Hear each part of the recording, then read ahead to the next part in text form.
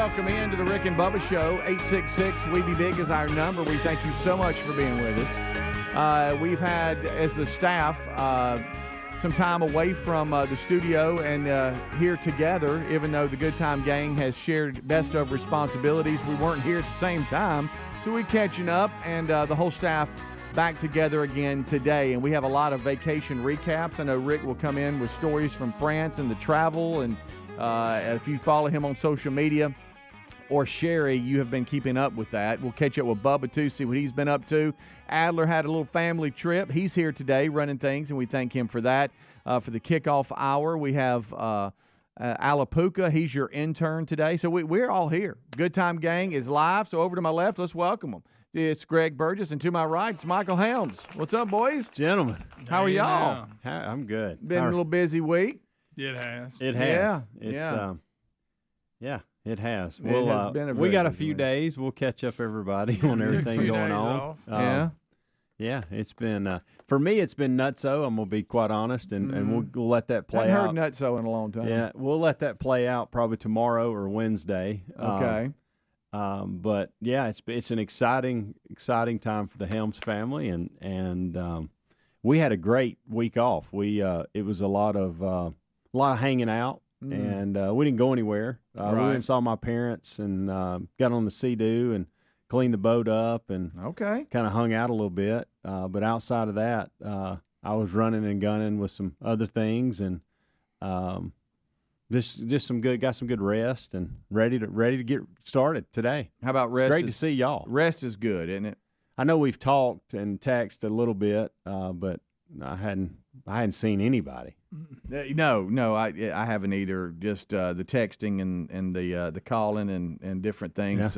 Just keeping up with each other. I did run into Adler at church yesterday. Okay, and I, of course, I'm like, hey, look, it's Adler from the Rick and Bubba Show. I always we do gotta that. have that. And it was good to see him. Well, good. So anyway, Greg, about you? In the middle of remodeling the house, so we kind of. That gets on your nerves. Sure. It's coming along. You talking about a stranger in the house all the time? Hey, no, how are you? you just got to, we got major things going on. You got to adjust and move around it. Right. Who are you and who you work for? Yeah. So that'll continue. I'll have a lot of stories of that for us all over with. Oh, yeah. But everything seems to be going. We did a lot of that over the holidays, like I say. My main thing when we get time off is getting some sleep. Yeah. I know that sounds crazy, but to get a week, we worked a couple of days each, but most of the week without getting up that early, my brain starts working a lot better. It does. I'll tell you that. It does. I realize how much toll it's taken on it when I actually get a clear head. That's right. Okay, I actually can remember stuff. Right, yeah. So, okay, this is, okay, I got I'm it not now. too far gone. Yeah. Just and I don't know all of you experience this, that wake up early, or even if you don't wake up early, just getting out of your routine and not having to set an alarm, period. Yeah.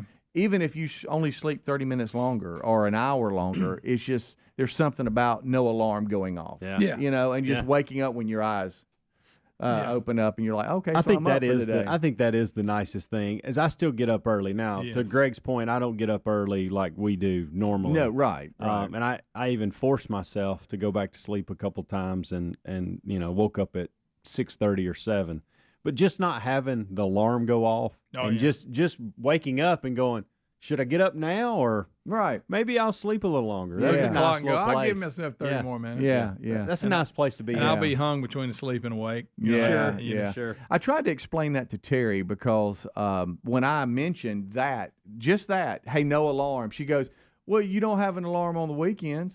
And I'm like, no, baby, you don't get. I know that now. But I'm used to that. Right. And, I'm talking about a bonus. Sunday, if I'm working sound, I got an alarm because I have to get up kind of early at church. But if not, it's I normally if I don't. What is y'all's time? If you don't have an alarm, what is the first time that you wake up and it's like, okay, I'm up, I've slept enough.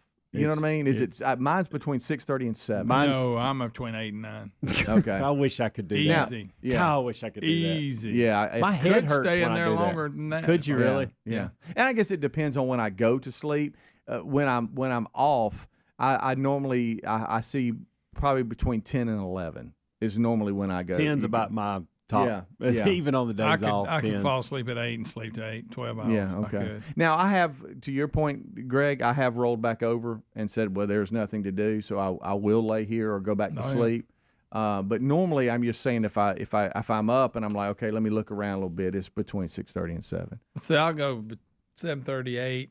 But I'll push it to 8:30. At 9 is when I say get up. Greg. Right. Unless you're getting your floors redone and then the smell's so bad you have to go stay at your daughter's house, stuff like that. You know, if there's certain parts of your house you have to go outside and climb in the window to get to. That's what. You can't get through this area. Are you climbing through a window? Well, I got to thinking. I said, well, if I forget something here, I need a way in here. So, yeah, you have to go around and climb through the window. That's funny. Are you serious? Yeah. Yeah, oh, yeah. Do you need a step ladder, or can you just... It helps. Yeah, I got a little one. You got a little three. You got one of those little step three ladders. steps. It's in the garage, so I could get 2 steps. Yeah. Is Mr. Buddy looking around like, what is going on? First the puppies, now this? He's just... I bet you he is done with it. He's done with Millie, and... Is Millie acting up? Yeah, that's the mama to the puppies, y'all. She chews everything up. Still? Yeah. Something wrong with Really? The puppies didn't correct all that? She ain't right. She didn't grow up a little bit? Nah, not a bit. We got to find out what you did. Oh, yeah. I mean, we sitting here rambling on about ourselves. Well, I'm just loving. I love catching up with y'all and hearing what y'all had going on. But I'll update you. I'll tell you what happened to me last night. Last night? Oh, yeah. Okay. Oh, yeah. Yeah. Uh-huh. Got one right under the wire. Hey, let me just tell you. All right, we'll be right back. 15 minutes past the hour. Rick and Bubba. Helix Sleep does it again with an innovative kids mattress made to flip. Why? Well, the firmer side is great for younger kids when they need more spinal support to aid proper development of their growing bodies. You simply flip it over when they're a little older, around 8 to 12 years old, when they want the softer side for sleep. Handcrafted and assembled right here in the USA, Helix is offering 20% off all mattress orders, including the kids mattress. Go to helixsleep.com/Bubba. helixsleep.com/Bubba. Our friends at Field of Greens just got one of the best testimonials. Listen to this. I've been taking Field of Greens, and this is my second time my doctor has danced into the room praising my blood results. Credit where credit's due. Thank you, Field of Greens. Field of Greens can't promise your doc will dance into the room, but they can promise your doctor will notice your improved health or your money back. Let's get you started with 15% off. Go to fieldofgreens.com, use the promo code BUBBA for 15% off, or go to rickandbubba.com under the sponsors. These days, every new potential hire can feel like a high-stakes wager for your small business. You want to be 100% certain that you have access to the best qualified candidates available. That's why you have to check out LinkedIn Jobs. LinkedIn Jobs helps find the right people for your team faster and for free. Post your job for free at linkedin.com/Bubba. That's linkedin.com/Bubba to post your job for free. Or visit rickandbubba.com under the sponsors for a link. Terms and conditions apply. The Dell Technologies Black Friday and July event has arrived with limited quantity deals on top tech to power any passion. Save on select XPS PCs and more powered by the latest Intel Core processors. Plus, get savings on select monitors and accessories, free shipping, and monthly payment options with Dell Preferred Account. Save today by calling 877-ASK-DELL. That's 877-ASK-DELL. Offered to U.S. residents by WebBank, who determines qualifications for and terms of credit. All right, folks, you've heard us talking about what Relief Factor can do for your pain for several years now. If you struggle with occasional aches and pains due to aging, exercise, everyday living, consider this. Relief Factor is 100% drug-free. It's made up of ingredients that simply help your own body deal with its natural inflammatory response. And we kid you not, Relief Factor is for real. And the majority of people who order the 3-week quick start for just $19.95 go on to order more. Try it at relieffactor.com or rickandbubba.com under the sponsors. Our friends at TheraBreath have some good news if you have bad breath. Try TheraBreath Fresh Breath Oral Rinse. TheraBreath is dentist formulated by Dr. Katz himself. TheraBreath doesn't mask bad breath like those burning alcohol mouthwashes that can actually irritate sensitive mouths. It's alcohol-free and free of gluten with no added dyes or colors. Find TheraBreath in all your favorite retail and drug stores. Look for the bright orange cap or online at TheraBreath.com. You can can find a direct link at rickandbubba.com under the sponsors. TheraBreath, confidence in every capful. Oh, look, honey, the ants are back. Wow. We leave one itsy-bitsy speck of food out, and they appear out of nowhere. Yeah, it's pretty hard to believe we used to try to get rid of these guys. Now they're just part of the family. To be honest, I liked our family the way it was before they came. I guess it's time to call Cooks. You don't have to live with pests. Get proven protection from Cook's Pest Control. Call or go online for a free quote. Cook's Pest Control. Looking for peace of mind when it comes to your car's performance? Look no further than our friends at CarShield. With plans for every budget, CarShield offers protection plans that cover more parts than ever before, whether your car has 5,000 miles or 150,000 miles. Plus, they offer plans that come with roadside assistance 24/7, courtesy towing, and rental car options. Call CarShield today at 800-465-6550 to save 20% on your plan. 800-465-6550 or go to carshield.com/Bubba. Our friends at Simply Safe were recently named Best Home Security of 2023 by U.S. News and World Report. So they're probably resting on their laurels, right? Definitely not. They're always innovating, like their new 2-in-1 smoke and CO detector. It's hazard detection. It distinguishes between fire and cooking smoke, so you get fewer false alarms. Get 20% off at simplysafebubba.com. That's simplysafebubba.com for 20% off your new system, or visit rickandbubba.com under sponsors. There's no safe like Simply Safe. Attention, all you coffee drinkers. There's a brand new brew that you definitely want to make part of your daily ritual. If you enjoy delicious, good coffee like us, My Coffee needs to be your new drink. It's organic, which is so important because if not, then it contains chemicals banned in this country decades ago. You've heard us talk about MyPillow for years on this show, and now they've got My Coffee direct from the mystore.com website. Go to mystore.com, enter the code Bubba to save 25% off your order of My Coffee, or find a link at rickandbubba.com. Rick and Bubba's in Ohio. Rick and Bubba. Pass the gravy, please. Rick and Bubba. Ooh, it brings me to my knees. Rick and Bubba. I can't stop. All right, 20 minutes past the hour. Thank you so much for tuning in to the Rick and Bubba Show. 866-WE-BE-BIG is our number, and we thank you for being with us. Everybody, we're back from a 4th of July vacation that started back on Friday, June the 30th. And then we hit July, and we pieced together best ofs, and now we're back together again. Adler already here, getting prepped for the main show to start at top of the hour. He's got some stories, too, from his adventures over the week. We've got Alapuca here. He's your early intern. Cam Solo will be joining him for the main show. We've been giving updates, and we'll hit more updates throughout the show. One that just happened with me is my niece Johnette. You know, Johnette and Reg. Yeah. By the way, Reg says hey. How about it, Reg? What's up, buddy? Met him at the wedding. Does he ever tell me hey? Yes. But Okay. Greg makes fun of his He's kind of his I nemesis. don't make fun. Well, You were just talking about he wasn't very good in the I didn't say that. Thanksgiving Day football game. I don't think that was. That's what started. I don't think that was the language I used. I don't think I said he wasn't very good. Yeah, you did. No, I Well, didn't. you I just said explained. there's a couple balls that hit him in the chest. I didn't say he wasn't very good. You're talking about in Willie Ball. So he's very good. No, I'm just like now. Like my coach told me, buddy, you didn't lose the game, but you sure could have won it. I'm just saying. Now, if he would have caught that one, we probably It's would have won. fine. But that's It's fine. fine. Man. But no, Reg says hey. I met him at the wedding. Seemed like a super nice guy. It's It's Greg without Had the a G. little fun. Yeah, I mean, that's not a name you hear every day. Sturgis, Mississippi's finest. There you go. And that's where one of the puppies were. Population Two of the 200 puppies are and there. what? I think Seven? Dad asked. His relationship with Siri is not like mine. Okay. I can ask Siri something, and it's like either she doesn't understand me, or she's like, "Well, let me check." Like the other day, I asked something, and it came back with a ridiculous answer of something I didn't ask. And I asked her, I was like, "Did I speak clearly?" And she said, "Yes." I don't know what happened. My dad can do it, and it's like Siri's like, "Oh, hello, John. Yeah, let me tell you." And I mean, it's unbelievable. How you His talk. relationship is really cool with Siri. But Johnette is she had some business in Philadelphia that she was hired to go do for a week, and it's really kind of cool.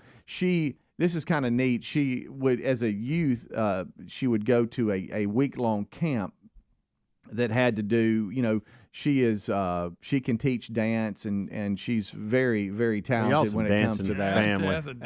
And anyway, she went from, oh, wow, I grew up going to this place to now they're hiring me to be the featured artist for the week. And so like she comes in and it's kind of like, when the kids have their schedule for the day, she's going to be for this week, one of the ones that runs everything. And so she asked if, and Reg's done this before too, is, they'll drive over from Sturgis to go to the Birmingham International Airport. And hey, could I leave my car there and then you run me to the airport and all that? So it was planned that she was going to come in yesterday, which is Sunday, July the 9th, if you're listening. And see, they're serious. She answered me for no reason. And drop her car off. And hey, could you take me to the airport? So that was the plan. So and it was right around 11ish, I guess, is when she was going to arrive because her flight left at like 1:30, and then I thought she was going to Philadelphia, Mississippi. You're talking about Philadelphia. Yeah, Pennsylvania. And because she drives to Philadelphia all the time.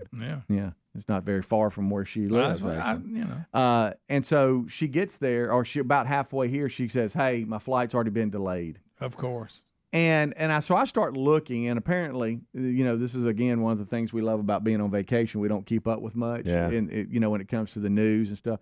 The Northeast has been hammered with rain, and they got flooding and all the historic flooding, and I don't know if that's the deal or not. But going back to when Rick was trying to get to Paris originally and land there, and then get over down to South France, his fiasco about Delta trying to move his flights, and we'll get updates from that of how all that went. It looks like it went great. So an extension of that is that she was flying American, and they start sending her, hey, it's delayed. Well, everything's fine here. Now, there was some rain that came in later, but it looked like the same plane goes back and forth from Birmingham to Philadelphia multiple times a day. Yeah. And apparently that plane was stuck in Philly and couldn't get out, I guess. I don't know.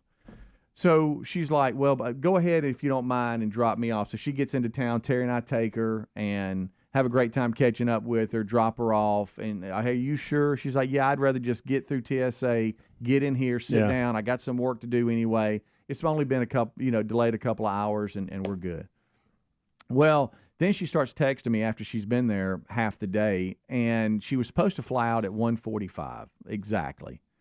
And then she kept going, hey, it's been delayed to 3:20. Oh. Hey, it's been delayed to 4:45. Oh, hey, it's been delayed to 5:30. Hey, I'm just at the local restaurant, ordered something to eat. It's been delayed till 6:50. It gets to like 7, 8:50, 9. Wow. And it's going on. And she says people are raising Cain at the terminal. All right, and people sit that long. The American employees, the staff there for American Airlines, they would just come and go. They wouldn't stick around and just make an announcement and run out. And she's like, "There's people here trying to figure out what to do. There's no other flights. They can't move us." And she's supposed to start today in this camp. And so it gets to be about 9, and I'm like, "Wow, so this is getting real here." My niece can't spend the night at the airport, but so I start thinking about what's probably going to happen. And I saw the last update at 9 when I said, hey, I'm going to go on to bed, but let me know what happens. If somehow you get delayed to tomorrow, let me know. Yeah. The latest update was departure 10:55 p.m. Now, understand, she's been there since around noon. Oh, yeah. This is unreal. And they just give you hardly any explanation. They don't give you any reason to what's going on. They come and go and announce things, and then they leave. And you go, well, this is not going to stick because you've been changing it all day. Right. You give me a time, it changes. So and she starts, you might as well say, in 10 minutes. I know. And then she starts meeting other people on the flight, and they got conferences to go to and stuff. Everybody's got different lives. Nobody's giving them any explanation at all. It's just, hey, there's a delay. It's like, really? Well, what's happening? Give me another. Wow. So finally, at around 11, she texts me and she says, "I hate to tell you this," and I have her on the favorites. So even if it's on Do Not Disturb, a call or a text will wake me up. She said it's just been delayed to 10:45 tomorrow morning. Good Lord. So So I got out of bed at about 11:15 and went to the Birmingham International Airport and got her. And got back around 12:30 a.m. last night, and got her back into the house and settled down, and Terry's gonna get her to the airport this morning for a 10:45 a.m. flight. How about that? But after you do that, you finally lay back down, and now your heart rate's going so much. You're wide awake. Now you just sit there and stare. Wide awake. I saw about 1:30. Couldn't get to the airport. Couldn't get. And I would like to tell everybody, I don't know the last time you've been out around midnight. There's a lot of people riding around at midnight. It's surprising. Yeah, it really is. And I'm like, where are y'all going? Y'all ain't got. What are y'all doing? And there was just. Look, there was just, Reese has got to work. JC's up extremely early today. Terry's got to work. So I'm like, look, I'm going to come get you. And she was just like, I cannot believe, I am so sorry. But she was telling me stories of everybody else on the flight and them all trying to find somebody to stay with. And she said there was one woman that was loud the entire time. Pitching a fit. Mm-hmm. And she had nowhere to go. And she was going to have to sleep at the airport last night in one of the chairs. Hey, she was raising Cain. She could not believe it. There's old Burge. I cannot wait to hear the stories. Got an armful. But that's my airport story from last night. I can't believe. No. My. Hey, you a little tired? Yeah. Golly. But hey, finally get back. I'm like, it's no big deal. And then you just sit there and stare at the ceiling. Yeah. Terry's waiting snoring. on the clock. Bubba.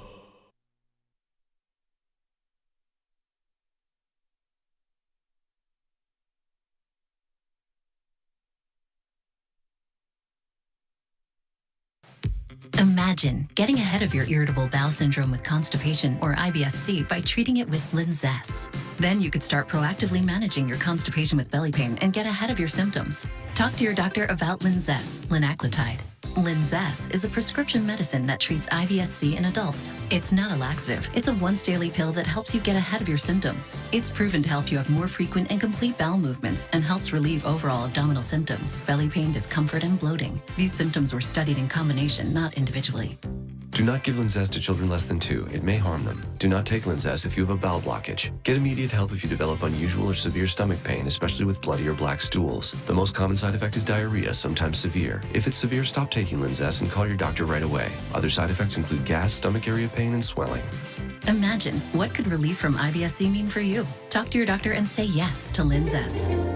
Learn more at linzess.com or call 1-800-LINZESS. Oh, look, honey, the ants are back.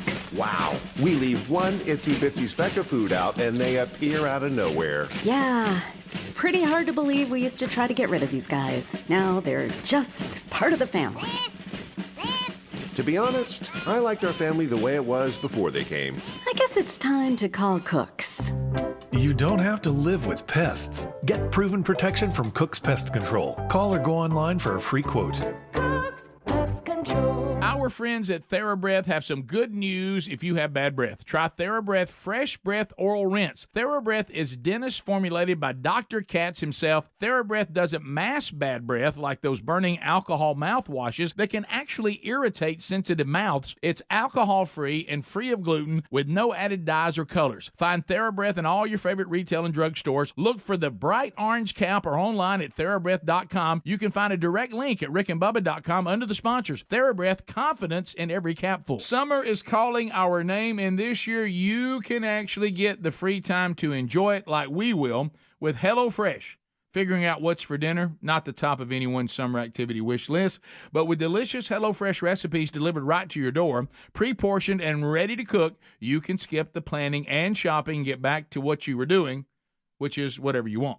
And it tastes so fresh. In fact, HelloFresh's ingredients are picked at peak ripeness and travel from the farm to your doorstep in just 7 days. Plus, it's 25% less expensive than takeout, and HelloFresh isn't just for dinner. They have finger food, snack board, kid-friendly s'mores bundles, new summer selections available from HelloFresh Market. They're a hit at parties. How about this? It'll be a cinch to serve them, so why not take it easy this summer with America's #1 meal kit? Sign up today for 16 free meals plus free shipping with the code BUBBA at HelloFresh.com/Bubba. Or find that link at rickandbubba.com under the sponsors button. Did you know that Alabama Mountain Lakes Tourist Association now has a new podcast called Unexpected Adventures in North Alabama? That's awesome, Bubba. As we all know, there's so much to do in that area of this great state. So what's it all about? Well, on Unexpected Adventures in North Alabama podcast, they have conversations with a whole lot of interesting people about all the cool things and fun that you can do and see in North Alabama. Well, Bubba, I definitely need to check out this podcast. Yes, you do. And I'd recommend everyone checking it out. All you have to do is go to northalabama.org/podcast to listen, or you can go wherever you listen to podcasts. And make sure you subscribe so you never miss an episode. And of course, support our longtime friends at Alabama Mountain Lakes Tourism. Sounds great, Bubba. And again, it's called The Unexpected Adventures in North Alabama. And you can also hear it on Apple Podcasts or Spotify if you're on those platforms. You sure can. We're subscribing right now. Folks, to learn more about how you can subscribe, go to northalabama.org/podcast or rickandbubba.com under the sponsors. Indulge me for a minute. Our friends at Field of Greens just got one of the best testimonials. Listen to this testimonial from a customer. I've been taking Field of Greens, and this is the second time my doctor has practically danced into the room praising my blood results. Credit where credit's due. Thanks, Field of Greens. Each fruit and vegetable of Field of Greens was medically selected for specific health benefits. Some support vital organs like the heart, lungs, and kidneys. Others, metabolism for healthy energy and weight loss. If you're busy, don't get enough exercise, or you eat too much fast food, take Field of Greens. Look, Field of Greens can't promise your doc's going to dance into the room, but they can promise your doctor will notice your improved health or your money back. We trust it's helping our health, so let's get you started with 15% off. Go to fieldofgreens.com, use the promo code Bubba, and get 15% off. Or you can go to rickandbubba.com. There is a link under the sponsors button. That's fieldofgreens.com, the code Bubba.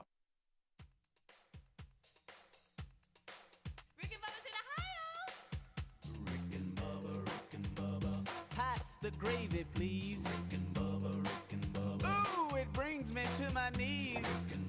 25 minutes until top of the hour. It's the kickoff hour. We're live. We're just sitting here shooting the bull, catching up with each other, letting you know what's going on. If you missed that last segment, that was last night. Can't believe it. And bless Johnette's heart. And as I was picking her up at the airport last night, if you missed, she had a flight delayed that she stayed at the airport for about almost 11 hours, sitting there waiting like she wasn't paying for this. And that's what's so frustrating. And when she got when I picked her up at baggage claim, where they basically gave her back her luggage and they let her leave the airport and just redo everything in the morning. She was like, I was like, I feel sorry for you. I'm going to be fine. So when you've been sitting at the airport for 11 hours. So is that what you told yourself when you were driving to the airport? Is that the speech you were giving yourself? I was like, yes. I was like, imagine what her day's been like. Oh, yeah. You know? Oh, yeah. And, I mean, that's just awful. Granted, you didn't get much sleep, but you tried to lay down. Yeah, I mean, I got a couple of hours. It's better than sitting in an airport for 11 hours and not being told why it's delayed, not given any explanation, no effort to move the flight, and, hey, let's get you where you got to go. And meanwhile, Reg was just sleeping, just as sound as could be. Yeah. Matter of fact, she did. She sent me. There was so much going on, so she's trying to find the camp director and let the camp director know that the featured artist that's there for the whole week is now delayed. She was letting her husband know what's going on, so she's got all these updates, and she accidentally sent me a text that was meant for Reg, and I laughed pretty hard, but. Anyway, we've all done that. Sure. Matter of fact, Bubba's got a best of one of I call them a text mishap. Yeah. So anyway, that was the day yesterday afternoon. But look, the vacation, it was a great one. It was a mixture of getting things done around the house, getting JC prepared for going to UAH to play baseball, and things that have to happen there, and so it was. It was a good time. The grandson River, got to spend a lot of time with him. Y'all, one of my neighbors, and I didn't think they're not that expensive, but he bought. The neighbors are not. He bought a jumpy house that is also like a water park. So he actually bought one. Yes, he's like, because he's got two kids. Okay. And Chandler and them did that too. It's got the slide and the jump thing. Oh yes, Did you get in it? Yeah, and it shoots water out and stuff like that. Well, months ago, he said, "Hey, man, next time the grandparents have River for a day or something. He's a play day over at the house. Let me know, man. It's a great day. It beats a pool membership. He started laughing. How is the take up and take down? You turn the fan on. Hey, you would be amazed how really quick. Quick. Yes. Oh yeah, you just turn the fan on. Up it goes. I was intimidated a little bit because he was dropping everything off because we had planned that he just brought it to your house. Said, hey, here you go. 2 houses down, not a big deal. Is this the one with all the blow up? No, that's my next door neighbor. He's the holiday blow up yard guy, like Coach Dunn. But so anyway, it was a couple of houses down, and so thank you, Jason.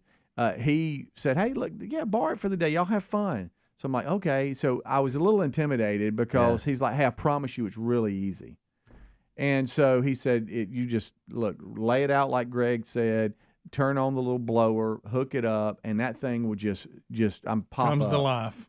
He said, and then he said you can kind of, depending on if you want water in it or not, because you don't have to have water in it, but you can spray some water in there, and it becomes like a little kiddie pool. And then you can hook the hose up to the top of the slide, and it'll spit water out, and they can slide down to where it doesn't get sticky and it's always wet. So Terry had to work Thursday. And so we were scheduled.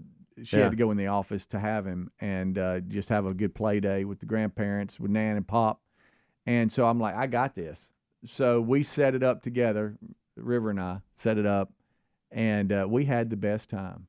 He played all day long. Kids love he had his own water park. You Yes, get he your really own did. bouncy house. Yes, he really did. So I told Terry, I was like, man, this. To him, that was the size of Six Flags. Yes. I mean, really. Yeah, in their because you remember when you were little, you thought everything was big. Absolutely. Like I thought my mama's house was so big, and the front yard was huge because we'd always play football in the front yard. I go by as an adult, and it's the tiniest little thing. Sure. But in your mind, you just think it's this big football field. I mean, you could probably walk 10 paces and get to the other side of the yard. It's never quite like you remember it. So we had a good time though. It was a lot of fun. Totally out. I didn't know till last night that cocaine was found in the White House. Yeah. So I mean, I've just been out of the It's a loop. weird story. It is. Yeah. The timing of it. Yeah, couldn't have been any better. And I'm Hunter, sure, did you I'm see sure Hunter? had nothing to do What with did you see Hunter on the balcony doing this weird? Did you see Mama rolling her eyes? Oh yeah, that was funny. Yeah, that's good. So yeah, I've been out of the loop and just kind of spent time with the family and had fun. Yeah, that's and I didn't have my floors redone, Greg. Yeah, well, that's all an ongoing thing. You know what you got to do? All kinds of stuff going on. You know what you got to do when you do stuff like that? You got to get yourself on the other side of it and go, man, once it's done, it's going to be so nice. Yeah. It's hard to do though. Well, you went straight from puppies to that. You had no time off. No time between, no break.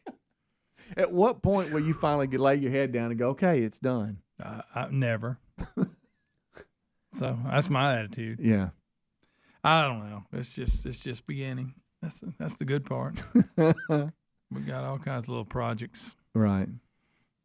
Well, and Helmsy, I know Nothing there's certain things that we can't discuss yet that are good, but we can't discuss yet. So that was a lot of your time off. But yeah, it was. I saw from a couple of Amanda's posts that she had some, of Coco and different things, the dogs running around, the kids. It's funny.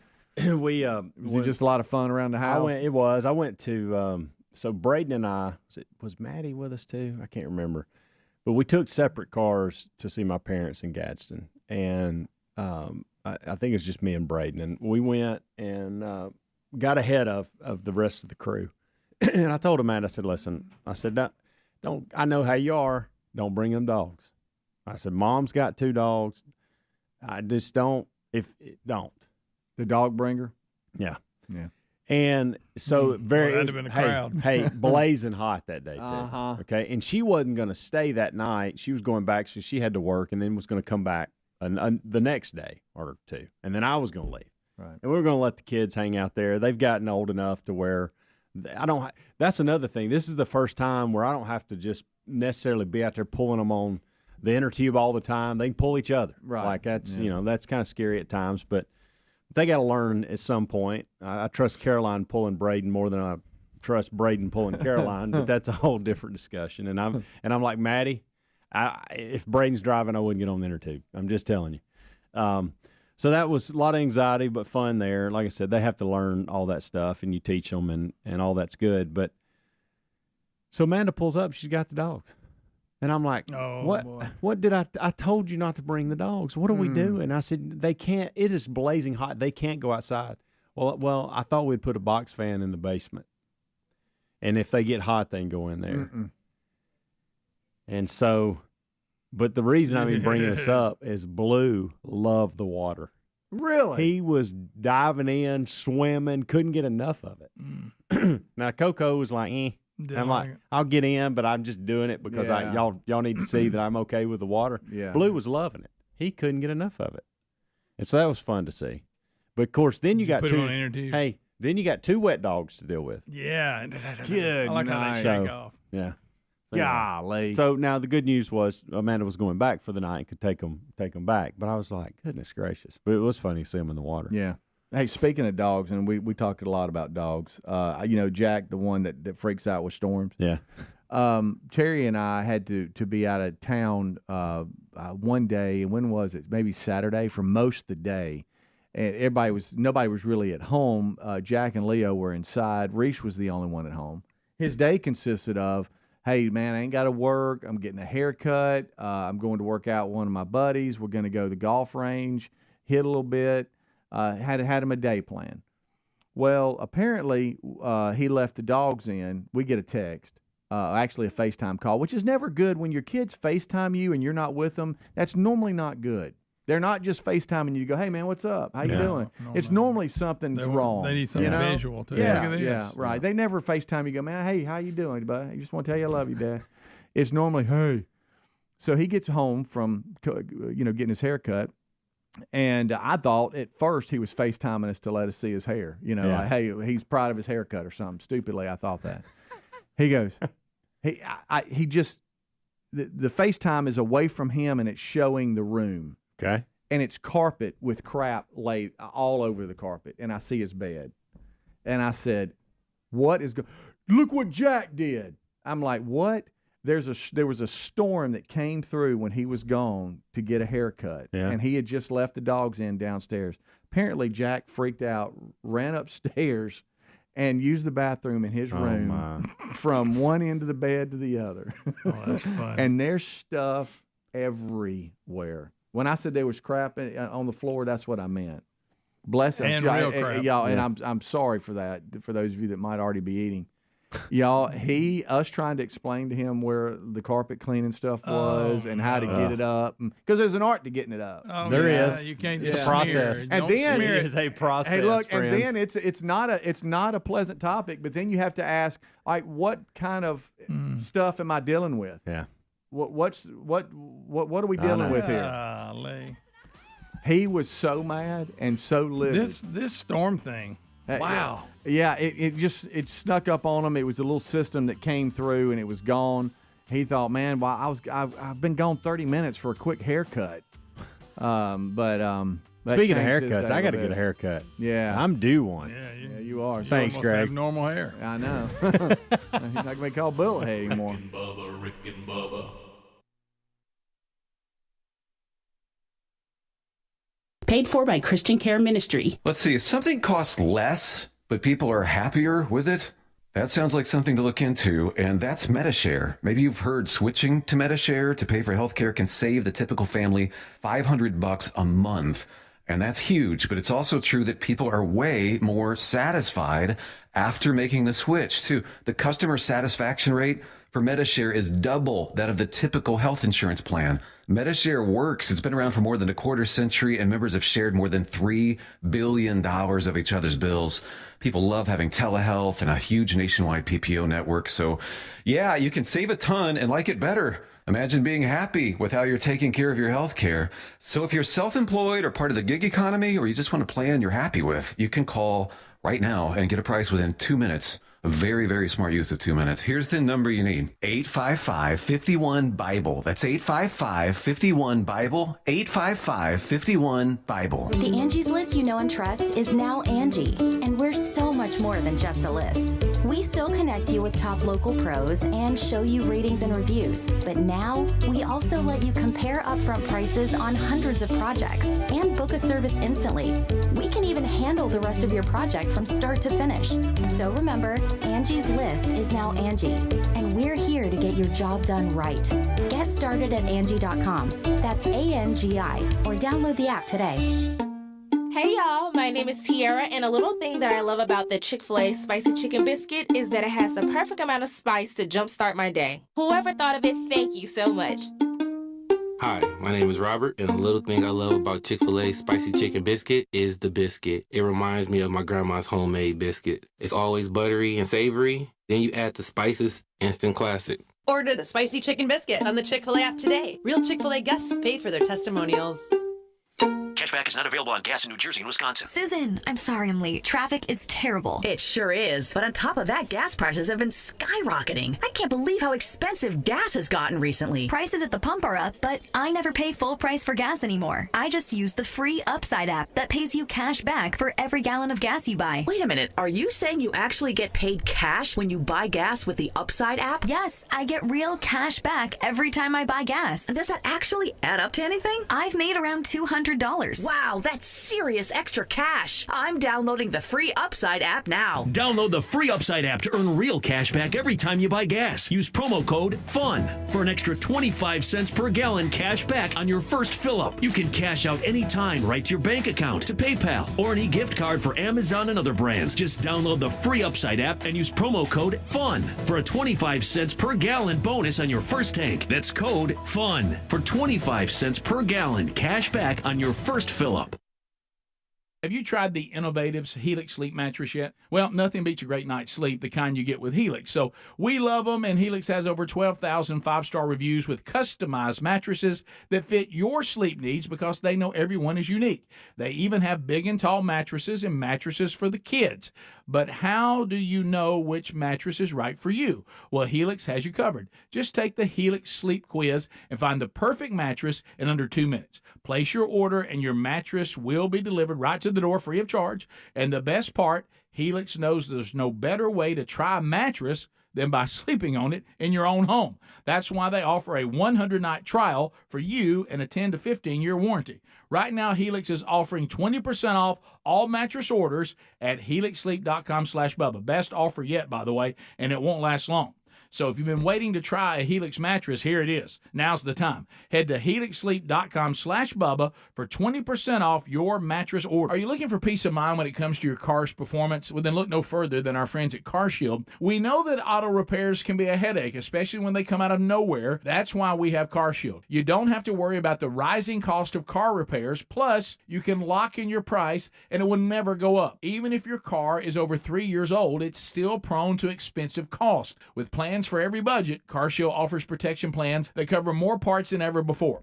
Whether your car has 5,000 miles or 150,000 miles, plus they offer plans that come with roadside assistance 24/7, courtesy towing, and rental car options to get you back on the road quickly. CarShield is dedicated to protecting what you drive because it's just a matter of time before you're going to need repairs, so don't wait till it's too late. Call CarShield today at 1-800-465-6550 to save 20% on your plan. Lock in your price and it will never go up. Call 800-465-6550 or carshield.com/Bubba to save 20%.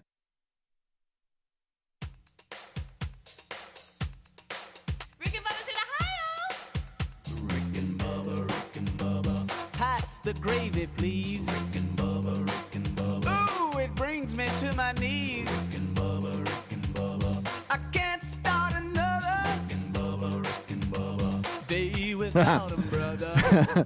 8 minutes until top of the hour. We thank you so much for tuning in to the Rick and Bubba Show's kickoff hour. This portion of the show is sponsored by LearBubba.com. You know, with all the bank issues that's in the news and all of you are clearly aware of, you know, one safe bet is gold. Smart investors value gold as a hedge against the inflation that's happening right now. And right now, it looks like gold has outperformed the S&P 500 for the past 20 years. And gold is a terrific strategy for protecting your savings in retirement. With a risk-free purchase guarantee, 25 years of experience, and thousands of 5-star reviews, join us and visit LearBubba.com. And as a special gift, all new LearBubba.com customers in our audience is going to receive a free 1-ounce silver bar for every ounce of gold that you purchase. So to speak to them directly and learn more, you can call 1-800-707-4575, or you can go to LearBubba.com. Again, the number 1-800-707-4575, or go to LearBubba.com. You can also find a link at rickandbubba.com under the sponsors button. Well, I know we've been dog heavy here, but Greg, we made you stop because you were giving us an update. You're getting your floors redone in the house, which has created a lot of an issue here. Yeah, different things. But you said crazy Mama Millie did something? Yeah, well, you got you use chemicals so you smell. So I thought, well, let's open the windows and air it out a little bit. Yeah. And oh no, open them first on the back porch. Well, Millie steps through into the house. Well, I don't know why she hardly ever tries to get in the house. And we were like, oh, wow. So I closed it. But anyway, there were some others that were really high. So I wasn't worried about them. I mean, it's good. Yeah. I'm sitting there. All of a sudden, I look through the window. Here comes Superman. Jumps completely through the window, lands right in the den, and standing there looking at me. And I thought, no way she could jump that high. Because this one was up. Yeah. Right. I mean, untouched right through it. So I put her out, and I said, to heck with it. I closed the windows. I'm sitting there watching TV. All of a sudden, wham! She like a bird. You know how a bird. Oh, my goodness. She couldn't see the window from the ground. And she tried to, I guess, Greg. or she just thought it was open. Oh, man. Anyway, she hammered her. She head first into the window. It's a wonder she didn't break the window. Yeah, I know, and I hate that because I think that was one of them I just had replaced. But listen, I'm sorry. I went out there to make sure she was all right. It addled her a little bit, but y'all, I wish you'd have heard it. Wham! Scared the crap out of me. Like you're saying, like a bird. That's First of all, I couldn't believe she could jump that high when she came in the first time. Right. I'm sitting there, I said, and she's in there beside me. I was like, my God. But I think she's done with that now. Yeah. Y'all, I picture a bird, how loud that is. Yeah. A dog. Yeah. And she's probably 30 pounds. Yeah. Well, you said that she's not quite right anyway. No, she's definitely But not. how did she act post hit? She scuttered back to the garage. I went out there and checked on her. She was fine. She was kind of had that look on her face. But y'all, I wish y'all, it scared me to death. Wham! I bet. But yeah, she, I believe maybe she's done with that. Mm-hmm. So good idea though to get air it out. Yeah. Well, I'll tell you, that smells stout when they redo floors. It's something. Yeah. I mean, like most people just have to go stay somewhere for a week. I remember us doing it. We took, I want to say we stayed at least one night, maybe two, at Amanda's parents' house because of that. It was, and we just had the upstairs down, and I thought, well, we'll just stay downstairs. Right. And I couldn't take it. Like none of us could. Like there's a reason they tell you to get out of there. Yeah. Yeah. Oh, yeah. For sure. It's not good for your health. No, for sure. No, it's not. But hey, But hey, they look good when they're done. That's what I was going to say. You just got to get yourself there. Yeah. Hey, what's it going to be like once they're done? Yep. Buddy, you're going to love it. And then you'll have something else to go do. Sure. Oh, that's the beginning. What, are you crazy? So there you go. So we've had so much going on, and bumped into Rick there a few minutes ago during the break. And he's like, wow, the stories. I know Bubba had some as well on the water there at the lake. Adler, like I said, had a little family adventure in his new van. So we've got a lot to recap here during the main show. This is just the start of it. Got a lot of great feedback from the best ofs. We thank all of you for that. You enjoyed the week, just kind of catching up. Some of you, we forget how many new people come along and they hear things for the first time where we might be like, man, that's an old story, but they're like, oh my gosh, that's the first time I've ever heard it. And that's kind of what the week's all about. Yeah. But I always enjoy it. Now, I don't enjoy getting up that early and coming up here by myself, but once I get here, I'm reminded through those bits of how fortunate we are and how much fun we have. Yeah, I'll sit in here and get laughing. Yeah, I did too. Right. I did too. Last night, one of the neighbors, I don't know how this happened, but we have a couple of cats up and down the road that, a cat has no boundaries. Okay, you can't have a fence for a cat or whatever. If you have a cat, it kind of becomes the neighborhood cat. Oh yeah. I mean, it kind of has a home, but it'll venture out. And there's 2 cats, and they love to terrorize my dogs because they know they got the underground fence and they know where the border is. Well, somehow one of the cats got on top of another house on the roof of one of my neighbor's house across the street. And Terry was out. The storms were kind of rolling in at different times, and Terry was out. She said, "Please look at that cat." The cat is it's pacing up and down. It's at the top. It's it's not a 2-story house. It's a single. Yeah. Pacing up and down. You could tell looking like, how do I get down? You know, Same way you got up. You know the funny stories about the firemen that are having to go and get a cat off the top. yeah. They get up there and they don't know how to get down. And I sat there and came this close to having to tell the neighbors, "Hey, you got you a cat on the roof."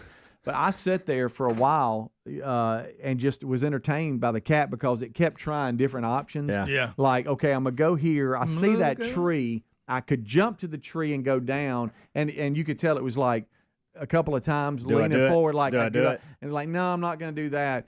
Somehow, I don't know how this cat did it, but went to the front porch of this house and with its claws held on to the shingles and was dangling there, and then threw its bottom feet onto the railing of the front porch and then skirted down the railing. But I was pretty entertained by it. That's pretty good. I was like, hey, that's impressive right there. That would have been. Well, they worked all that out. Yeah, no. But I thought, do I get a ladder? Do I let the neighbors know? Did you ever think about calling the fire department? No, never.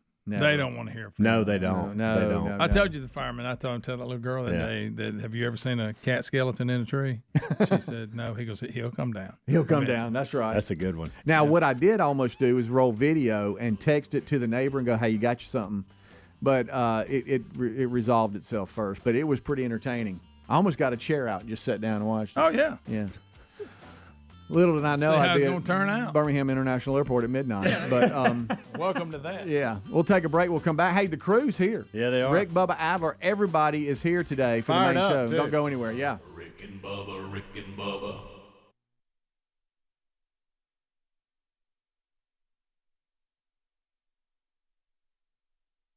A lot of games. So for student athletes. Are we going to do Sports Czar Trophy for tonight? Is that bad? That was a discussion in the kickoff hour Oh, you because did? we sometimes do, sometimes we don't, but we might on this one. Yeah, I think you. I mean, you have to. I mean, it's This is one of the biggies. I just I mean, hate trying to come up with a score, God. Well, but Well, I'll just say it. This is what we're talking about, and You don't have I'm to pray not about necessarily right. Okay, this is my opinion. Okay, but know what Greg they and say about opinions, don't and I were talking, and Speedy jumped in the kickoff hour. We were discussing the fact that we're too inconsistent with the Sports Czar Trophy. We are. If we're going, we just got through talking about standard of excellence. If we're going to do it, let's do it right. Let's include all the championships throughout the year. Let's not just do the college football You're right. championship game and the So I Super gotta pick Bowl the NBA and champ. move on. yeah. Well, Well, I mean, I just think we ought to be. I think we take that Sports Czar Trophy and we kind of just dabble with it. show me the face. Dabble with it. Okay. We just well, dabble. we do I- dabble I, in I it. think, and it's a Sports Czar Trophy, a trophy of excellence. We can't just dabble with it. Well, I think though, we have to kind of go with our always calling an audible at the line mentality. Sometimes we're fired up about something, sometimes we're not. I know. And And you gotta keep And it- I think to think strive starting for the excellence, new year, you with actually this- have to be excellent when it's not time to be fired up about we it. got to do the World Cup. It's easy to be I'm excellent not when you're doing fired that. up about Big it. three, not but picking we will Y'all say just big. y'all just missing that. Can we? Y'all gonna No, be okay with I that? agree with you, but you got also. We're not going to do every championship because we're not going to do soccer. We're not going to do hockey. Well, no, but we Big really ought to three? do Major League Baseball, and I think we ought Big to do three. the NBA, and I think we ought to do March Madness. We don't have to Well, pick a we usually bracket. do. I've We gave usually up do for on that. No, we don't. We have not done March Madness in years. Yeah. I set up a bracket, beg y'all to do it, and never look at it again. I know. I'll be honest with you. I don't care about March Madness. I know, but But I might as don't- well be throwing darts because I don't. There's so But many of don't them. we you put the know. Sports Czar Trophy up for the championship game? Don't we usually I talk think about we, it? I think we ought to. If we're going to do Not this, every time. I'm good with it, but we need Well, to change the name of it to the Football Czar Trophy. There you go. Let's just do that. You do Let's it do when that. you're Let's ready to change go. the name of the I trophy. guess. Can I great. tell you? I really wouldn't have a problem with that. Let's do that. Okay. I think everybody wins there. All right, let's do it. The Football Czar Trophy because I really don't care about the other sports. Well, I mean, we may And I- be and- fired up at some point in time and want to do it, though. You never know. I I wouldn't pigeonhole I yourself. personally can tell you I won't be, but I mean, I can go either way. I don't really care. Right. I can't remember the last time I watched a basketball or a baseball game. I just told Speedy, I think it was Friday, I looked up and saw basketball highlights, college basketball, and I said, I have not seen a college basketball game all year. Yeah. Which is I catch one every now and then, but not as much. And let me be clear, because I enjoy college basketball. Yeah, well, I want to be clear, because there's two different ways to go about this. And sometimes I probably have come across this way, but hopefully we're all, changing as we're moving forward. I want to be very clear. I don't want to be one of those people that says because I'm not interested in it, you're stupid if you are. No, and I hate that. I hate when people do that. Look, we all have different. I can be not interested in it, and it'd be okay that you are. Yeah. But you know those kind of people. They think if they don't like it, then if anybody else does, that means they're stupid. And I hate that attitude. So just because I have lost interest, really in sports in general, to the way I used to be, and really only have some interest in football, that doesn't mean that's the way everybody's supposed to be. Yeah, that's just the way I've become. Exactly. I'm not. There's no agenda to it. That's just the truth. No, and there's nothing wrong with people who get stoked about filling out the bracket. Most people do, by the way. Sure, a lot of people. That's fine if they enjoy that and keep it in the proper place, and it's not an idol to them. That's fine. The biggest problem with doing the bracket to me is there's no way I've seen these teams play. I might as well spin the wheel of I might have seen 8 of them play. I didn't see the whole game. It does feel odd when I have to commentate on something I know nothing about, but I've done that for 25 years, so why not continue? That's a good point. Yeah, we can't use that as an excuse. You don't need to talk about it unless you research it. Well, I guess the show's over. Well, that's it. All right, so as we make our way back, the national championship for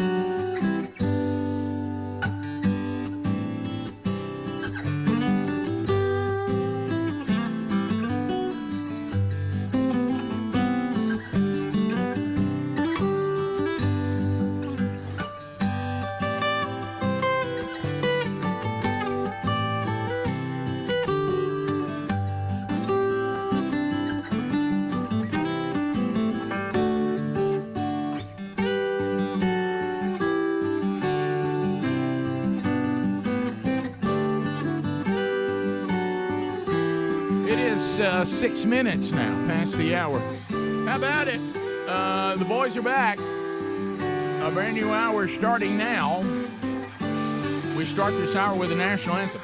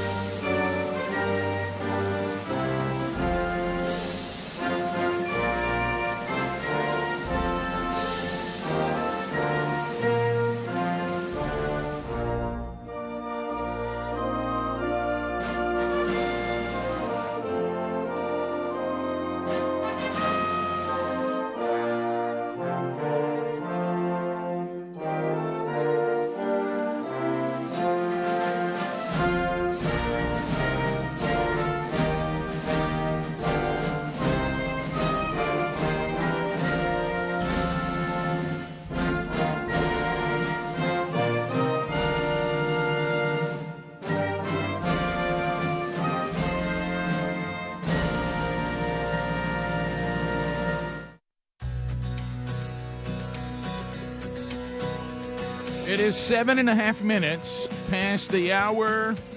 The gang is all here. After being on vacation, hopefully you enjoyed the best of shows while we were away. A Rick and Bubba replay on Independence Day. And everybody got some time off to various degrees. Bubba and I have been gone for 8 days. Good to be back. And we will look back over everything that's happened around the world within the show, on vacations. We'll get all that in over the next day or so. Your phone calls, we've missed you at 866-WE-BE-BIG. We are Rick and Bubba. If you've never heard the show before or seen it, we humbly refer to ourselves as America's favorite radio show. And you can hear us all sorts of ways, all across the country and around the world, either live or archive. Find all those at Rick and Bubba, spell out the word and.com. Speedy, Greg Burgess, Helmsy, they've done what we call the kickoff hour to get things rolling. That's been done. Alapuca, Cam Solo are Rick and Bubba University students. They are earning their degree in common sense. As we all know, that now is superpower. They'll be helping with phone calls and whatever needs to be done around the No Name studio today. Eddie Van Adler, he is back from vacation. He has your YouTube experience. You can catch that live on our YouTube channel, or you can catch it archived, whichever you prefer, including a best of hour that you can find on Blaze TV as part of their lineup. So I'm Rick, and we're missing one, the silver-tongued one, the man with a golden voice, professional lunch eaters, man of the year, the inventor of pizza and a cup, Shakespeare's worst nightmare, and the master of the Kang's English. Ladies and gentlemen, put your hands together for Bill Bubba Bussey!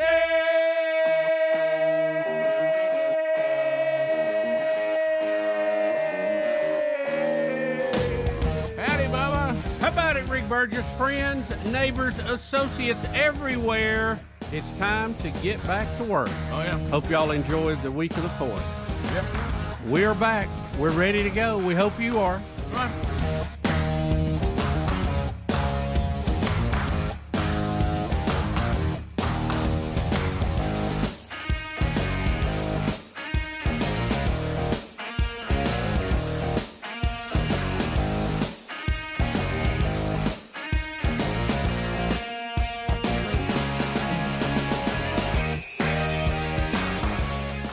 The boys are back in town. I said, the boys are back in town. The boys are back in town.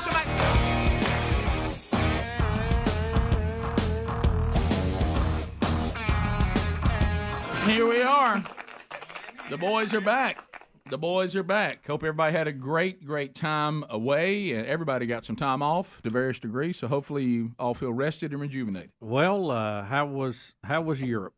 Well, there's so much to discuss. It was, when I left here on Thursday, there was a lot of duress because, as y'all remember, with an hour to go before I went to bed, all my luggage at the door, ready to be loaded into the truck on the way to work on Thursday. An hour before bedtime, I get a notification from Delta that my entire plans are changed. Mm-hmm. And heard a lot of that over the week. Wow. And so I will today. I actually have some good things to say about it because I will say that American Express Travel. I think I told y'all that when I came to work, that my wife basically said, since she was living 7 hours ahead of me, go on to bed. I'll handle this when you get up. Just look at what's been done and follow. So you guys were kind enough. We started getting worried. It actually turned out that my trip to Atlanta was not near as bad as we had feared, simply because I was flying international. Remember, we said, now if I had been domestic, it was a mess. Right? Domestic was a mess. As a matter of fact, I was on the bus going over to the international. Those of you that are not familiar, Atlanta, if I remember, I know they are currently the busiest airport in America and one of the busiest in the world. Yeah, oh yeah. Yeah, and so the guy was from Prague, from the Czech Republic, and he was sitting on the bus with me, and he goes, am I going to the right place? And I said, where are you going? He said, I'm going back to the Czech Republic. I said, yeah. He goes, where is the international? And I said, oh, it's a long way from here. And we rode a bus, 15 minutes, to get to the international hub. And then he saw it, and I said, look, don't panic. What you just saw over at domestic, it looks real bad. I'm hoping I was trying to be reassuring to him. Of course, I was talking to myself. Right. I said, I'm hoping that since 4th of July does not impact the rest of the world, certainly Great Britain's not celebrating. No. And I said, so I think when we get over to international, this is not going to be so bad on a Thursday, middle of the day, or early afternoon. Unless Americans celebrating the 4th or traveling abroad. Well, and we both legitimately worried about that. But when we got to the international, it wasn't bad at all. It wasn't very crowded. Everything was running smooth. I was a little bit disappointed, and I text Bubba about this, that Bubba and I are on the Clear thing. Atlanta International does not recognize Clear. Domestic does, but international does not. So, but it didn't matter. The line wasn't very long. So, I mean, when I say not long, you have to understand this is Atlanta. Yeah, right. I just meant I wasn't. Not long means within 100 yards. Right. Exactly. You're exactly right. And so I had a few victories, and I'll tell you about this. I was introduced to something that American Express Travel did that I was not aware of. Now, understand, Sherry kind of handles our travel. I usually just go with whatever she has planned. And there's, you're always weighing, is this life changing versus the money it costs? And I will tell you that as far as international travel, I was introduced to a world I wasn't aware of, and it was a game-changing world.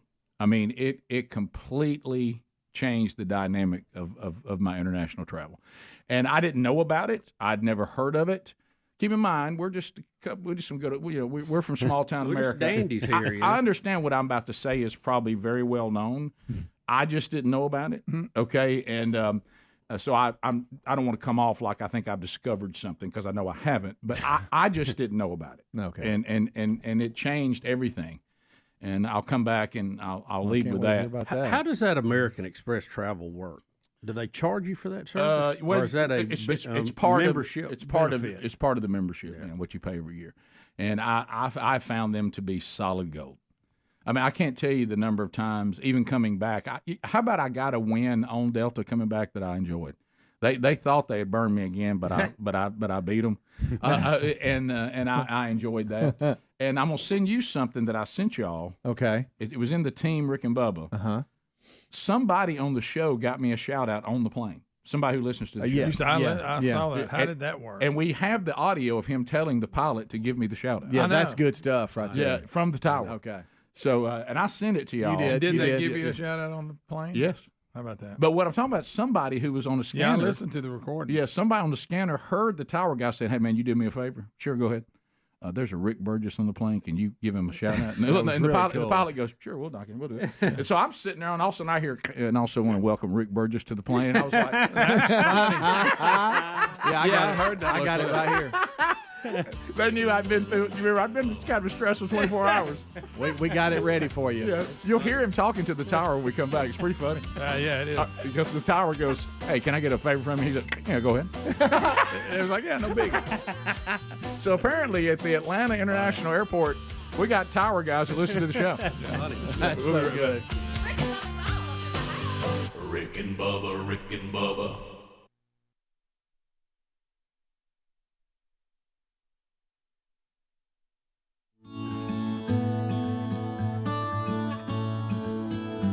College football's tonight, meeting number 3 in the national championship game. And as Bubba said, somebody, because both teams come in undefeated, will be the first college football team in Division I to finish a season with a perfect 15-0 record. One of them will tonight. That's right. And so, you look at the game, they seem pretty evenly matched. You see Clemson appeared to have a little more trouble in the regular season than Alabama did.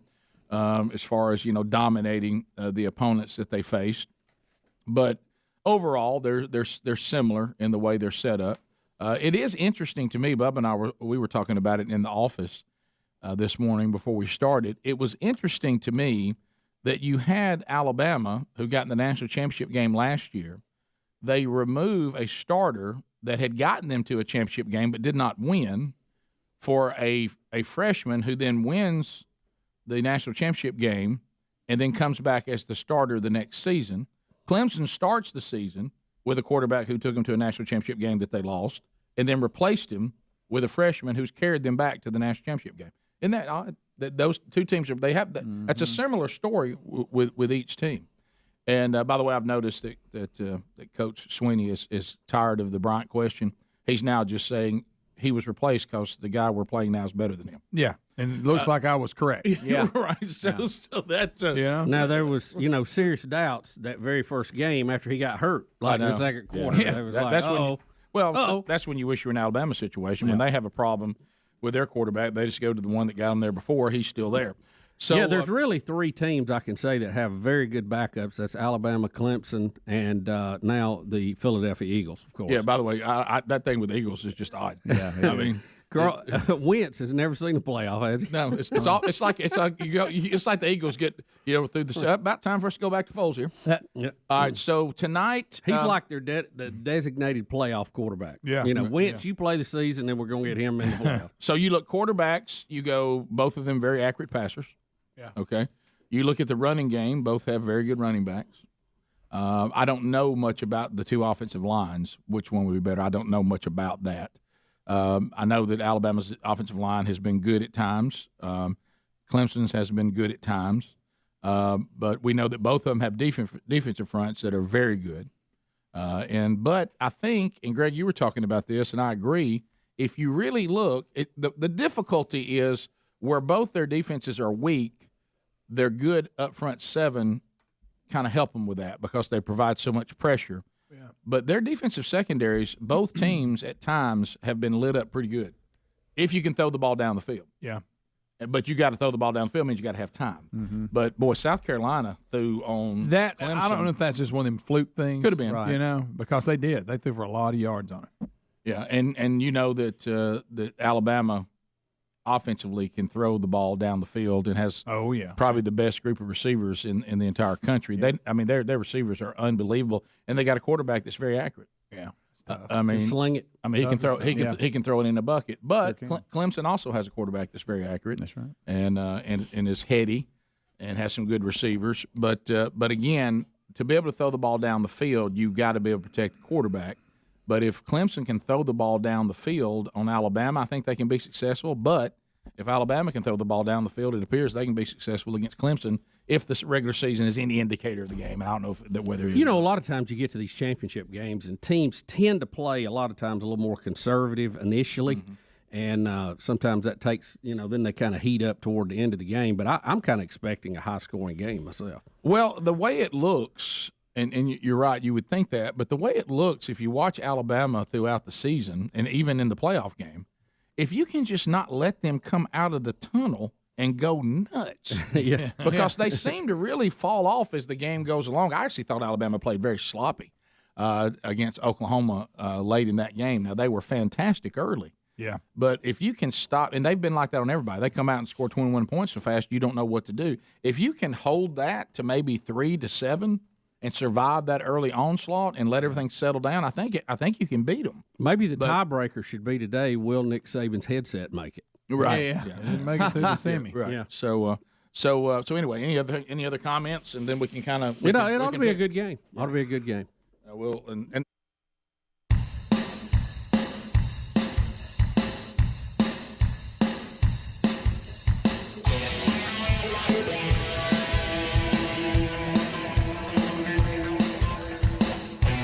that's right, baby.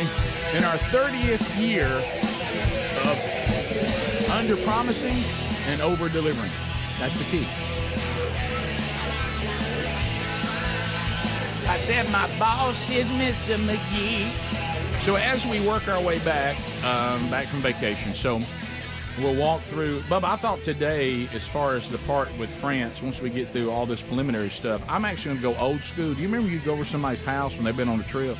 And they take their slides, and they show you up on the screen, and they talk about each one. That's what we're going to do. All right. So, and I've sent Adler. We're going to walk through it like old school, where we just walk through it. All right. So I didn't know what had happened. So anyway, so Sherry told me, y'all heard this on Thursday the 29th, if you were listening. Hey, you got to get to Atlanta. And Sherry's right. We live in Birmingham, Alabama. If you will just let go of that because it's super convenient and not near as hard, and it doesn't make you never want to travel again, because it's such a better experience. But if you'll just give up on Birmingham and say, I'll leave from Atlanta, now you open up all kinds of different options because Atlanta goes everywhere. So Sherry kept telling me that, and I was trying to avoid having to drive to Atlanta. She goes, "You're gonna have to drive to Atlanta, or you ain't gonna get here." And so, so I said, "All right," because you remember they'd left my Birmingham flight. All I had to do was get to the Atlanta airport and live for 2 days. Yeah. Okay, but with no hotel and no anything. 5:30 on Friday is what we. They don't call it a terminal for nothing. So we dropped the Birmingham. I drove to Atlanta, and so I was sitting there. You know, I got everything worked out. I reassured a guy going to the Czech Republic, and I always look to see when do I load onto the plane. Yeah. You know, when we're treated like livestock. Keep in mind, if you've never traveled abroad or never traveled a lot, I don't know who designed airports. I think the people who designed airports, they probably or maybe were hired out, like as subcontractors to design hell. But because there's everything's hard, and there's all kinds of information ever changing. And if you're not, I don't know how people who have, like the first time you ever travel, I mean, they're changing gates all the time. Right. You don't know where to find your. I didn't realize that an airport as big as London, you just sit there in some big common area. They don't tell you what your gate is until it's time to load almost, and you just keep watching the board to see where you're supposed to go. It's just unbelievable. I don't know how anybody ever gets where they're going. What if you had to do that all the time? It's just hard. Yeah. There's just nothing easy. It's just so hard. Yeah. And Sherry has heard me complain for years. My biggest problem is these international flights, they just kill me. I mean, when you're sitting on an airplane and you're going to be on there for me, one leg of the trip for me was 7.5 hours. The other was 2.5. And then coming back, you got the wind in your face. So one part of the trip on the way back was going to be 8.5. I can't hardly stay in my house for 7.5 hours. No, that's good. No. Hey, look, very good. I have to divide it up in movies. Yeah, and that's nothing. See, a movie it takes 2 hours. Yeah, and that's nothing compared to flying somewhere like Ethiopia or South Africa. And Rick, I know you don't like to carry a bunch of stuff and all that. So what do you do? How do you entertain yourself? I mean, I would carry things so I could watch movies, my own stuff, or something. Well, those worries are over now for me because I'll never leave this again ever. So I looked down at my ticket, and it said Zone 1. I thought, okay, good. I'll load first, and I thought, well, that feels like first class. Yeah, Zone 1. And then I looked underneath, and it said Delta 1. Ooh. And I said, Delta 1. I was like, what is Delta 1? I've never heard of Delta 1. Yeah, and Navy SEAL. Yeah, so I like that to be my call sign. So I picked up pretty quick that Delta 1. That's where you want to be. That meant something. Yeah. And I thought, okay. And they almost tell everybody, get out of the way. Here comes Delta 1. Okay, please don't. Hey, I see your wheelchair. Wait on Delta 1. Oh, wow, Rick. No, I'm kidding. They put that, I'm just kidding. The wheelchair goes on. But they do. They have some special perks. Yeah. I mean, put it this way. Once we're past handicap, you're in. Okay? Oh, okay. All right, so anyway, so I go in. This is when I knew I was in business. I'm prepared to turn right because my whole life I've turned right traveling. I've never turned left. No. Okay, and he looks down at my teeth. He goes, "Oh no, you're in there," and he even said it that way. And I said, "I'm sorry." He goes, "Oh no, you're Delta 1." And he even behind the curtain. And like when he said it, almost like stood up straighter. Yeah. You know it. You're Delta 1. I'm at your service. And I'm like, okay. And so I turn and I walk into this room. And I look here's my seat. It's my own apartment. Yeah. Look, and I'm sitting in Delta 1. Look, I have everything I need. So the whole plane's not that way. The whole plane's not that way. Look, wow.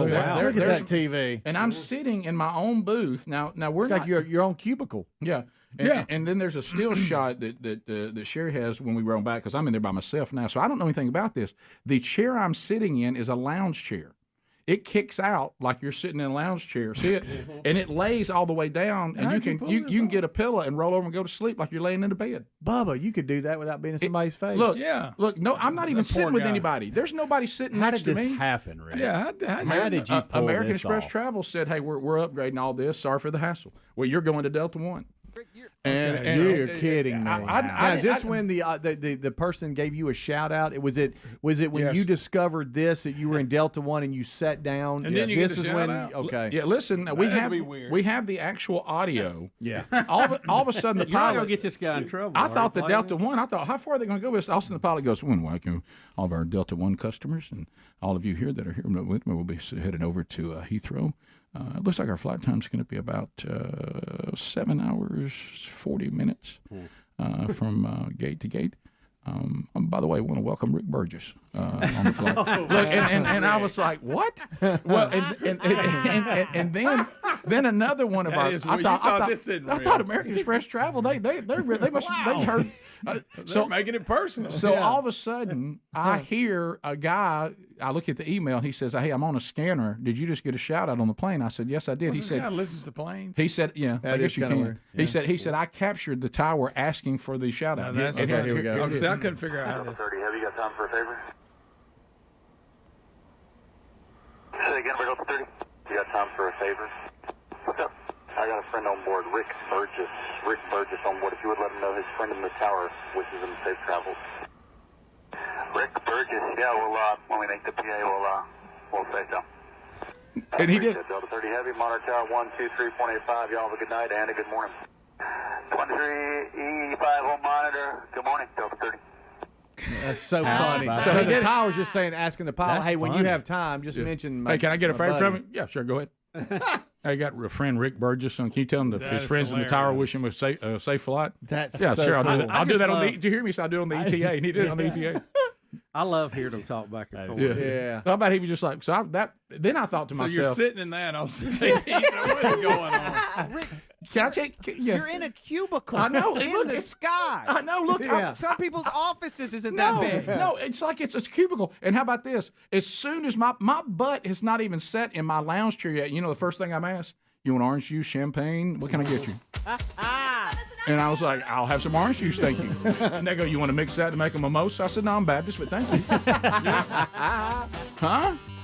Hey. Wow. That's fantastic. And then they walk over and go, we just need to know one thing from you, okay? Tell us what main dish you want, the rest of it. And they served you a full meal. I mean, hey, Delta One is a whole nother world. Yeah, I guess so. I can go anywhere in the world on Delta One. Rick and Bubba, Rick and Bubba.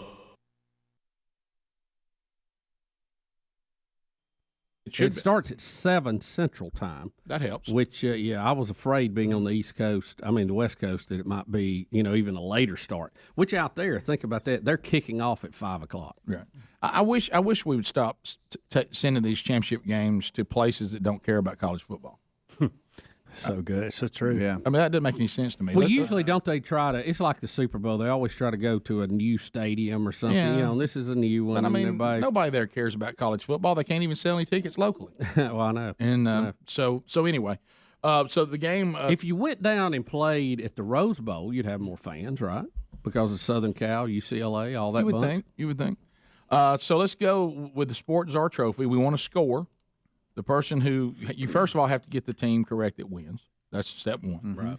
Then you can have the score being the closest to the actual score, and then the tiebreaker. If we have people that have the same amount of distance or scores that were very similar, the tiebreaker is passing yards for Tagovailoa. Just passing or all purpose? No, just passing. How do we? And I know we have this discussion every time, just so we can be clear. How are we calculating the score differential? Is we're actually taking a number from each side to how much you were off and saying you were off, say 20 points? Yeah, like say, if the score is 30-20, I'm not looking for everybody who said there'll be a 10-point difference, because you might have, it's got to be closest to the actual score. So if you said 25-35, you were off 10 points. Correct. Right. That's the way I see it. That's the way I like it better. I like that. Don't y'all like that? Y'all just tell me who wins at the end.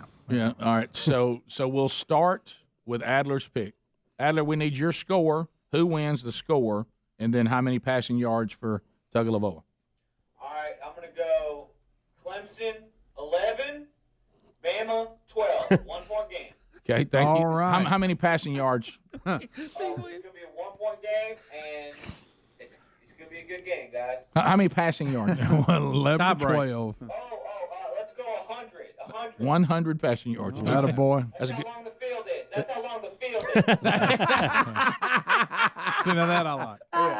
Elms, what do you think? Now, historically, he may have that on the first play. Right. Yeah. This is going to come down. This is completely off the. I don't care really. This is going to come down to something none of us have discussed, and that's going to be the foot of a freshman kicker at Alabama, 45-42. Daniel Moore will get to paint a kicker for once. It'll be 45 to 42. It'll be for once, you're right. And Tua will have 275 passing yards. That's a good pick. Look at that. So Bama's going to win. Bama wins, yeah. With a. That's exactly what I had down. Isn't that hilarious? I'm sorry. Okay. Well, that's the wonderful. You got to go first. Greg. I have no feel. None. Bama wins 34-28. 34-28. Tua. 360. Oh, he's throwing it around, slinging it. Wow. But that could be Speedy. Lee, that's close. Bama 31-35, Tua 235. So 35-31, Bama. Mm-hmm. Okay, Bubba. Didn't they have that score one time before? Let's see. I'm going to say Alabama will win. It'll be a very close game, very exciting. It may even have an overtime in it. So I think it's going to be very high scoring just because both defensive backfields are probably the weakest link. Both teams have good quarterbacks, good receivers. I'm going to say 52-47. Ooh, good Alabama. Night. Good night. And Tua 325. Okay. I like you picking overtime. That was a new twist. That was. And I think I'm going with Clemson. Okay. I think Clemson will win. I think Clemson is going to shock the world tonight, and I think they are going to win it. They're going to win it 38 to 35. Wow. 38-35 like that Clemson. And I believe Tua will throw for 240 yards. All right. There it is. All right. So we'll come back. We'll get all those down. And all I'm doing, by the way, Bama fans, is I'm the only one picking Clemson. If Clemson wins, I win automatically. That's a wise pick when you get to go last. I've done that. When you get to go last, you might as well be the only one that. Yep. So if Clemson wins, no matter the score, I get the trophy. So we'll be back.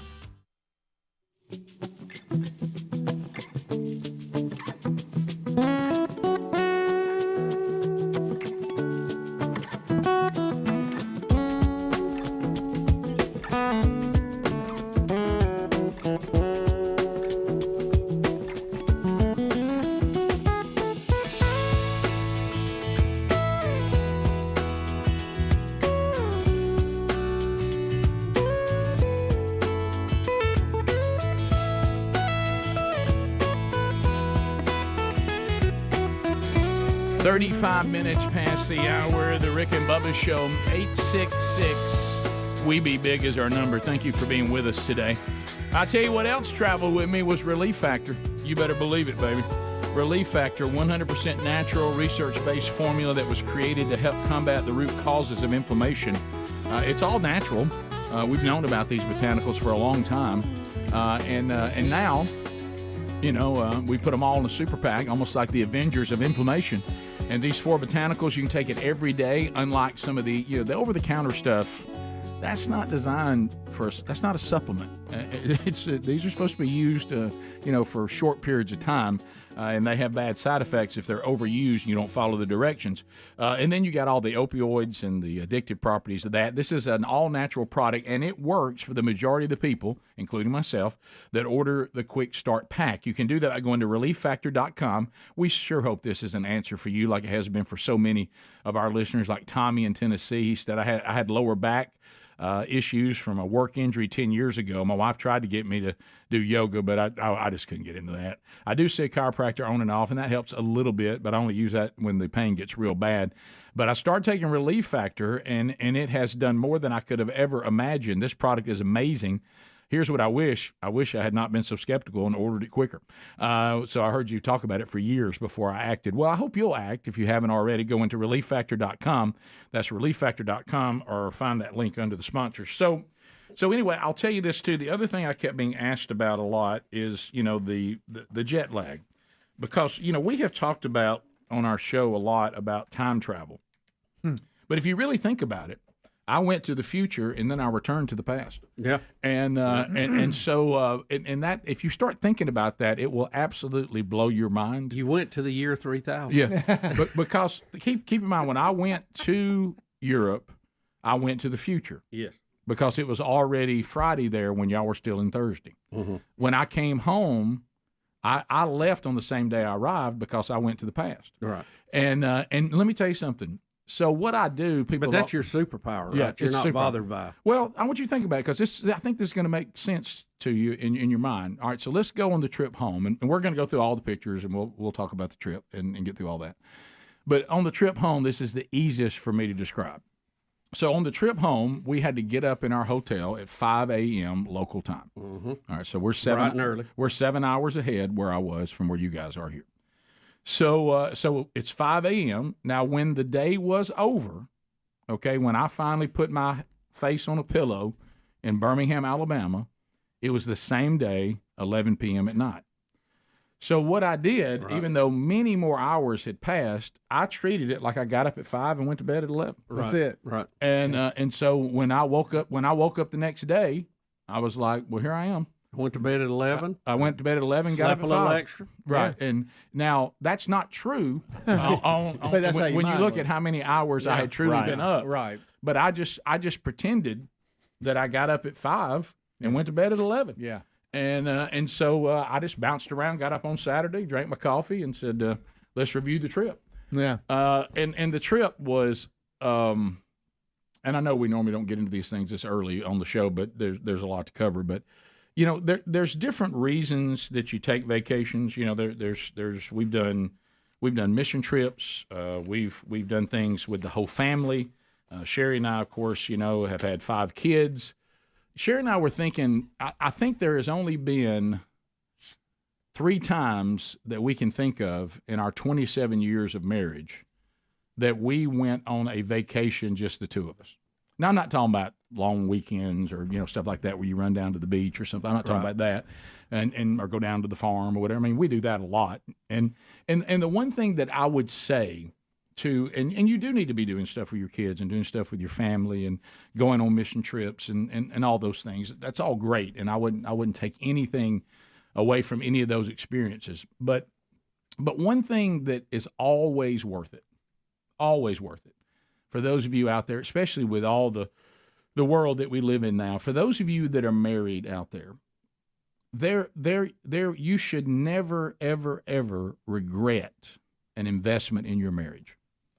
An investment in your marriage, and you know, Bubba, you've talked about this for years. I totally agree with this, even before I was married to Sherry, is you cannot stop investing in the husband and wife relationship.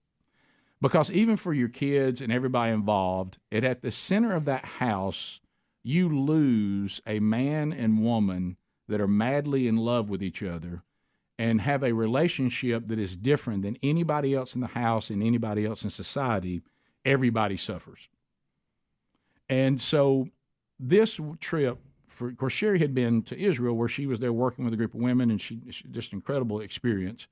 But this trip for Sherry and I in France, it was an investment in our marriage for rejuvenation and relaxation.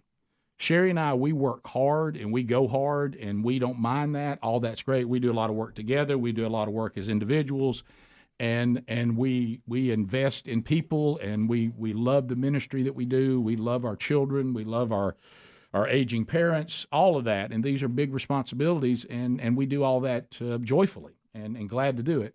But you're not going to be any good to any of these people if you don't take time, you know, like I said before. Got to have the foundation. Yeah, and I know, Bubba, this is, and rightfully so, and I love y'all looking after me, is that sometimes, you know, you have to say, look, you're going to have to rejuvenate and rest, or this other stuff you're going to burn out. Yeah. And as I said, leaving, you know, the pastor that told the person who complained about his sabbatical about the devil never rests, and the pastor said, "I'm not trying to be the devil. I'm trying to be I'm trying to be Jesus," and he did rest. He did. Yeah. And God probably made some people mad too. Yeah, and God told us to take time to rest so we can be about His business. But also, He said clearly about marriage. The writer of Hebrews makes it very clear. I think it's in Hebrews 13:4. He says, "May marriage be held in a place of honor by everybody." And it goes on to say, "May the marriage bed never be defiled." God loves marriage. He considers it to be holy. It's His analogy for His relationship with His church. And any investment in your marriage is always time and finances well spent. And so that was our whole goal, is we were going to relax. rejuvenate. And of course, it was kind of cool because Sherry has been studying for the last 5 years French. Now, she's studying French for stuff to do, things she feel called to for trying to reach this lost first world country. Because, the third world, they're pretty receptive to the gospel. Some of the toughest evangelism you'll ever find is going into first world America, first world Europe, and trying to talk to a bunch of godless people. Yeah. I mean, they're not receptive to it at all. And like in France, they've rejected the church. And, of course, there was never a Reformation there either. And we went to some of these beautiful cathedrals, and they are beautiful architecture, but I did not sense God's presence in any of them. I mean, it's a beautiful thing to see, but it wasn't nothing holy about it. I mean, it felt pretty dead. But anyway, so we did that, and watching Sherry, you don't understand how. Look, this is the shot I took of her. Look, she's reading the French newspaper. Let me tell you something. Watching her interact with the French people, because the thing about the French, and now keep in mind, we were in the south of France. That's like saying I vacationed in Atlanta or Birmingham versus I vacationed in Jemison, right. Okay, or the countryside. Those of you that the news was telling y'all that France was burning, no, there were parts of Paris that was burning. France was not burning. I couldn't find anybody that even was remotely concerned about the riots. I'm talking about, they were like, what does that have to do with us eating again? Okay, yeah. And it was 78 to 82 degrees. Ooh. Because it's a Mediterranean climate. Yeah. And it was like being in California, that kind of weather. And it was a little warmer here. Yes, it was. I was watching those temperatures. And but watching her interact, because just the fact that they thought, oh, y'all, she's trying to communicate with us. And of course, she can do it quite well. But there was times where I was just standing there looking around and everybody was talking, and I was like, and then they would look to me thinking I could speak French too, and I'd be like, can you just give them a oui or something? Shake your head. I learned this. These were my terms. Pardon. That means I've run into somebody again. Yeah. And then the c'est bon, meaning I love the meal we just got. It's great. It's good. Okay. And what was that? C'est bon. C'est bon. C'est bon. They come over and they talk to Sherry, and they look to me, and I look at my plate and go, c'est bon. Okay. And they were like, it's not like in Japan where you burp and they know you liked it. Right? Is that our version of happy place? I merci a lot. Bonjour. Did Sherry ever get on you for saying something you probably shouldn't have? Mm-hmm. Okay. Mm-hmm. Yep. How many times did you ask her? What are they saying? Yeah. She told me to stop doing the Pepe Le Pew thing. She said, you can't speak English and then sound like Pepe Le Pew and think you're speaking French. That doesn't change. You can't help it. Right. You know what you're talking to when you're struggling. Yeah, you start talking like that. Still English.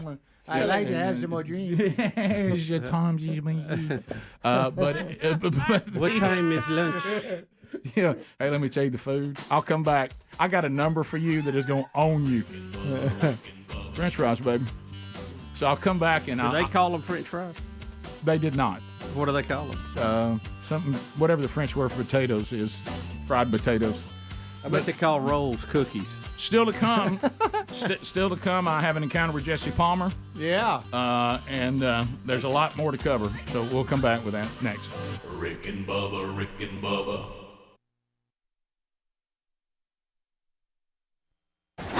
How bizarre. We look quickly. He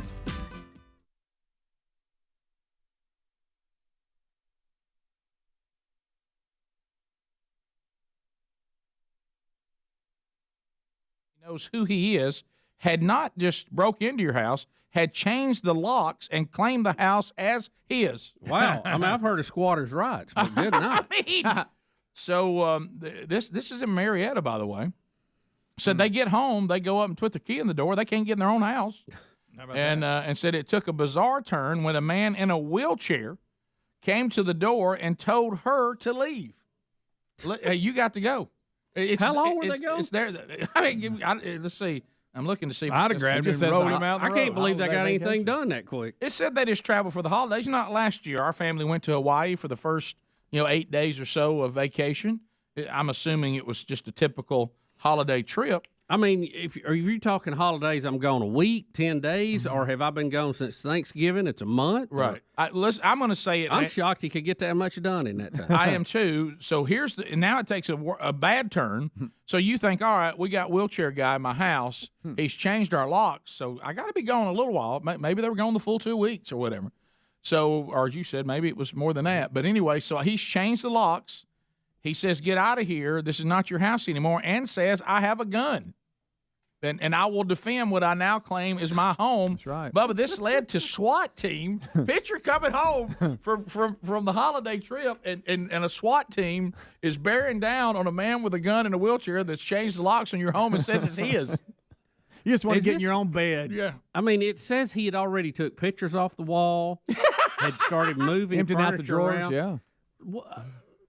Is this something he does? I mean, he finds houses and just kind of makes them his after somebody hadn't been there for a day or two? Bubba, I haven't seen a house be changed like this since OJ's legal team went in and changed his house before the juror saw it. Oh, I know. I mean, I know. but I mean, so they have. Thank you.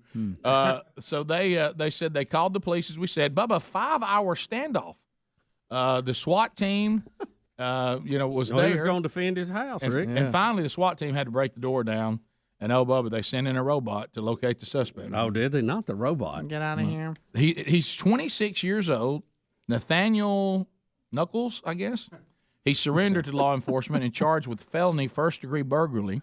I can't say that word. It's easy for you to say. When you steal stuff. And also, Bubba, now this is one you have to watch. This is one you have. I've turned into Tim to Lockjaw. But now, in the times we're living in, you know what they'll throw in there now too? Making terrorist threats. Oh yeah, yeah. Now I don't know how that really plays into this. Obviously, it's a crime what he's done. I don't know how it falls into terrorist. There's also threat. going to be a Did misdemeanor. he say he was going to shoot the police? Was that it? Well, he said he was going to shoot the family. I don't know. Does that count? But guys, it's their house. I know it is. I just keep going back to that. Not according to Nathaniel, it's not. All right, so we were talking a little bit earlier about this. So he had to know something about this family, that they were gone for an extended period of time, right? There's a because you page just don't missing wheel out up of to this somebody's story. front door and go, I'm taking over this house. You have to know they're going to be gone. Well, right? he's not right, because they said that he left notes thanking them for the key and thanking them for letting him live there, and that the house was now his. I mean, so yeah. Hey, I appreciate y'all letting me have your house. Hey, Nathaniel, what? We didn't agree to that. I mean, can you imagine, like, me getting a text right now and somebody thanking me for giving them my truck and they've got it? What? I never They give you won't that. give it back. Yeah, that's bizarre. So, and as y'all said, he moved the pictures and emptied the drawers and ate all their food. Or maybe he got rid of it. They don't know if he ate it or just didn't like it and got his own food in there. Guys, that's not the way to come back from the trip. Picture you going to your door. Because the first thing, how many times did you go through your keychain and go, I thought this was our house? Yeah. How did you change the locks? No. Can I tell you, it's funny. I mean, you look at the mailbox. Yeah, this is it. Right? Yeah, how many times do you think you're at the wrong house? Now, I have.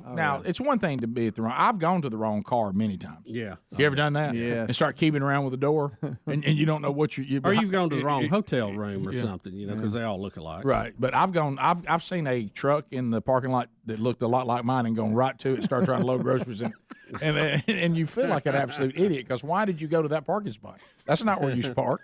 And don't you remember that?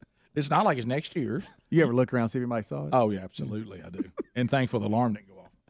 But I'll tell you what I've done. One time this happened, and somebody left their car unlocked. We got in it. We were completely in it. Okay. No, that absolutely happened. Ask Sherry. And start. You go, these ain't my cigarettes. And started trying to crank it and realized, why is this car not cranking? And then one of the kids in the back said, Mom and Dad, this ain't our car. And now you talk about feeling weird when you've been in somebody's car. 9 minutes to the top of the hour, the Rick and Bubba Show. We are back. 866 We Be Big is the number.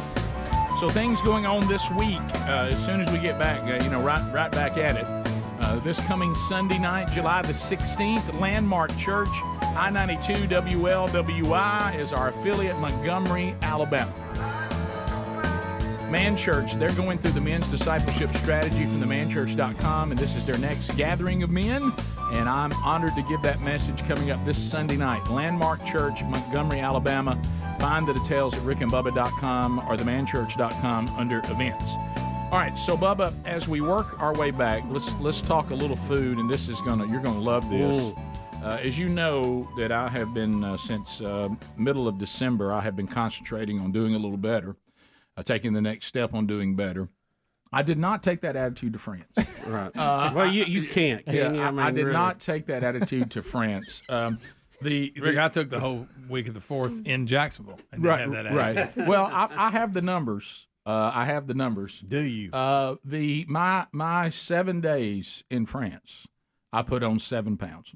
I put on a pound a day. Really, that's not that bad. Yeah. I think that's probably you came out ahead. Yeah, I left. But you're refreshed and fired up to get back on. I left for France at 2:27. I returned at 2:34. Oh, wow. Calais boom boom. Yeah. So there's the culprit. Look, French fries in France are just. But they don't call it French fries. What's that right there? That looks like a stingray. Well, what that is, that's a crab, and then inside that crab shell is all kinds of fish. Oh, wow. Yeah, It looks good. Really, really good. That looks so good. Now look at this right here. She is deboning that piece of sole, S-O-L-E. She takes the bone completely out in front of you. Just does it for you. Removes the spine and everything. Wow, did she feed you? Good. Is that a fish? Watching her debone that fish after it was cooked was really incredible. Yeah. And that's Sherry's dish, and it was phenomenal. Oh, those onions look perfect. Guys, Well, we don't need to be watching this right before breakfast. All right, no, they're gonna love this one. Y'all know Hush puppy. Now we're looking at pictures. For those of you that don't know, we're pulling pictures up on the screen here. Spicy cornbread. No. Let me tell you what you're gonna love about this. And Bill Bubba Bussy, I just can't wait to watch your face. All right, I sent this picture to my son, young Broderick, who loves what I'm gonna tell you what that is. He said, "Now my life's not complete till I have one of these." Do you know what that is? No. Mashed potatoes, deep fried. Oh, okay. All right. If you bite into that, it's mashed potatoes on the inside. Really? That makes Mashed deep fried potatoes, Oreos. Isn't that a wonderful thought? Oh, it is. That is. So, I bet that was good. This is very, they Rick, love. are there cheese in there too? Oh, look. Oh, yes. Look, they love cheese there. What about the bacon? Oh, so much cheese. A lot of cheese. That's a cheese plate of some sort that we ate. That's why they drink all that wine to dissolve the cheese. Look at this right here. There's some fresh fruit, some cheese. Yeah, these are all dishes that we. A lot of plate there, Greg. I'm not sure. I don't remember what this one was here, but it was really good. And that right there is one of the best meals I had when I was on. What board. is that? Hey, what is that? That's a monk fish. Monkfish? Yeah. Some weird fish. I was literally looking out of the window at the water it came out of. What? Nice. And it was fantastic. What is that we're looking at though? snail. I mean, is What it a fillet type thing? Yeah, of it's the just big old monkfish? chunks of a little escargot. This is all. This is a big old chunk of. What's the green surrounding it? That's kind of weird. No, I'm talking about the liquid green. What about there. the other dark thing to the left there? Those are some sort of vegetables. I don't know what they are. Can we get back to the hermit crabs that were just on your plate? There, escargot. All right, I ate that. Now that was my most daredevil move of the about trip. to say, did you break it open? Because I didn't eat that at a fancy restaurant. I ate that at some cafe on the side of the road that was cash only. Okay. So you're rolling the dice. Right. Okay. Sherry looked at me. She goes, Rick, I don't know about that. She goes, if you want to have escargot, let's go back to the hotel at that restaurant. You shouldn't just buy that on the side of the road. How was it though? That's like having sushi at an oil change place, isn't it? Yeah, they have that. But all right, now look at this one here. This fish was cooked inside these bricks. In the brick, inside them. You cooking a so brick? it's like a miniature green egg. Yeah. Oh yeah, that's a great way of describing it. That is a great way to describe it, Bus, and it was fantastic. That looks crazy. You talk about good. That was where we sat down. It got a little crazy. What is that? That's a lot of plate. That's a dessert. That's some sort of dessert. What is that? This I'd get restaurant. mad What's at that red? What's the red stuff taste like? Really good, like strawberry. Tastes like raspberry. red. Let me tell you about this right here. This is one of those things. Have you I ever like got, to have mashed potato balls again. Yeah. Have you ever gone? Have you ever gone to a restaurant, one of those things where you sit down, you have no say in it, and it's like a 5-course meal? Oh yeah, they just bring it and you're supposed to deal with it. That's what this was. And guess what they brought me on like course 3 or 4? What? Sweetbreads. Oh no, Rick! Isn't that sheep? That's why they're 7 pounds. Testicles? No, that's Greg, something different. They're innards or something. Greg, It's not. It's not. What's wrong with you? It's not that. That's not a term. You That's can't Mountain be Oyster. Something about you being It's- corporate, it's- Greg. it's- I don't isn't it know. like Sherry's on what New French, but I don't think that's what they call it. I tell you, But isn't it I- like their What I read intestines? Yeah, it can be different things. Get But you you know, some coffee. Kind of like chitlins. You know what? innards. Well, you know what else it can be? Chitlins. It can be pancreas and kidding me? it's I vital don't need organs. nothing It's vital that's organs and bunch of medical terms, and I I'm couldn't eating eat it. I couldn't eat it. I told them, I was like, nah. And you know, Pass. they had some veal on the side, and I ate that. Is that like Eating their a calf version? was about as hard as I could go on that one. Is that their version of like haggis? Like we got some weird stuff. Probably. You know, isn't haggis like stomach and Yeah. something else? Yeah, Tripe. Yeah, Tripe's Sweet the lining Hey, of it. sweetbreads. I started Googling. She goes, Rick, don't Google what's on our table. I said, baby, I got to know. Now, this was cool. We'll get to this later. Yes. This is us on a boat out in the middle of the Mediterranean, and we come in from swimming and all that, and they've got this meal laid out there on the boat. Whoa, you talk about good. Good meal because you're hungry from swimming. Well, keep in mind, am I doing a little bit Oh, better? there's mashed potatoes again. When I'm doing a little bit better, bread is not really in my game a lot. The French love bread. Yeah. Oh, And they like fried. And their bread is good, and their Right. food is really good. Hey, every Look at that bread. every morning rolling out there with a cup of coffee, and the croissants are laid out ready for the day. Oh, I love a good croissant. with scrambled eggs and bacon. Yeah, and, you got to get that bread. and then, yeah. Well, I want everybody to know I've dropped 2 pounds since I've been back. Okay. So, that's good. So I'm down. I'm back down 232. Buddy, hey, Okay. we're not That's Sean. good. You're No, okay. no. Let me tell you what Sean said. He said, "I hope you enjoyed the party." Now you refocus. I said I did. I said it was one. It is probably the best getaway vacation Sherry and I, no doubt, have ever taken. You got to have a It break was incredible. on your food. And I said, I'm sorry, it was worth it. And he goes, well, he goes, don't worry, we'll get that. He said, "We'll see." He goes, that 5 that's left, we'll get that. Hold up your It's 5. got my name on it. Right. He said, we'll get that 5. He goes, it won't be too hard. I don't know if you've seen the temperature since you left. When you and I get out there on Tuesday, it's going to be about 99 degrees. And I It's was a little like- thick out. By the way, as soon as I came back to Alabama, I was reminded that we live in a tropical rainforest. Yes. Yeah, it's been When I showing off. When I too. stepped off that plane and my glasses fogged up, I'm like, well, that's the end of the California weather. The old 2 o'clock thunderstorm has been alive and well. Oh, it has, yes. Sun's out, next thing you know, trees are bending backwards. Oh, my goodness. Look at you. All right, we'll come back. So we come back, and we can go back and forth. You know, if we want to take some breaks and then come back, we've got the I'm pictures all loving little it. groups. We'll walk through that. There's some encounters coming up that are pretty funny. So we'll come back. We'll walk you through some of the actual places that we went, and of course, trying to get Sherry Burgess to the Lavender in Bloom. Top of the hour. Rick and Bubba, Rick and Bubba.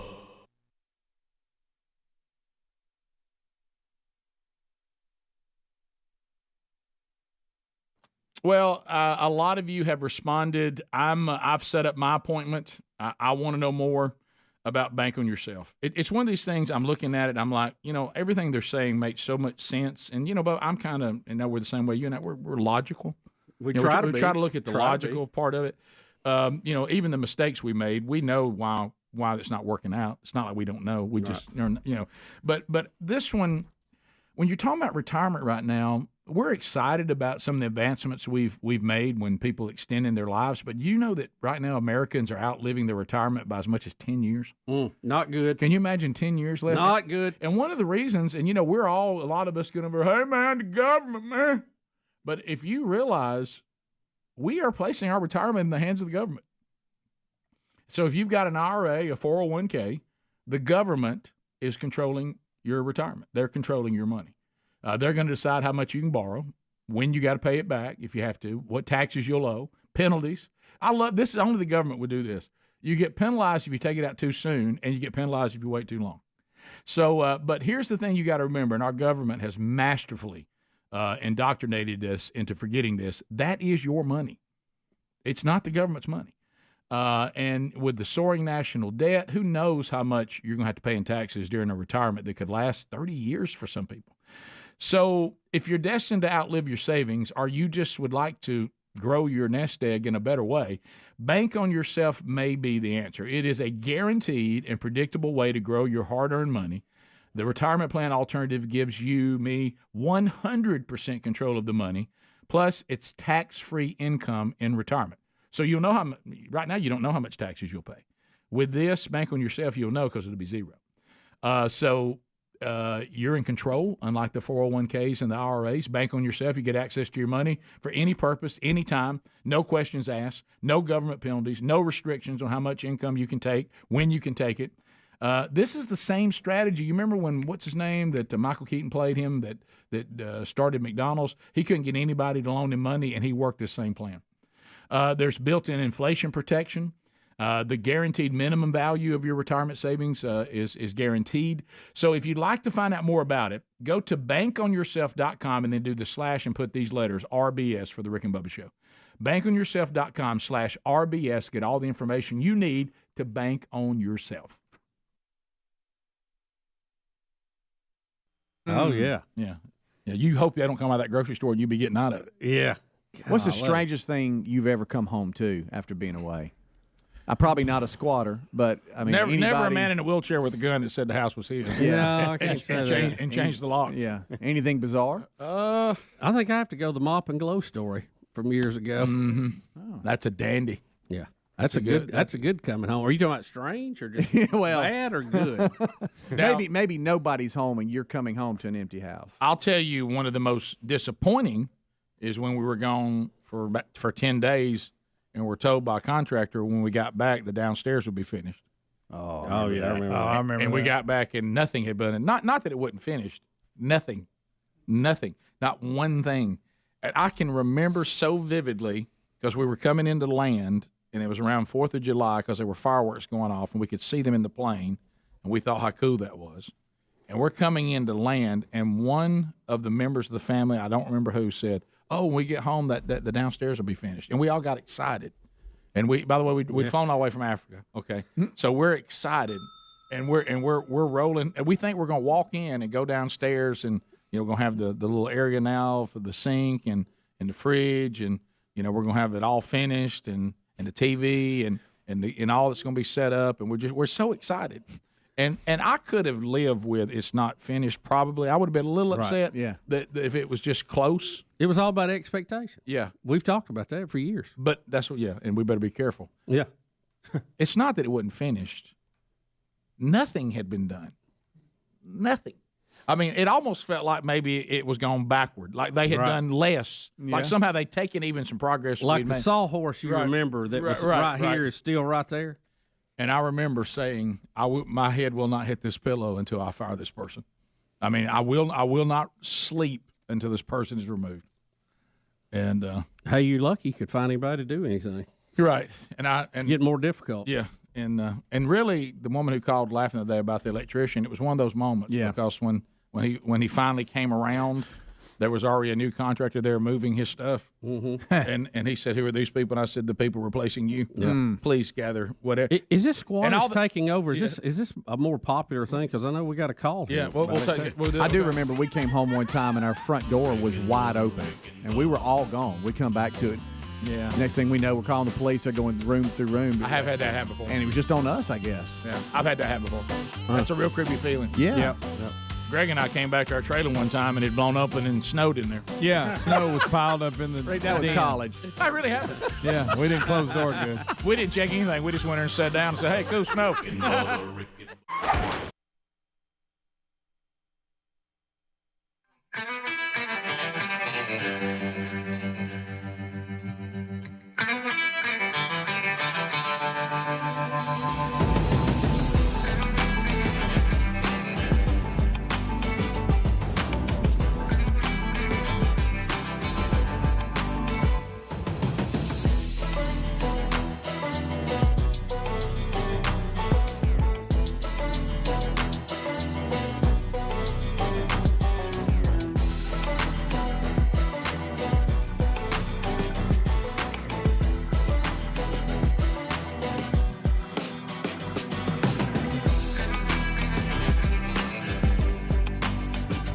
And here we go. It is 6 minutes past the hour.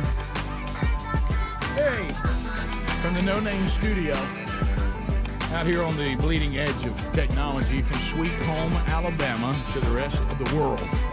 And we thank you for being with us today. The gang all back. The boys are back. Speedy, Greg Burgess, Helmsy, Eddie Van Adler. Also, we have Alapuca, Rick and Bubba, intern, earning his degree in common sense. Cam Solo, also helping him out. And welcome back. Bill Bubba Bussey. Rick, glad to be here, and thank all of you for joining us. We're glad to be back with you, and we hope that all of you had a great 4th of July week, too. Well, we talk about that our show comes to you from Sweet Home, Alabama, and none of you in here will be surprised by this at all. No matter where we were, okay, and we went to the south of France, we were in the region of Provence. That's where we were, and it's kind of like saying that you were in Alabama, and then you talk about specific cities. You went inside the state of Alabama. Provence was the region where we were. So all these cities I mentioned all are in Provence. They're just different parts of that. Does that make sense? Mm-hmm. So anyway, we would be talking, and then some. A lot of people could speak English to some degree, and some very well. And they would ask, "So where are you from?" And we would say the United States, and then they would go, "What part of the United States?" And without fail, Alabama. Sweet home, Alabama. Yes, Sweet Home, Alabama. That's long, everybody. Hearing the French try to say Leonard Skinner was interesting. But no matter where we went, Interesting. Sweet Home, Alabama is, look, Sherry and I have traveled, as you know, Bubba has the bell, all over the world. Sure. There's never been a country that I've ever been in. I've never been in a country that they don't know Sweet Home, Alabama. Every time. Every single time. Did they think you were from Texas? No, well, no. New York always. Where are you from, Texas? That was the funny line in Ireland that time. Do you come from the place of the cowboys and the Indians? And I was like, what? And the guy's like, they think you're from Texas. And can you say something for us? So anyway, the French did know Sweet Home, Alabama. So we start out, in the first place we go is Aix-en-Provence. Now, I know that Sherry, if she's listening today, I'm not saying these things right, but I'm close, baby. I'm trying. But nobody here would know you were. Nobody would Yeah, know. sounds good to us, Rick. So this is where, I will tell you all this. It was like a movie. All the ladies in the audience are just about to do this. Oh, it was like a movie. I had not seen my wife in 11 days. And I step out of the airport in Marseille, and I hear off in the distance, Rick, and we lock eyes. In the airport. I go to her. She comes to me. She is so gorgeous, so beautiful. Had a little son on her from Israel. She had a just beautiful dress on. Her hair was perfect. And I took her into my arms, and I just lifted her off the ground, and we just, I've missed you so much. And I thought to myself, this is going to be a good week. This is going to be a good week. So these are these poplar trees there, and this is like, you got to have a fountain. So this is Aix-en-Provence, which is where we stayed. Sherry got on me about that. She said, all the stuff we have, and you have me take a picture of you leaning on like a pole like you're getting your school day picture made. And I'm like, well, it's a monolith, Rick. These were big, a lot of moped. Let me tell you something. Driving in France, you got to understand, we're Americans. Yeah. I mean, the best we can give you, what are we now, 247 years old? Yeah. So we can go show you buildings that are 200 years old. That's about all we can do. Right. And those are considered old. Yeah, sure. What they're showing you are things that are thousands of years old. Yes. Thousands. So the problem is a lot of their roads were made for horses. Yeah.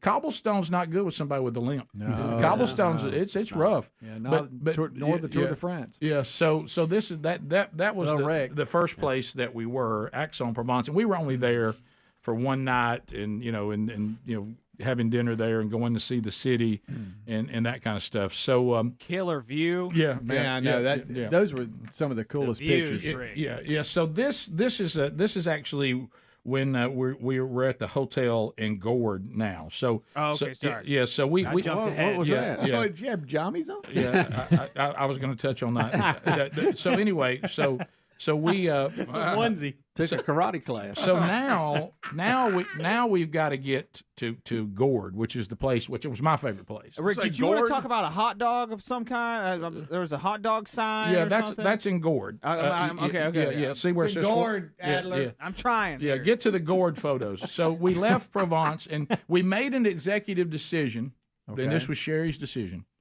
Sherry said, "I know this is going to sound odd, but Sherry and I, we wanted this to be a wonderful trip and an investment in our marriage. So we made an executive decision that she would drive. She said, I just don't think that you and I are going to make it and keep this joyful attitude if I backseat drive in France. And plus, she can read the signs I can't. Okay, and you know, and hear the instructions from the GPS, which are not like being here. Okay, roundabouts, and you know, I know a lot of y'all trying to win. Is it talking to you in English or French? Yeah, in English, but the things they're saying, Bubba, like the roundabout people, I know y'all all into the roundabout. I consider it to be European trash. Y'all know that. I don't like the roundabouts. They confuse me. We got a new one by the house. I find them to be confusing. But so they would come on and say, at the next roundabout, take the third exit, remain on D10. Ooh. Well, I would count them, and I go, all right, is that it? 1, 2, 3, and then Sherry's like, please, this, and I would like, it would see, and then you would like, well, 2's got D10 on it. That didn't feel like 3 to me. It didn't seem like how they told us to D10? count. That's the county road or something. Road? And by the way, I don't know is it in this group of pictures where I've got a picture of that where it shows how small the road signs are. And was John Thomas giving you directions? Well, that's what the person sounded like on the GPS. It would sound like John Thomas. Why about that? Like notice this. This looks like D15. This looks like a sticky note. Do y'all realize how hard those were to find? Oh. They don't have the big street signs. I mean, the big highway signs and county road signs we have. You look at all these places, and that's the road way up at the top and a little yellow sticky note. Well, if that had a normal size, if those signs had been normal size, you wouldn't be able to see that building. No, you're right. That's true. So anyway, I just want to make that note. So we made the decision that stuck a Sherry newspaper on the wall was going to drive. Rick, what does that say with the little man down there? The little liaison Senate? No, go on down. Go on down. Like that. What does that say right there? I have no idea. That's the name Some of kind of it? restaurant. Let's get there. Some kind of restaurant. There's a drunk man over there. There's a drunk man over there. Like it. He Terrace with a drink. Terrace with a road view. Is that what it Avenue? You know what? You may be right, Bubba. I don't know. You know, I had a little French. I hear you, Bubba. Hey, I failed that class too. So before Spanish. Yeah. So going through the you know what? Sherry says the hot dog place was an Aix-en-Provence back at the first group of in the third conversation. So I saw go back to that hot dog picture. You know how you see things just make you feel like home. Yeah, man. So I was looking around and I actually saw in the first city we were in. I actually saw a place that does hot dogs. Look at this. Look right at here. that. They got Joey Chestnut. It appears to be written in English. Yeah. Well, look, if you're going to draw people to hot dogs, you don't write it in French. Yeah. No. You know, and mention de hot dog. Yeah. How about that? Adler. Pretty good. Did you have to give it a try? That was pretty The good. Madison of hot dogs. Did you eat one of the hot dogs? I didn't. No, I What is that under hot dog? 6 pounds? Yeah. Well, let me tell you whatever their currency is. Yeah, that would be 6 euros. Euros. Yeah. That would make sense with the. Please look at that kid. Yeah. Is that the symbol for euro? Well, see with 2 lines there. That's funny. Can I tell you what's bad? Loving it. Can I tell you what's embarrassing? The euro's worth more than the dollar. Right. I know. I mean, that's embarrassing. Yeah. But everybody's not fired up about dollars over there. Well, You I guess can't I bet they're have a not. dollar. I bet You know, used to you walk around as American, you have your dollars. Everybody just now they're like, your dollar ain't worth nothing. Our euro's worth more than your dollar. And I was like, I mean, isn't that kind of sad? It is. Yeah, but all right. So we'll come back and we'll jump into. We got to Gord because this is going to be the first journey to Lavender. But we have Sherry driving, and that's going much better. She can read the signs. And she made a good point. She goes, I think if you drove in France on this kind of roads and all this, and I sat there and critiqued it the whole time, I really don't think that's going to go well. No. And so I said, you know what? That's a great decision. Yeah. That was a fantastic decision. Rick and Bubba, Rick and Bubba.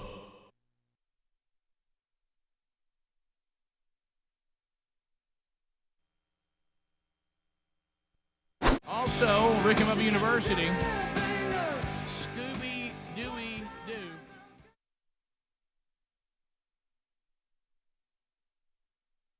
Is too good for us to move on. Then we'll get into other things. But we have somebody on hold, Stacy. He says that his ex-mother-in-law was a squatter, and it's a very strange story. Now, last hour we talked about a wacky world story in Marietta, Georgia, where a family returned home from the holidays. They've been away, and a man had changed the locks on their house, was in a wheelchair, said he had a gun, and claimed the house was now his, and asked them to please leave. And then this got into a discussion about different squatters and leasing properties. We heard another one in the break in the golden ticket seats about a a property that had someone living in it that wasn't supposed to be there. I didn't realize this happens a lot. This must happen a lot. Guess so. But do we agree that this story has enough uniqueness that it's not repetitive what we've already heard? We got to hear it. Yeah, it caught me off guard when I was talking to the gentleman on the phone. All right, Stacy, tell us the story, buddy. Go ahead. Hi, how you doing? Good. Basically, it's in California, so go figure. Yeah.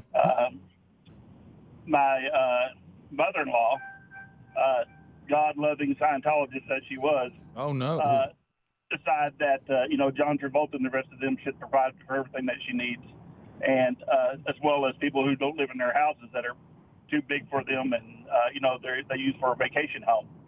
So she and a group of her Scientologist friends would move around from house to house, and then on the few years that we were married to her daughter, I had to go pick them up with a U-Haul to get their stuff out there because the sheriff's department was out there, evicted them, and they were all crying like, "What's happened to me?" What? All right, so you were married to a woman whose mother was a Scientologist, correct? No, she still is, unfortunately. Yeah. Can I ask you something, Stace? Love you, buddy. Was that not a red flag for you? Hey, no, you know what? I understand. She's one of those ones. She's one of those ones that never got saved, and I actually introduced her to a Baptist church, and God bless her heart, she got saved, and she's the only one that's straight in that weird ass family. But well, Rick, there's only one way to explain it. Well, I get that. All right, so they thought this they didn't think this was wrong to go and get other people, and that's something. Is that something from the Scientologist point of view? It sounds, all these rich people had all this stuff. John Travolta shares, so how come all these other people don't share? Well, he doesn't let people move in his house when he's gone. Well, I'm sure they're thetons or whatever. They probably got that from a million years ago when the aliens landed. So. Did you say croutons? Yeah, probably. Greg Shoemaker said Travolta tried to invite him in one time. Okay, Rick. All right. So anyway, but it wasn't to live there. Well, something different. Well, easy. So, that's odd. I had to get a U-Haul. All right. So, Stacy, let me back up here just a second. Okay. Your ex-mother-in-law. So you married her daughter. Yeah. Mm-hmm. And you said ex, like you're no longer married. Oh no. Okay. So the weirdness continued. Right. Well, yeah. You said that your ex-wife got her act together, and we're happy about that. But this rest of it, because when you marry people, you do marry their family to an extent as well. So, like some of us, let's say you might have an in-law that you go, well, we got to go, whatever. It was common for you to hear, grab the U-Hauls, Mama has squatted at a place, and she's been thrown out again. Exactly. See, we've got some weird. We all have weird relatives, but I don't think we've ever had that. No, that's up there. That's one of those that calls you be dreaded. Stacy, are you sure that they're Scientologists, or are they just gypsies and needed a more hip name? Hey, you know what's crazy is, guess what her job was? What?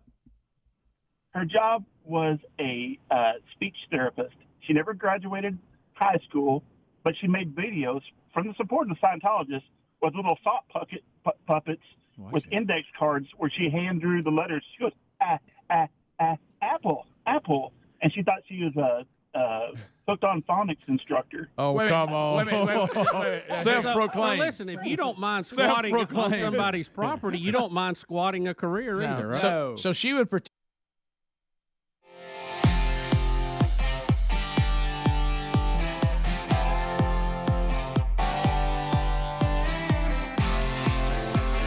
"21 minutes past the hour. Still here, baby." So recapping the trip to France, c'est bon. It was fantastic. We were never in any kind of danger. For those of you that were being told France is burning, look, it was the same thing as the riots we had here during Black Lives Matter and all of that. It did not impact anywhere we went, nor did anyone really even talk about it. So we were fine. Thank you for your concern, though.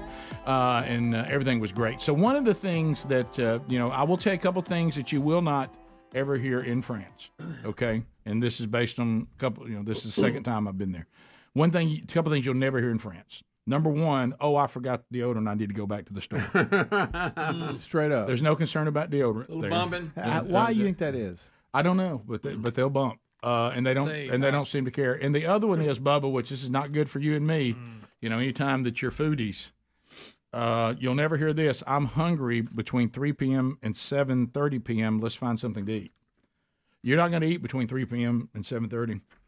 If you miss lunch and 3 p.m. shows up, and you're going to have like an early dinner, it ain't happening. There is no early dinner. Until 7. You will not eat till 7:30. Wow. Do they close down or everything's closed? Okay. So they take like a late siesta? Yeah, that was a little bit of a setback a couple times. Wow. Yeah, but anyway. So do you think they grew up bumping and so they don't smell it? I actually think they think the natural smell is preferable. But they're incorrect. Really? They are incorrect. Interesting. Yeah. They like that over Jovan Musk. Yeah. So the fact that Sherry and I, met some wonderful people, but we only had to use a cab a couple of times, and you'll crack that back window. Really? Yeah. But usually we were driving, so we didn't encounter. So they don't know they smell. No, I don't think so. I don't think they care. Okay. Nose blind. Yeah. What do you think? It's all the cheese they eat too, and the wine, and all that, sweating it out. Probably. Or if you just don't use deodorant or antiperspirant, we'll all bump that way. Yeah, it's a human thing. It's not. If y'all want to stop doing it here for a couple of days, we'll bump. Yeah. I've met some people who must believe they're French. Right. It's been so hot here, Rick. If you didn't apply twice, oh gosh, it was I've never picked a better week not to be here.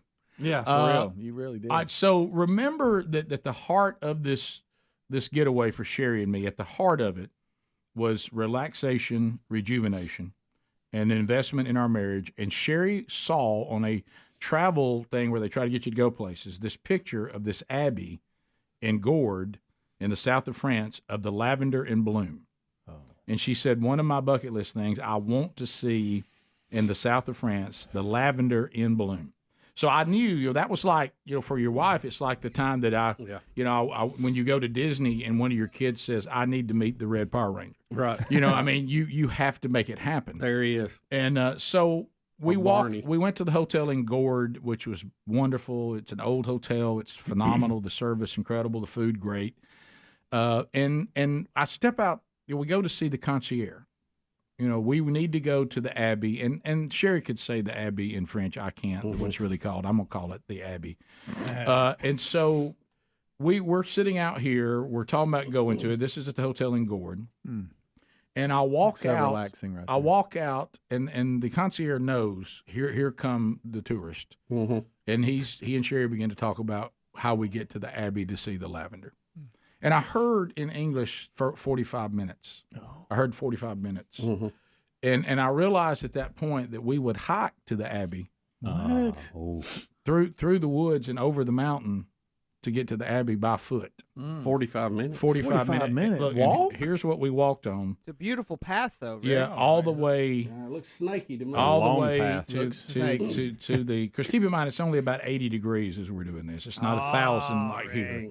Yeah, and what time of day, Rick? Early morning or middle of the day? Middle of the day. Yeah, that's middle of the day. But but it wasn't very hot. But it was an uphill situation. Seems like they would have a better highway in the parking lot. Yeah. All I'm thinking is it's 45 minutes back. Yeah. Now we could have done the driving, but Sherry won't drive on cliffs, which that can be a problem. Yeah, that's and especially when places to get somewhere have cliffs on them.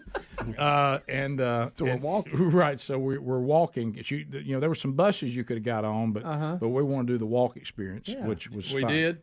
It really wasn't that bad. I was thankful for Trainer Sean the whole way. There you go. But anyway, so then the moment comes, and it really was cool that when we come through the woods and off in the distance, you see that lavender.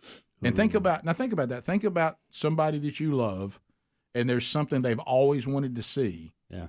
And we have made it happen. Ooh. And so you can, these pictures of her, and you could, this lavender is blooming out through this beautiful, and she even took in one of the pictures as we roll through them right there. Wow. She took this picture. That was the picture on the front of the travel magazine.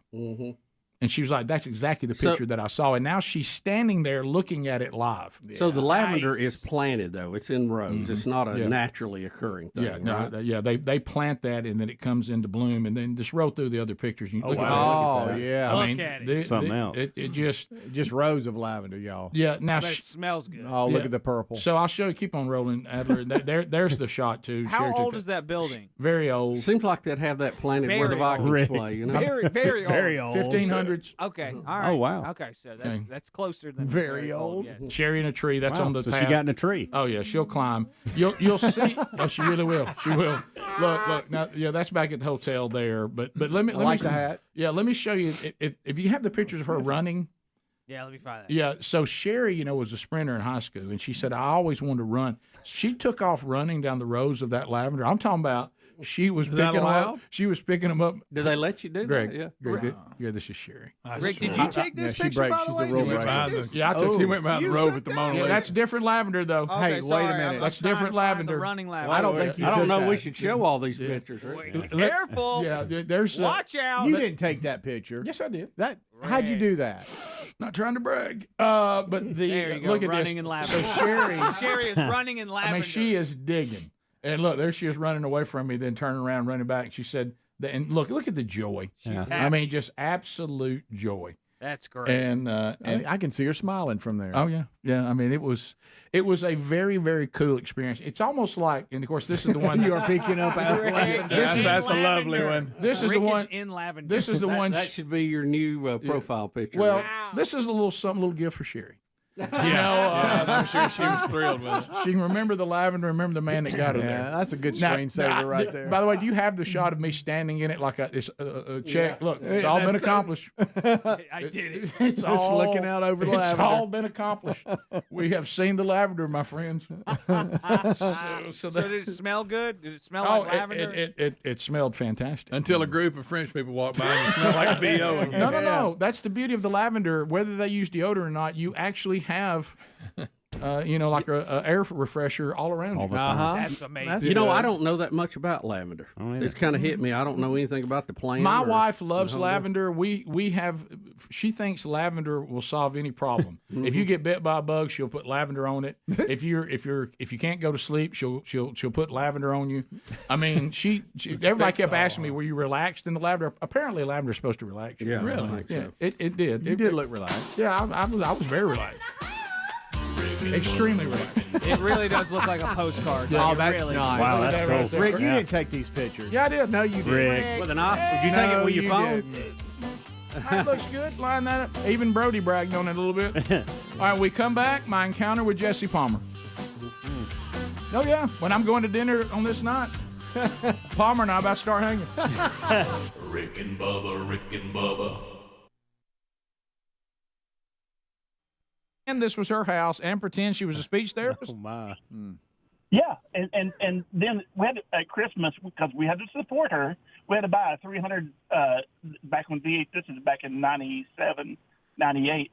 We had to buy a $300 pack of these 20 VHS videos for our daughter who was just born. Going Apple, watching that dumb sock puppet. So you had to buy them. She didn't give you a set. You had to buy them from your ex-mother-in-law, who really wasn't a speech therapist. Oh, she I don't think she even. She didn't get a GED or nothing. She just, Stacy, none of this spooked you when you were dating. Well, her to daughter begin was with? really good looking. I mean, she must have been a knockout. Huh? We always say that a woman has to be more beautiful than she is crazy or her family's crazy. You must have been married to a beautiful woman. Yes. Well, two things. I was from Texas. I was in the Marine Corps, and it was in California. Okay. So, contributing factors. I got you. Understood. Yeah, different man then. Okay. Had you a California girl. Okay, I understand. Yeah. No, we get it. I mean, we're men. We get it. We get it, but you just plowed through the flags, is what you're saying, right? I mean, don't do anything half butt. That's right. I hear you. Thank you, Stacy, for sharing. And I don't even have to ask this question because you wouldn't be calling this show. I'm glad you've probably changed all your phone numbers because if not, you're going to get some calls today. Yeah. But I did. No, I did, but they know who they are, and they're probably proud of it too. So yeah, because what I took from that is that they were crying and upset that they were getting evicted. when you were moving them out. Right. Yeah. Oh yeah. Of a house that wasn't What I don't get is how somebody's squatting. Why do they need a 6x12 U-Haul trailer to pull their stuff out? Right. How does that happen? Right. Where, if you're squatting, shouldn't you just use the other people's stuff? how did they accumulate anything if they? Yeah, you're right. It is amazing how many things people have who claim to have nothing. But anyway, Well, the sheriff's department was saying, like, what are you doing? You're stealing people's stuff. And it's like, and it was all crap. It was garbage bags of this and that. Oh, I knitted that, or that's my VHS tapes, and I'm like hooked on crap. And I'm like, oh, shit. All right, well, take this and put it in the storage and waste more money. Thank you, Stacy. I guess I've just been out of the loop on squatting life. I know. Yeah, I apologize if Stacy said another word. His phone was breaking up. I didn't. Was it? I don't think. I think he kind of said the beginning. Right. If the phone had been clear, we'd have got it. Oh yeah. Rick, what if y'all go back down to your farm and I'm squatting at y'all's house?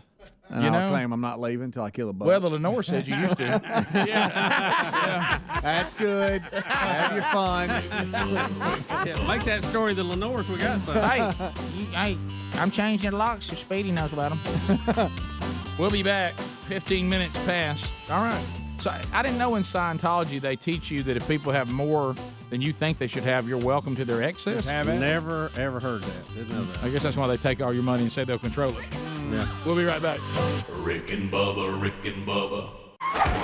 I'm gonna tell you that one, and there's another good commercial out right now where they I think is it Geico or is I it know where you're going with Progressive where they're like, hey man, do y'all do brakes here? Yeah, we're okay. It's Okay. AT&T. I think. Is it AT&T? No, yeah. I don't know Is about it that. really? I thought it was Geico. I thought you No, were it's going. not. I think it's. But I anyway, saw the one of best the one's the cavemen back surgery. the The other guys day. waiting on surgery. Yes, who got reinstated? Yeah, the Yeah. surgery. God, that's good. That He was goes, Are you good. nervous? He goes, yeah. He goes, yeah, well, me too. Well, no, the funniest line, I'd missed it the first time, is the guy's in there asking who's going to do his surgery, and the guy comes out and he goes, guess who just got reinstated? That and the mechanic. He goes, The we're mechanic working claiming out. that he wrote that. Guys, I wrote that. I don't know why, but the Geico, I believe it is, where they're sitting in the massage chairs trying to eat dinner. Have y'all seen that Yeah, one? and the food's all That's over the floor. fun. Oh, yeah, they're shaking. They're trying to eat. Oh, it's good. Are we okay with them funny. bringing the classic back? It's back now. saw Hump Day. that. Hump Day's back. I forgot how funny I was. Rick, I saw the caveman the other day Mike, again. No, you didn't. Yeah, he was on something. So they're on doing it. some Mike, classics. Mike. Yeah. That Mike. That doggone camel. Now they ran it too much, but I was ready for it to come back. Is this part of the? We want you to vote on our greatest commercials ever. Who is it doing that? That's it right there. Go to Skype, Rick. Can you get that? that Trying to get it. I've never seen this. That's so good, Rick. That's hilarious. Wait till you see the food on the floor. Can you start it over? With a bunch too. Yeah, go back. Go back. I'm starting to feel. All right. Well, how the massage chairs working out for everyone? I don't know. I'm still a little stressed about buying our new house. Well, it's a good thing we don't have to worry about homeowners insurance. Geico can help with that. Rick and Bubba's in Ohio. Rick and Bubba, Rick and Bubba. Pass the gravy, please. Rick and Bubba, Rick and Bubba. Ooh, it brings me to my knees. 35 minutes now past the hour of the Rick and Bubba Show, 866 We Be Big. So we're talking about driving internationally, and carshield.com/Bubba. If you're out there right now and your automobile doesn't have warranty on it anymore, if something goes bad, it's going to cost you. I mean, you're going to have to pay for it. All right, and so why don't you get a CarShield protection plan and don't lose that peace of mind knowing that, look, something goes wrong, and if it's a covered repair, they'll pay the ASE certified mechanic or dealership of your choice directly. And also 24/7 roadside assistance is available. There's courtesy towing options available, a rental car while yours is being in the shop so you don't miss work, you don't have hassles. So carshield.com/Bubba, get you a protection plan. Now, we're going to get you 20% off your plan if you go to carshield.com/Bubba, or if you call 1-800-451-7776, then you'll get 20% off by mentioning Bubba, okay? So go to carshield.com/Bubba. All right, so continuing France, and if you missed it, we started last hour. You can go back and catch that in the archives today on our podcast channel or YouTube channel. So Sherry is driving. That was a good decision we made. And I just text her, but she must be moving on to her day now. But I forget what type of automobile we were in, but it was a hybrid. And it was cool. Like one of the hotels we were in, they say things like, will you be needing your car tomorrow? No, I think we'll be on foot tomorrow. Okay, we'll charge it overnight tonight. And, they would charge it for you overnight and things like that. But so anyway, so and Sherry knows the type of car. It is a French car. Yeah. But I can't pronounce it.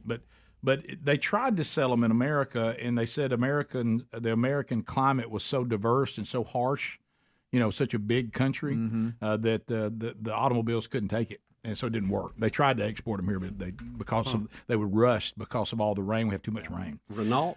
Was it Renault? I think that may be. It's something like that. I can't remember. Here it is. Sherry said Peugeot. Yeah. That's the one I was saying, Puget, but that ain't how you say it. Yeah, I don't know. I don't know how you say that. But one of the things, Sherry did drive on the cliffs. Now, she doesn't like to drive on cliffs, and she's going to go slow on the cliffs. We had one journey that she said, well, this took a lot longer to get here than they told us. And I was like, sweetheart, I love you with all my heart and soul. And you're just so beautiful. I don't even know how to put it in words. But if you go 20 miles an hour, every trip's long. Yeah. It gets a lot longer. It does extend. Yeah, it extends how long it takes. Thank goodness you were relaxed because you wouldn't have made that. So she says you pronounce it Peugeot. Peugeot. P-E-U-G-E-O-T. Peugeot. Is she screaming at the radio right now? Yeah, well, she's giving me how to say know, Peugeot. It's one of the oldest car companies in the world. Yeah, Rick. it was started building cars in 1810. It was a very, very cool thing. Peugeot. Yeah, they're a lion logo. That's cool. Yeah, that is a good logo. It was cool. It was cool, and it was a hybrid. So sometimes we were Puget. How was that? No, I will tell you, it ran great. I mean, from what I could tell. Car or SUV? It was just a car. Yeah, and it was good. It would zip and all that. And of course, not on cliffs. Was it little tiny thing like that? Or is it more normal looking? More normal. Okay. Yeah. So anyway, so we're back at the hotel after the Lavender. We're sitting outside on that deck that you showed them, the great view of that deck, and we're having a little light snack, and all of a sudden getting ready for dinner. That night, just coming back in for the journey, and Sherry says, "Hey, who's that guy that hosts The Bachelor?" And I said, "What are you talking about?" She goes, "The guy that hosts The Bachelor." I said, "You mean Jesse Palmer?" Well, see, she doesn't know Jesse Palmer played quarterback at Florida and does sports casting. She didn't know. She didn't know any of that. And I said, she knew he was the host. He actually was The Bachelor one time. And and she said because the guy sitting over behind us looks just like him. And I said, really? So I spin around. I said, can I tell you why he looks like Jesse Palmer? Because he is Jesse Palmer. Jesse Palmer. Funny. Yeah, and so Jesse snapped him a picture. Look at boy, you just Rick, a picture you took taker. His picture, Rick? Yeah. So Jesse Palmer and his you know wife. that you were taking that picture? Yeah, and his wife. So keep in mind, Sherry. Yeah, this is going to shock you a little bit. Sherry is ready to go talk to him. I said, no. Oh boy. I said, I said he's on vacation too. Let's don't bother him. Let's leave him be. Okay. And she was like, I said, just don't bother. So she goes, well, okay. So anyway, so we go to the restaurant. Oh, that guy. Yeah. So we go to the restaurant, and that's the picture you just. I said, by You the didn't way. take that too, did you? No. You're really getting good at this. Well, let me tell you what I told him. If you just take her to the Lavender, I can get a heck of a shot.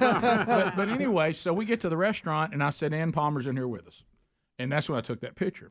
So, Sherry, we still have the whatever. So we sit next to this one couple right next to us, and we begin to engage them. They're an older couple. You're trying to work your way to Palmer. But listen. Are they American or where are they from? No, they're where are they from? They're I forgot where they're from. But anyway, so they're not. You're trying to They're make not a American. relaxing type atmosphere. Listen, I know what he's doing. Listen, so anyway, see how close I get. See if he'll accidentally get it on conversation. Can I tell you what's loud funny? laugh? But how you out to him? But think about Sherry, though, the way she looks. It's always interesting to me when we travel the world where people think we're from. Oh. Like you were talking about earlier about Texas. So anyway, so Sherry tells the woman, they're talking in French, and the husband and I are awkwardly just sitting there. And then she says, and Sherry starts laughing. And I said, what's up? She goes, she thinks we're Swedes. I said, Swedes? And you don't like and I said, I can Sherry's see. blind. Yeah, I said, I can see where they think you're a Swede. Where are they getting? I'm a Swede. She goes, I don't know. I guess because you're big. I said, but I got dark hair and used to have a dark beard. Now it's gray. But anyway, and she goes, I don't know. She goes, I guess your size, because I was quite large there. There's not a lot of big people there. Right. And except for me and Palmer. And so anyway, so I thought that was funny that they thought we were Swedes. I've never been called a Swede. Of all the things, I've been called Scottish, I've been called Texas and whatever. So anyway, so I tell Sherry, I said, I got to go to the bathroom. So I get up and as soon as I'm walking toward the bathroom, here comes Palmer. He's coming out of the bathroom. He wanted to talk to you. He said, I think that's Rick from the Rick. I didn't want to say that. But he kind of started. I could tell he wanted to talk to me. Sure. So anyway, so he comes out and I said, how's it going, Palmer? He goes, hey, man, how you doing? I said, fine. I shook his hand. I said, you doing all right? Yeah. You enjoying this and beautiful place? Oh, it's just so beautiful. And, I said, spend a little time with my wife. You too? He goes, yeah, me too. So anyway, he said, so where are you from? And I told him. Of course, he said, you're Auburn, Alabama. It starts all that. And so we get to talking about college football. And you still have to use the bathroom? Yes. Okay. Wish I'd seen him after I'd gone to the bathroom. He got the better end of this day. Yeah. Full disclosure, though, I looked over his table and he was gone. I knew if I went to the bathroom, I could probably run out. Well played. So anyway, so he comes out and we're talking and he says, well, what do you do? And I said, well, I actually do I don't know. I said, was he ever on this show? I think we had him on. Yeah. He thought he was. I think he was. It's been a minute. So I mentioned the show, and he goes, oh, yeah. And then he said, I think I was on y'all show one time. Yeah. And I said, well, maybe. Well, then we get talking about all the stuff with ESPN, about them firing Pollock, and who he's real good friends with. And at one point, I hate to say this, I'm the one who had to say, I really think we have to wrap up our conversation. You had to wrap it. He was ready to talk on. I mean, I felt like he wanted to hang with me. Right. Yeah. And did you go, hey, let me catch you at the pool or something? Yeah. And so I said to him, y'all, this is not me trying to be funny. This has literally happened. I said, hey man, I think we probably need to get back to our wives. I don't think they're going to be hugely fond of our romantic getaway has turned into us talking about college football and the state of things at ESPN. And I said, we probably need, I don't want to get you in trouble. You probably need to get back to the table. And he goes, that's a good call. and so we depart. You wrapped Jesse. He did look back once. I saw him look over his shoulders. He headed back like, man, I think I'd like to spend more time with that guy. Yeah, that guy was cool. We were talking about ESPN. You're right. And smelled like lavender. So anyway, we finish. So we sit down. I tell Sherry, I said, by the way, I've connected to Palmer. They may want to do something with us. So anyway, back to the Lavender. Greg, that makes up. On the way out, they leave before us. He says, hey man, and I said, hey, I just want to introduce you. He comes over to Sherry. I said, yeah, this is my wife, Sherry, whatever. And of course, Sherry, knowing she'd already Googled all the thing about this woman, of course, and she said, well, thank goodness you finally did find your wife. He goes, well, it took me 13 years. He goes, but yeah, I found her. And she's like, I'm so happy for y'all. And he was like, well, thank you very much. And then they waved at us. And then on our way home, I look up, there's Palmer again at the airport with us. No! Really? Yeah, he was. Did he run to you? Rick! He looked over and, we made eye contact. And I could tell he was doing the, hey, holler at me when we get home. And holler at me when we get home. The phone sign with his hand. Call me. Yeah. Are the thumbs like, give me a text. There's the two couples. There's the two couples. Look at those power couples. Wow. Spending some time together. I didn't want to brag, but I didn't want to bring it up to his wife. I took my wife to the Lavender. Don't know if Jesse's taking you there. It's 45-minute hike. Yeah. I got, or you couldn't drive. Yeah. You're right, the bus. No. Look, you think Sherry Burgess is going to get on a tour bus on those cliffs? Ain't no way. No, that always scares me. Well, we had that happen in Hawaii. She had a meltdown. Well, tour bus will tump off a cliff if you don't watch it. Hey. Yeah. They'll go off a cliff. You seen them driving in India? Yeah. Oh. Listen. Stay out of that. It's unbelievable. It is. Next, we go to Valensol for more Lavender. Another conversation. So Jesse's gone? Yeah, Jesse's. Now, are you back in Delta 1 now? Yeah, no. I'm driving. We're in the car now. Rick and Bubba, Rick and Bubba.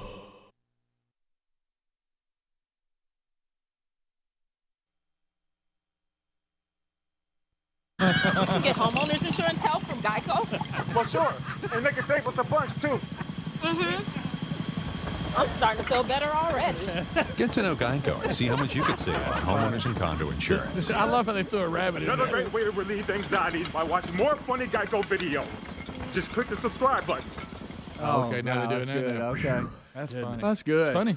The dogs and That's all good the stuff. animals. That's That's good. good. Yeah. Rick and Bubba.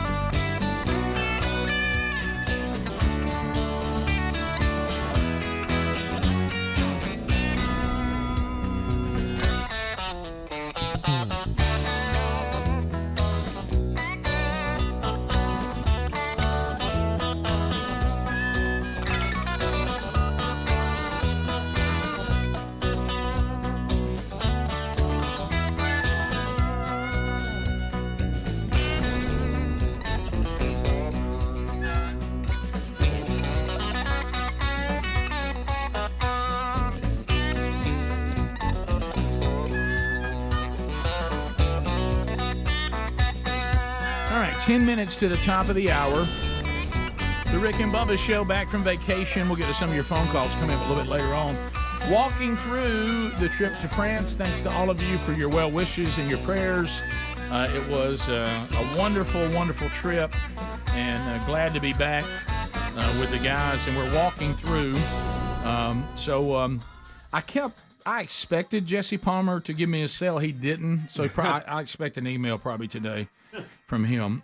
So that was great. So the next thing we're all of this happening in Provence, but we're next going to Valençon. Now Valençon, we were leaving Gord in the car, Sherry driving. She did a masterful job of getting us there and following along. And so this was more lavender. Now the Valençon, a lot of lavender. Yeah, Valençon had lavender for days. It made the Abbey. The Abbey was beautiful, but Valençon. I mean, the quote we heard from the people that we were talking about going there was that you can't see the end of the lavender. Wow.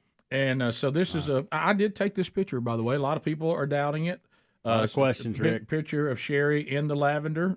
She just look at her lavender dress and all that. If we got you to slide over to portrait mode, there's no telling what you Can you come up imagine? with. Can you imagine? Boy, I tell Yeah. you So that was another great moment. Really good. That's really good. Oh, Hey, sounds good. Something wrong with your mic, Check. pal. That's What is going on? Oh wow.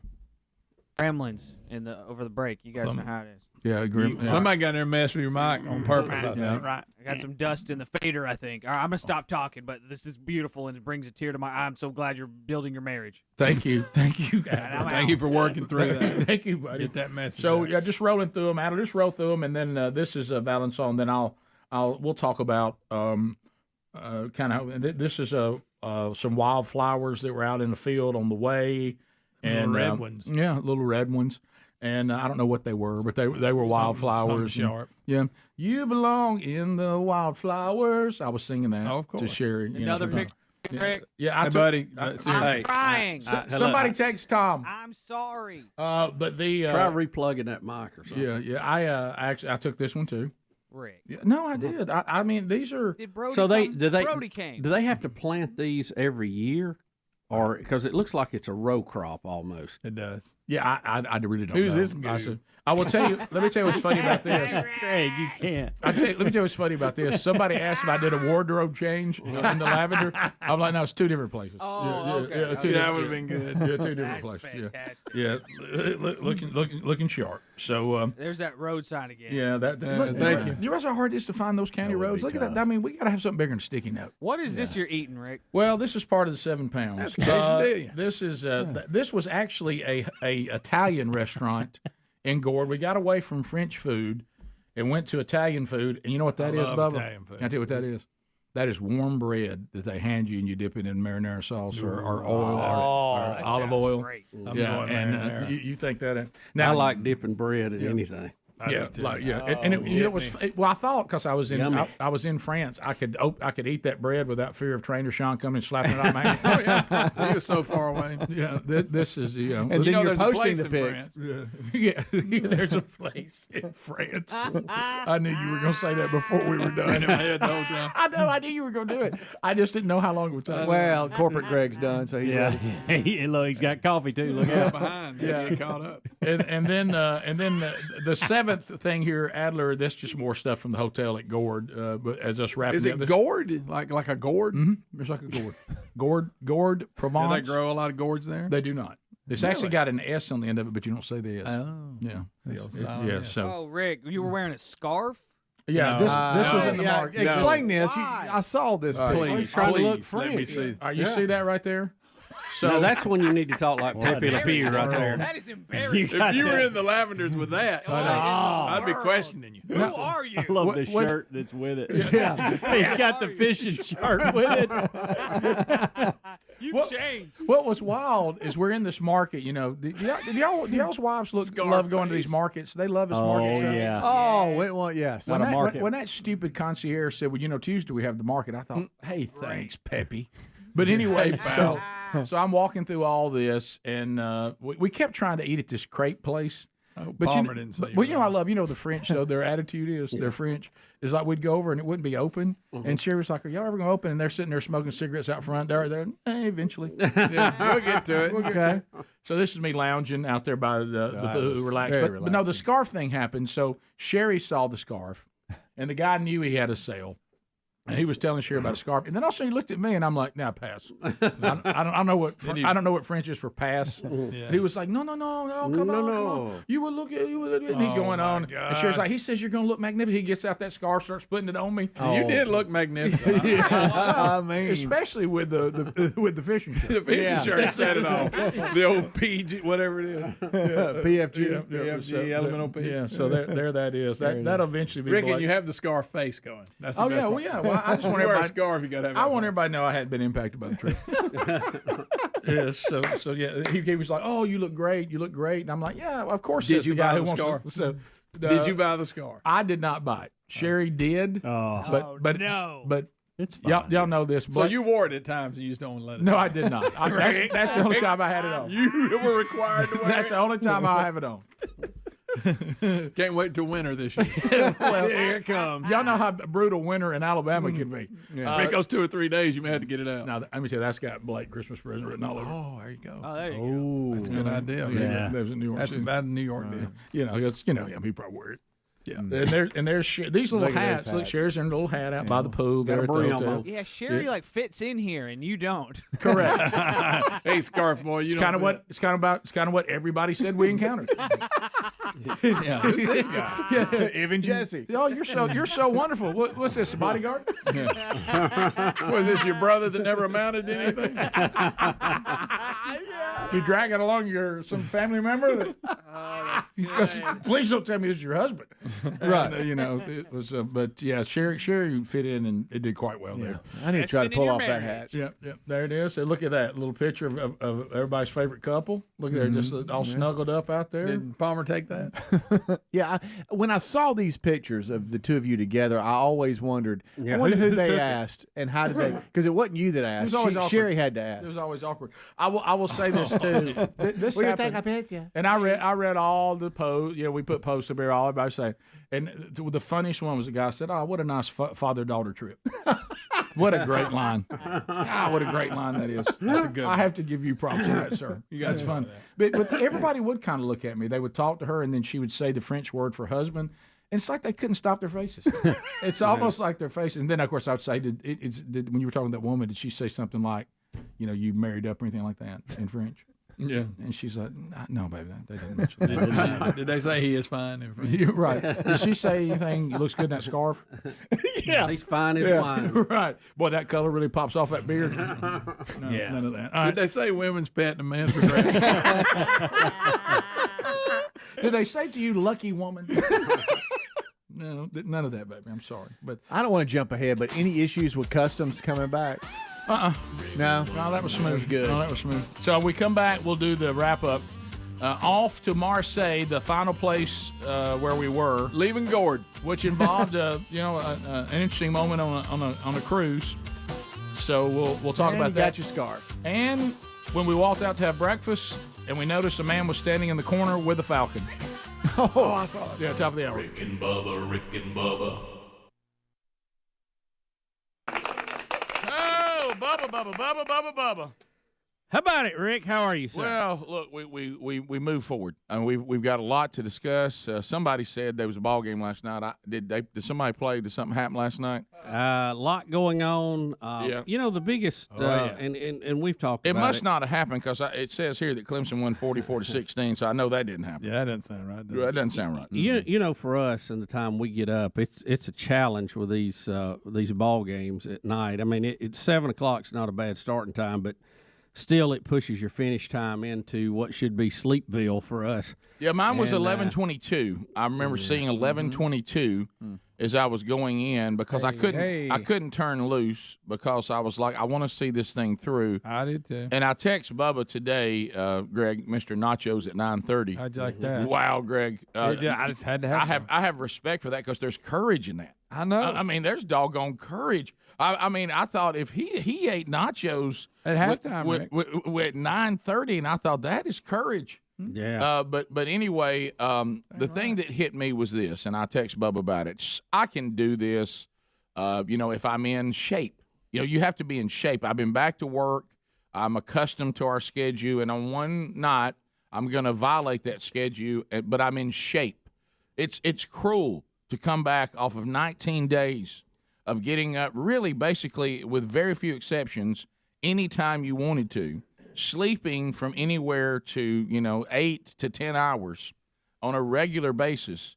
It's almost like you showed up for the first workout of the year and somebody said, we're doing the hardest workout you could ever imagine. Yeah. And I'm like, wait a minute, I'm not in shape for that. Let me ease my way back. I'm not into ready. It. Let me ease and so into it here. I wasn't in shape to go to bed and that late and get up as early as we've had to. So I don't have my feet under me. So there was a certain cruelty about that. Yeah. I needed to do more shows before this thing showed up. Right. Yeah, it's. We got here. Yeah. We're here, and look, and we're gonna get after it. I told Greg and Speedy when my alarm went off this morning, I got in the shower. You know what the thought was? It's only Tuesday. Yeah. Can I tell you what hit me? And this is one of those things because I normally, we talk about this with early onset and all this, is that I have to do everything exactly the same way every night. Or when I get up, I got no idea where my stuff is. I have to be. Yes. I have to be a slave to a routine. Yeah. Yep. I got to have prep. Now, see, when you're pressing and you've been down there in the good time game and you've been down there watching the game and you can't believe what's happening, you're seeing two of the finest college football teams that really college football's ever produced. And they're banging on each other, and you're seeing the reigning of the standard of college football, and then you're seeing what we all can agree was a team that we're acting like that they just won last night. They've been winning for several seasons, and they just won their second national championship, and they're right there with Alabama. Their players look just like Alabama's players, and they proved last night that they can line up with Alabama and beat them straight up. So anyway, I get caught up in that, but then you panic. Yeah. Because you look and you see the clock, so what do? You panic. Yeah. You start panicking toward the bed, which means your stuff's just thrown everywhere. You don't know where it is. Right. I got up this morning, and I finally just had to apologize to my wife. I said, I realize I'm doing the thing that I pride myself on not doing, but I don't know where my stuff is. Yep. I don't know where I laid it. I don't know where it is. Right. I'm trying to find it. I'm trying to be quiet, but I realize I walk heavy. All Burgess men do. And I said, but I can't find my stuff, and I'm so sorry. And not that I didn't think, oh, yeah, never did it. Where I found it didn't even make sense. It's like so. Yeah. So I was just, I guess last night I panicked and ran into bed and just left my stuff all over the house and had to go try to gather it in the dark, which is always a pleasure. Well, it was. It's a big night. It's one of those sports nights that you love. It's like the Super Bowl or other championships that are worth staying up late and being a little sleepy for. And we'll break it down. We got a lot of other stories today. I think isn't it tonight that Trump is going to address the nation? Is it? Live from the Oval Office. Live from the Oval Office. Speaking of that, how's Trump doing? Not very good. We've got a Trump. Oh yeah, it just takes a little bit of time. They say just keep watering him and he'll start to grow. Be a little faster. Yeah, I expected it to grow. I thought Chia's stuff was faster. I did too. Yeah. He's got seeds on his head. But there was some disappointment last night off the football field on several things. Oh yeah. The Rick and Bubba Show. If you're wondering whether last night were the two best football programs in modern day college football, the numbers say it all.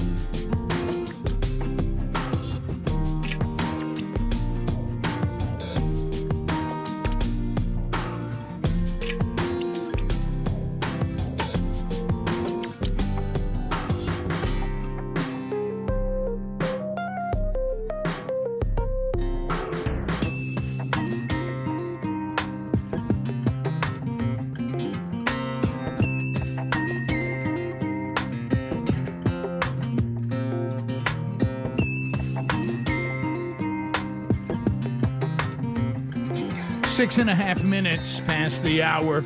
From the No Name Studio out on the bleeding edge of technology. Back from vacation. Good to see you, talk to you. Phone calls coming up this hour at 866-WE-BE-BIG. Speedy, Greg Burgess, Helmsy, Eddie Van Adler here. Team Rick and Bubba. Alapuca and Cam Solo, Rick and Bubba University students. Banging out a degree in common sense. That now is superpower. Welcome back, Bill Bubba Bussey. Glad to be here, Rick. Glad all of you made it back, too, and we hope you had a great 4th of July week. Got to enjoy time with family, too, and see some fireworks and eat some hot dogs and all that good stuff. Yeah, not a lot of us celebrating in France on the 4th of July. Yeah, they just didn't know what was going on, even though they loved us. They did love the fact that we gave Great Britain one. Yeah, they do. And they were helping us. They're no fan of the Brits. No. So they kind of celebrated with a long time. Yeah. So anyway, so I'll probably wrap up in this segment, and then we can do follow-up questions or get to some phones and find out what you guys are doing. So we left. We now have left Gord, which I loved there. I loved the hotel. I loved that place. Loved that town.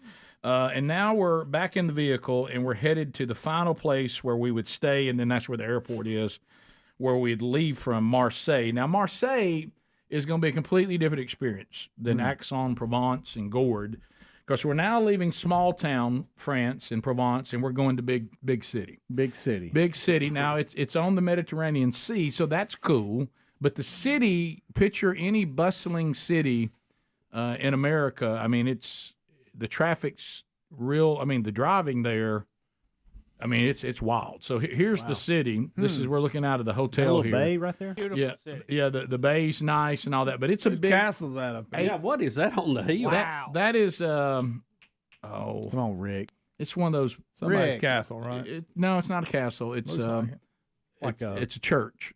Well, they got the high ground, that's for sure. Yeah, there's a name for it, but anyway, and we went up there and checked it out. It was all right. But What was that? What was that, I mean, I was fascinated by the architecture, but it was a little gloomy for me. Yeah. But Basilica? Yeah, Basilica. That's it. Yeah, and it's a very famous one. It doesn't. I It doesn't understand. really have that family life center feel to it. No, it does really doesn't. No basketball. I couldn't find. I didn't find a vestibule anywhere. Yeah. I didn't. Where was the visitor booth? Yeah. So Wow, the view though. They're wow, the calling view. it Notre Dame de la Garde in Marseille. That is correct. It's Marseille. Well, that's a Or Marseille, mouthful. Basilique Notre Dame. Yes, that's it. That's Yeah. Marseille. That is correct, Adler. I looked it up. Yeah. So there it is. It's Wow. beautiful. That's been in movies. Yeah, That's it's beautiful. The beautiful view from up there. All that's Did Tom beautiful. Cruise fight on top of that one? think I think I saw a car chase in Yeah, one of probably. them. Fast and Furious or something? Yeah, that. I made that up. So Sherry always she loves to take a little cruise. I prefer the catamaran over the other boat options. I love a catamaran. Y'all bet. So we did keep in mind the thing that made this vacation it was special in so many ways. But one of the things that was a little new, especially with Sherry being involved, is we didn't really plan anything. We had one dinner reservation, and that was it, and the hotel reservations. And then the rest of it, we just got there and made it happen. And it really was cool. But now when you're there and you want to take a cruise on the Mediterranean Sea and you don't have a boat booked, I mean, you got some, but the concierge and the American Express Travel, they always can help you with all that. Hey. So here we look are. at Hey. Now, let's talk about the swim trunks. Let's do, Rick. Let's Just do. get it out of the way. Let's talk about the swim If you trunks. just had your scarf on with them, it'd be perfect. Did you get that at the market? So I packed myself. That's a yes, by the way. I packed myself, and when I got there, Sherry's putting all of our clothes. She goes, "You don't have a bathing suit?" You didn't bring one. And I said, "Well, I didn't even think about a bathing suit." She goes, "You didn't think about a bathing suit coming to the Mediterranean Sea, and hotels and all that." And I said, "I didn't know we'd be swimming." That's a great point, Ray. And she's like, "Well, didn't you? Well, I told you we wanted to go out on a boat."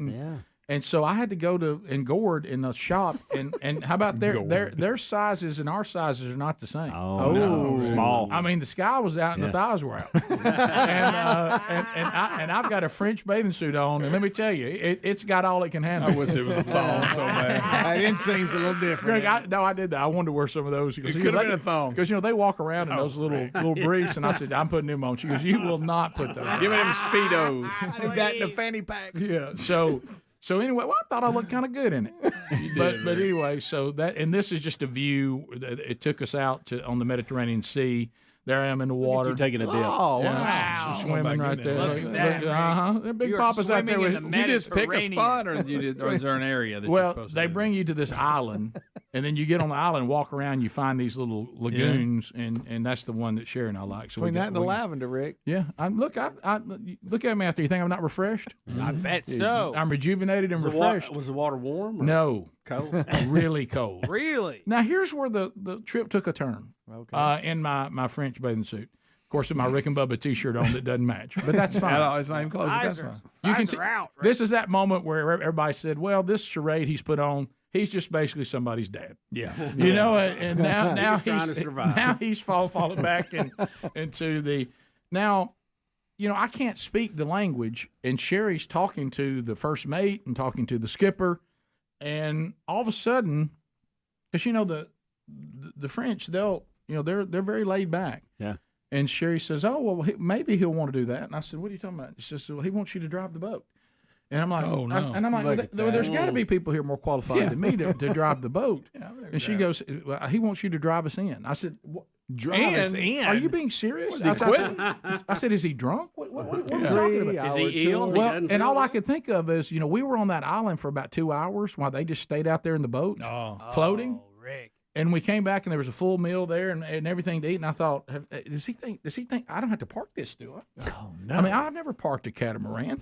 And have y'all? I mean, No. And so he did let me drive longer than I expected to drive. You were like, okay. But there was a cool moment when I was driving the boat where he looked at the shirt and he wanted explanation about the shirt. Okay. And conversation Sherry piece. told him this is what he does for a living. Well, we're out. Now, listen, guys, this is the cool times we're living in. I know it takes an adjustment, and some of this makes older people were uncomfortable and all that, and trying to make sure you can monetize it the way, the old way we did it. Yeah. We're on a catamaran in the middle of the Mediterranean Sea, and two French guys have pulled up the show and are listening to it. That's funny. Now, that is cool. That's awesome, is what that They is. just pulled up the podcast archives or the TuneIn app. How's that for technology? And this guy was like trying to figure out what was going on. And once he realized, all of a sudden, he was talking about he wanted to take us to a restaurant when we got back, and he was going to do that. Suddenly, he was like, "Hey, you know what?" He thought you were Jesse Palmer. I think he did. At one point, there was a mention about me playing a little ball. Yeah. And which I know always happens. But so anyway, we were listening to the show in the middle of the Mediterranean Sea. Wow. Was that not cool? I'm curious what we were talking about on the show. Bunch of nonsense. By the way, speaking of the best of shows, I talked to a guy at church yesterday. He said, and he's relatively new to the show. He said, I laugh so hard at these best of shows. He looked at me. He goes, I didn't realize how y'all are nuts. Yeah, we are. I was trying to find some I'd never played. I did the same thing. Yeah. So it was an incredible trip. There was no doubt about it. And so we did that, and then now what about the guy that protects from the pigeons or whatever? Yeah. The eating. Yes. So let's The falconer. Let's look at Falcon Guy. That's crazy. So we walk out at this hotel to eat breakfast out on this terrace. So a man walks into a bar with a falcon. All right, The falcon looks at him and says, Bubba. That's good. So we'll come back and I'll tell you about Falcon. say that a lot. I'll tell you about Falcon Guy. Wish I was Greg. So we're outside for the breakfast buffet, or you can order an omelet or whatever you want to do. We're looking at this. What's it called? The thing up on the hill. The church. Yeah. The church. The Notre Dame. Basilica. The Basilica. Stop. B with a B. Basilica. Basilica. And I look, and there's a guy standing by us with a falcon. Rick and Bubba, Rick and Bubba. Last 4 seasons, Alabama 50.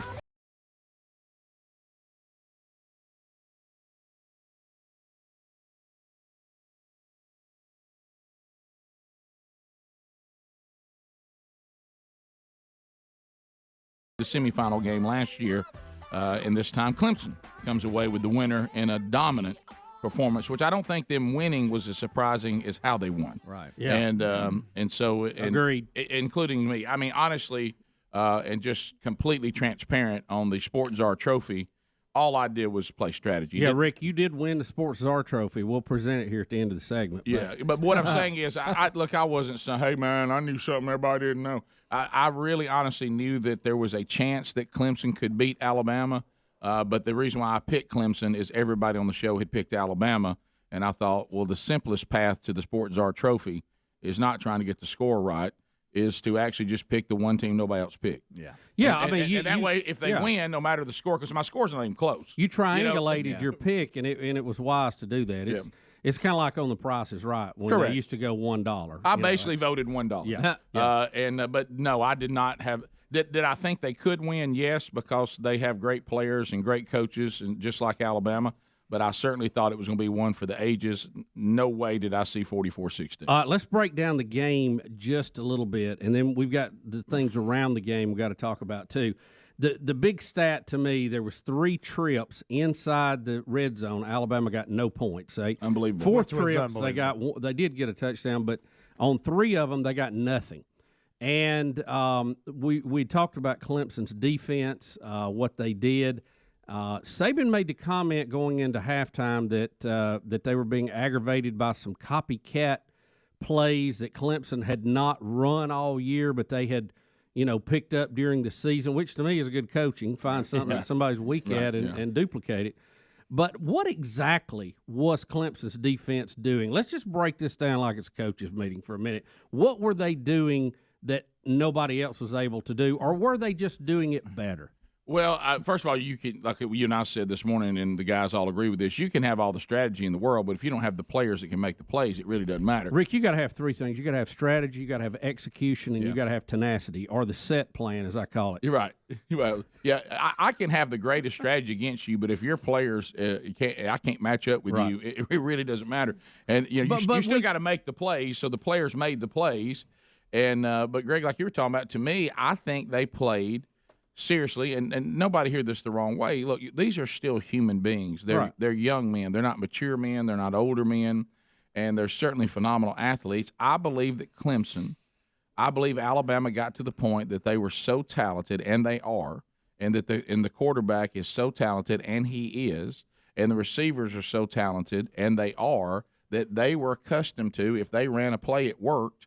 And I think he wasn't taking the time to look at what they were doing, because in the past he didn't have to. And Clemson was actually playing defense and disguising their coverages, disguising their blitz, and he wasn't taking the time to mentally assess the situation, and was just trying to make plays as athletes. And Clemson could match up with you athletically, and they were actually playing schemes that you were throwing into.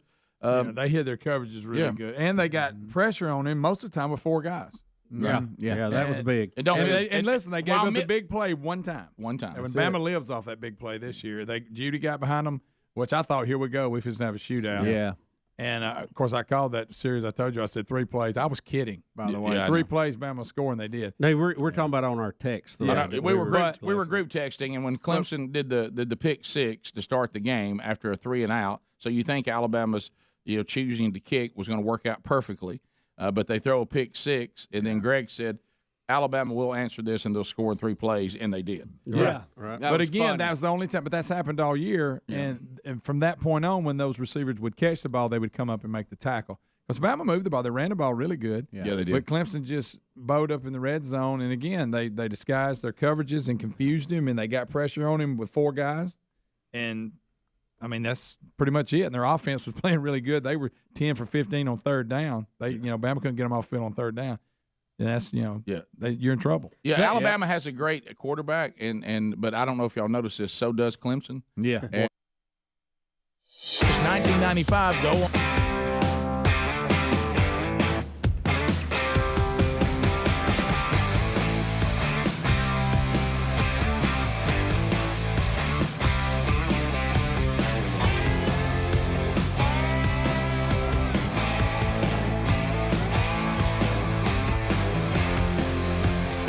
21 minutes now past the hour. Good to be back. Thank you for being with us today. TheManChurch.com, excited to be back home and then headed to speak to the men in Montgomery, Alabama. Landmark Church coming up this Sunday night as they roll through the men's discipleship strategy from TheManChurch.com. I know for a lot of the churches, fall is kind of the beginning of your year. Do you have a game plan on how to reach and disciple the men of your church? If not, we can help you at themanchurch.com. Also passing along to you the archive of the message I was Honored to get an opportunity to share at the Gridiron Men's Conference back on Father's Day weekend. That archive, they have sent that to us. For those of you that maybe didn't see that message or the session that I was honored to have, we had a great time with it, and it is now available. If you're following us on social media at Burgess Ministries, you'll see it there, or just go to burgessministries.com, click on Watch, and you'll see that new archive is there, and you can watch or listen to that on your own time if you so desire. All right, so wrapping up, Sherry and I, I really love that feeling when you're in a beautiful place, the weather's good, you roll out. I love breakfast. I love the way this breakfast feeling, and you're out there, and we're looking up there. And so Sherry and I begin to notice, because we're eating outside on the rooftop, Sherry and I begin to notice there's a guy with a falcon. And when I first walked out, I thought he had a hawk. I said, by the way, guy with a hawk over there. And Sherry's like, I'm looking, and I'm like, man, it might be a falcon. And I'm like, why does this guy have a falcon? And he's out there, and he comes out there, and he big stands. tattoo on one arm, falcon on the other. Well, I had to know. So Say, pal, I told why are you Sherry, toting that bird? I said, ask the servers about the falcon guy. Is he a guest here, or is he part of it? So this maitre d' kind of guy comes over, and Sherry begins to do the what gives with the falcon. Yeah. And he said, I say falcon in French. And he Falcon, that's Spanish. He said, oh, what a process to get this approved. And I was like, approved? And so what happens is, because it's on the Mediterranean Sea, you got two problems. When you come out to try to eat breakfast, you're dive bombed by pigeons and seagulls. Really? And they were dive bombing everybody's I like food. to see that. And the people at the hotel were getting furious that they couldn't eat So breakfast. they don't care you sitting there. They come in there. They come in there and they were dive bombing everybody's plate. That's pretty funny. So they went out and they hired a falconer. Is that what you call them? Or whatever? I think Falconer. so. It's a falconer. That's their title. They hired That and a leather glove. They hired the falconer to stand there and protect breakfast. And so they won't come around. Did you with ever a see the falcon go? Does the falcon ever go after I one? saw of them? it. Oh, Did you? Someone saw got it. too close. A pigeon decided it was going to come over and visit, and all of a sudden he did the with his arm, and that falcon went after that pigeon. Are you Did serious? he get it? And that pigeon was like, I am out. And then the falcon just comes back. Yeah, and Hey, I now can what see was it going So on. does the falcon actually attack them, or is it just doing flybys to run it them out of runs the them area? off, but it could shred them if it needed to. But that is just bizarre. No, but let me find it. What's funny? I could have used those at McDonald's last time. Right. When it ran the pigeon off or the seagull, I love this move. So you see, if you look right to his left, see that umbrella right there? Yeah, I do. So those are all over the place up there in case you need them for rain or you need them for shade, and we didn't need them in the morning. So that falcon, when he ran off the pigeon, he went and just landed right on top of one of those umbrellas and looked around like, anybody else want to try to take breakfast? Yes. Anybody else trying to come after breakfast? And How about that? And so I wanted to kind of, for some reason, when I went to get food at the buffet, I had to interact with Falcon Guy. I bet you Of course did. you did. I mean, I saw that. I'm like, hey, love the Falcon. And he wouldn't. He was kind of no nonsense. He didn't give you a Did he lot. speak English? No, I don't think he knew what I was saying. But Did you go, I did. bird, like? Love that. Please give me that again. Huh? Give me Did you go? I live close to Atlanta. Right, go Falcons. By the way, Falcons a little bigger than I thought they were. Yeah. He's got a little more size on Big him. bird. The falconer. At first, you sent me two pictures of the Falcon guy, and at first the Falcon guy's not looking at you, and neither is the Falcon. And then I look in the second one, the Falcon and the Falcon's looking right at you. Yeah. And Look the at Falcon him. guy. Serious face. C'est bon! He's like, what do you want with me? The He don't want you bird, fooling with the him. bird looks like it's saying, "I could peck your eyeballs out Yeah. before you ever knew what happened." And it could.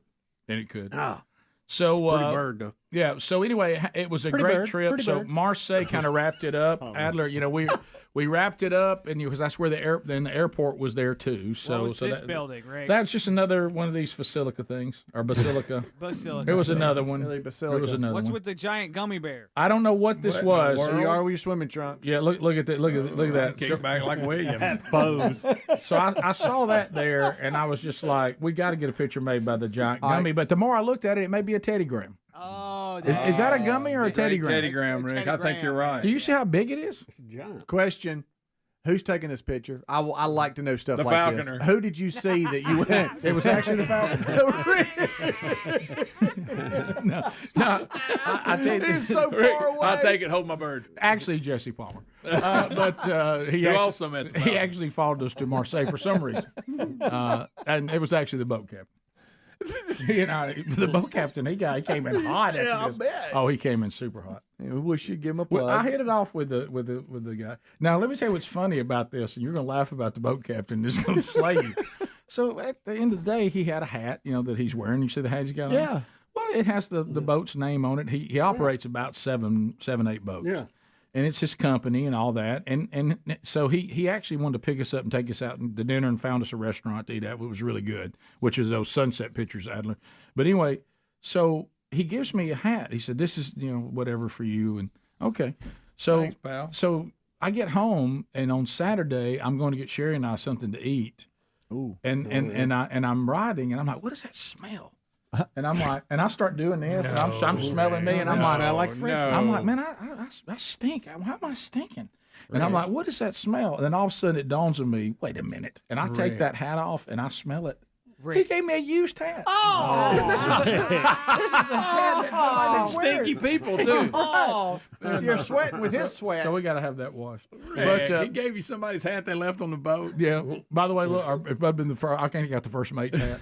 But look at these pictures. I took these too, by the way. You ain't took no. I took that picture. You did. You're So a that's the landscape rest. photographer. That's touching. Rick. That's the restaurant I took us to. Is that not awesome? We're looking at that right there that's while we're great. eating, looking out the window. And that was, and there's a little deck out there you can go sit on. That ate that weird thing there. No, that monkfish right there was good. You saying monkfish? Monkfish. It was good. Buddy. Gotcha. I'm talking What about about that that Teddy Graham? Are they? And the is that a freshwater or saltwater fish? saltwater. Good too. Real good. The Falconer's a good way to end a Look, good the trip. Society of Boats. Oh yeah. Oh yeah, the Society de Nautique. Yeah. Look at all that. You think they got a few boats there in the harbor? Yeah. Yeah. Are they all sailboats? So they're a little bit of everything. There's various parts. Well, I see the mask. I see the mask on all of them. It looks like sailboat. Look at the sunset. Yeah, that's the beautiful. Ooh, Greg, I got my jeans on. I like it. Greg, that was that picture I took for you. I got my jeans on. Hey, not just jeans, stylish jeans. Stylish jeans. Don't miss my stylish shoes. Oh, yeah. Don't let that get away from you. I'm not going to wear tennis shoes. Don't let them shoes get Going away out from to eat you. at a nice I restaurant. lost a couple pounds. Thought I'd get a new I wardrobe. dropped a few. Put 7 on, but you can't tell. I wear a French bathing suit. You got 7 on me right now. That's perfect. Greg got 7. I didn't bring with me. That's right. I'll If you work could on have that had later. that done with your scarf on, gosh, that'd have been good. Oh, There's Rick, I'm telling you, you're holding out. You wore the scarf. I didn't wear the scarf. you wore it. That's where the Falcon guy was. Yeah. The Falconer. That's the Falcon area. I see him back in the back. Look at him. So it was a wonderful, wonderful trip. That's That's great. awesome. Yeah, it was great. Fantastic. Yeah, we had a great time. Thanks. What's that there, Rick? What is that?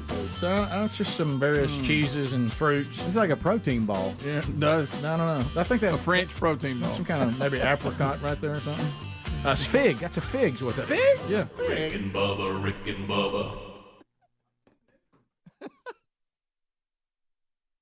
Really good. And he makes plays just like Alabama's quarterback. And as you said, And their I mean- receivers were making unbelievable. I mean, they Kid caught everything in the neighborhood. That freshman from Phoenix City, my Yeah. goodness. Justin Ross. well, and one of the things you good. thought about, if you're looking at with the state of the programs, and of course, they're Talk about the Achilles heel of Alabama, Rick. Well, what you're about to talk about. and a little bit. again, keep in and mind, it comes out of success. yeah, it comes out of success. But you heard them talking about this particular player, and look, they're going to basically field the same 2 teams next year.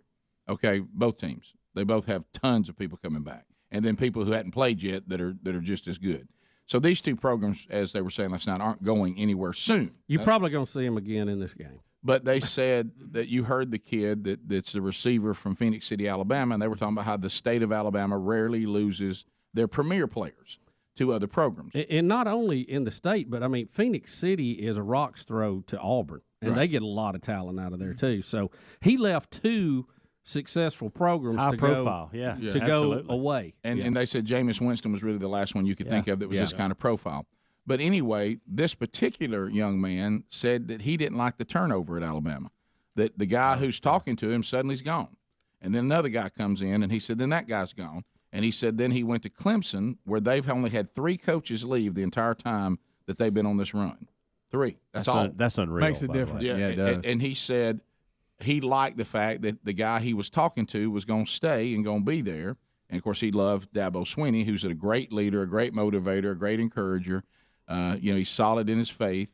And once the guy got in the middle of that at Clemson, he realized, well, they really are building the same thing, but they're not having the turnover with the coaches that Alabama's having. He didn't like the turnover of the coaches. Yeah. And I think last night that turnover of coaches may have, for the first time ever, caught up to the Saban era because they got out-coached. They did. They did. Staff to staff, defensive coordinator out-coached offensive coordinator. Clemson's team outplayed and outcoached Alabama's team in this one game, which I didn't know when we would ever see that again. But you know, Rick, something that we don't think about a lot, and you know this too because you've coached, all of us here on the staff have at some point in time in some sport. We talk about how players perform and how they show up, but coaches have to perform too. Sure they do. And there are weekends and weeks that coaches make bad calls, bad decisions, just like players do. And sometimes you coach a game well, sometimes you don't coach it well. And last night, several of the Alabama coaches did not coach well. Well, you could see Alabama losing their confidence too, like the ridiculous fake field goal. That was an odd call. That was just an odd call. Hey, how about this? Just get in your off. If you want to go for it, go for it. Put it into his hand. And how about the running backs were running really well? Yeah. Don't let your kicker try to block for the holder. You remember us saying when Georgia did it, and everybody was expecting a fake too. They wasn't. Well, I mean, so your lead blocker to get 6 yards is a kicker. I mean, this is like Saban looked like he was a little shocked they ran. I mean, you saw the other coaches talking to him. Did they see something in the lineup that dictated that? Yeah, I'm sure there's another story on that. Yeah, I'd like to know more but about that. I thought maybe Kirby Smart had come back and called that play from them. They couldn't find out right there. That's not only could the kicker not kick, he can't block. No, he can't. No, he cannot. You got to do something. He went in there like, oh my gosh, my life is on the line, because it was. Rick and Bubba, Rick and Bubba. So we're kind.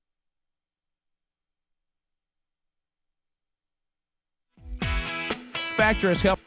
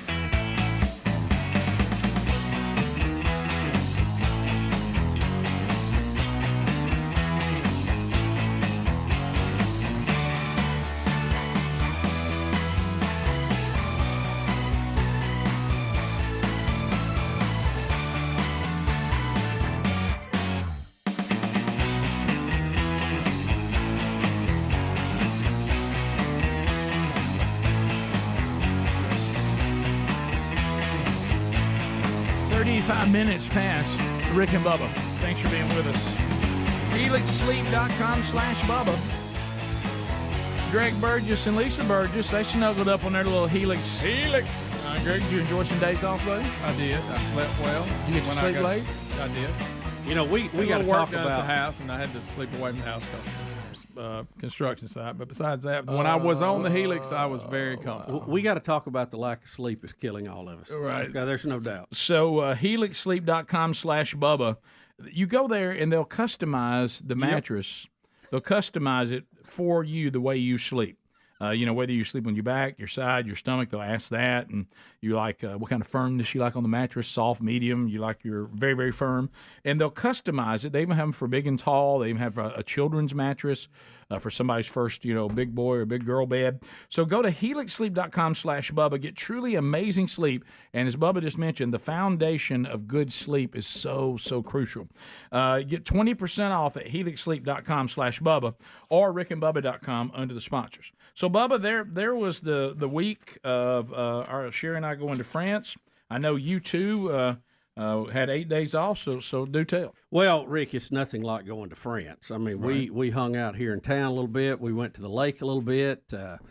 Went to a few cookouts, saw some old friends, made some new friends, saw some fireworks, all that kind of good stuff. Good. And a boat parade. So it wasn't near that complicated. Yeah. So, but one of the big festivities on Lake Martin is the big 4th of July boat parade early in the morning.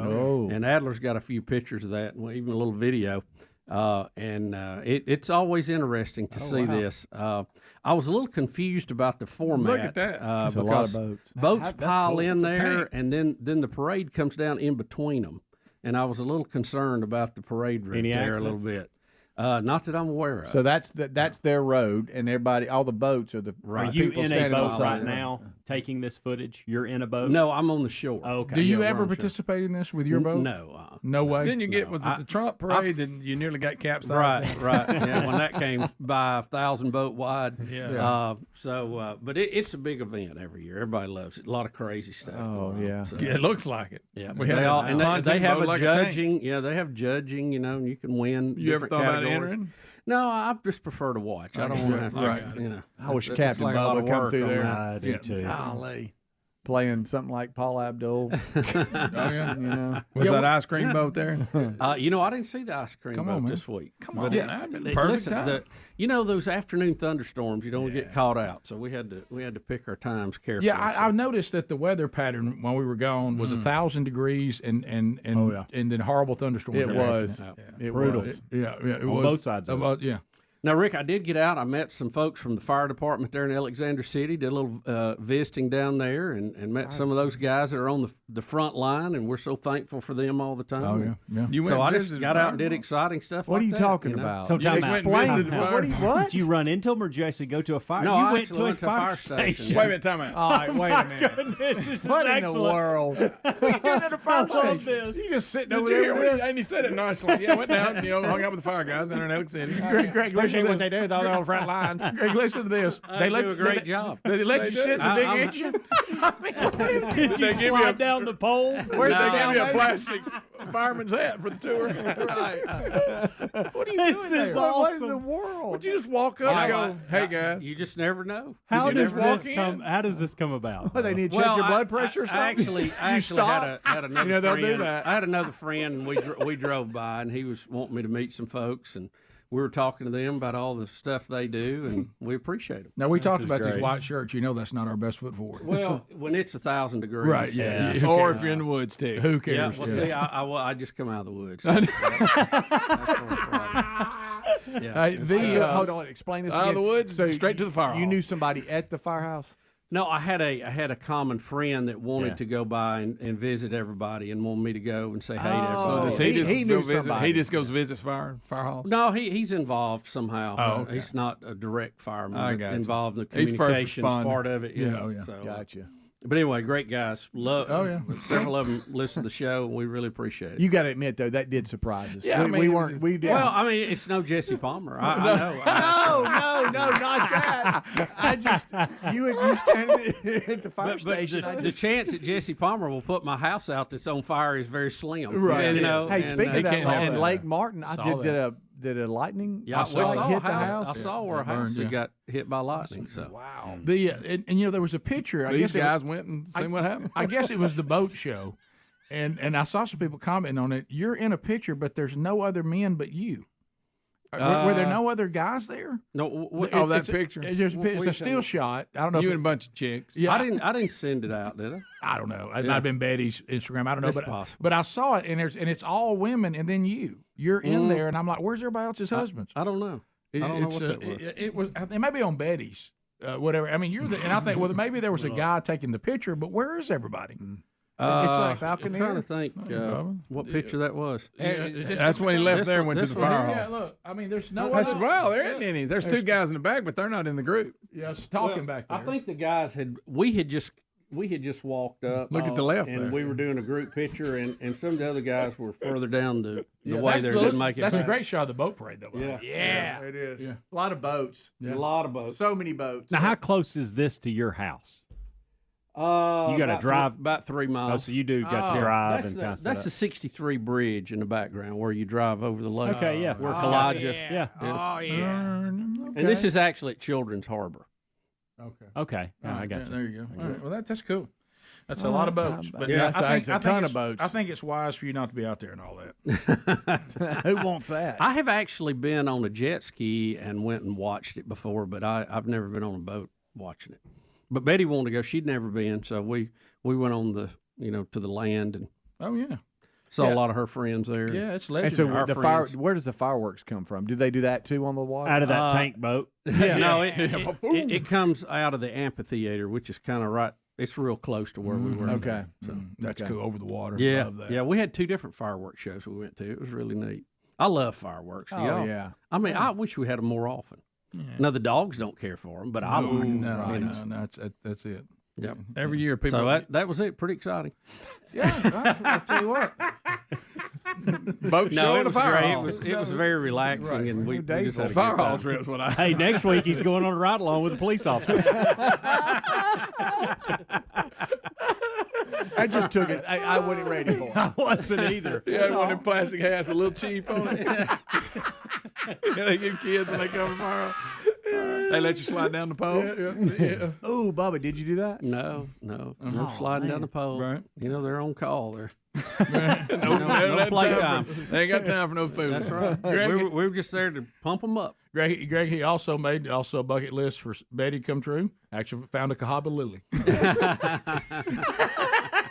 Oh, we used to see them all the time. No, let me tell you what's funny. And People come from all over the place to see that. Well, Sherry sent a picture to Adler. We were on some, I guess it was in Marseille or it was some island, and all of a sudden Sherry looks, and what we call the Cahaba lily. Yeah. She sees it, and she's like, "I just found the Cahaba lilies growing in France. What we call them. Look, and there they were."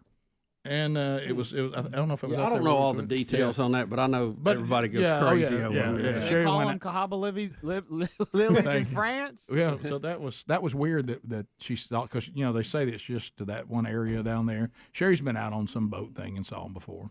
And the dogs enjoyed the vacation. They get out and do a little boating with us too. So. Oh yeah. Yep.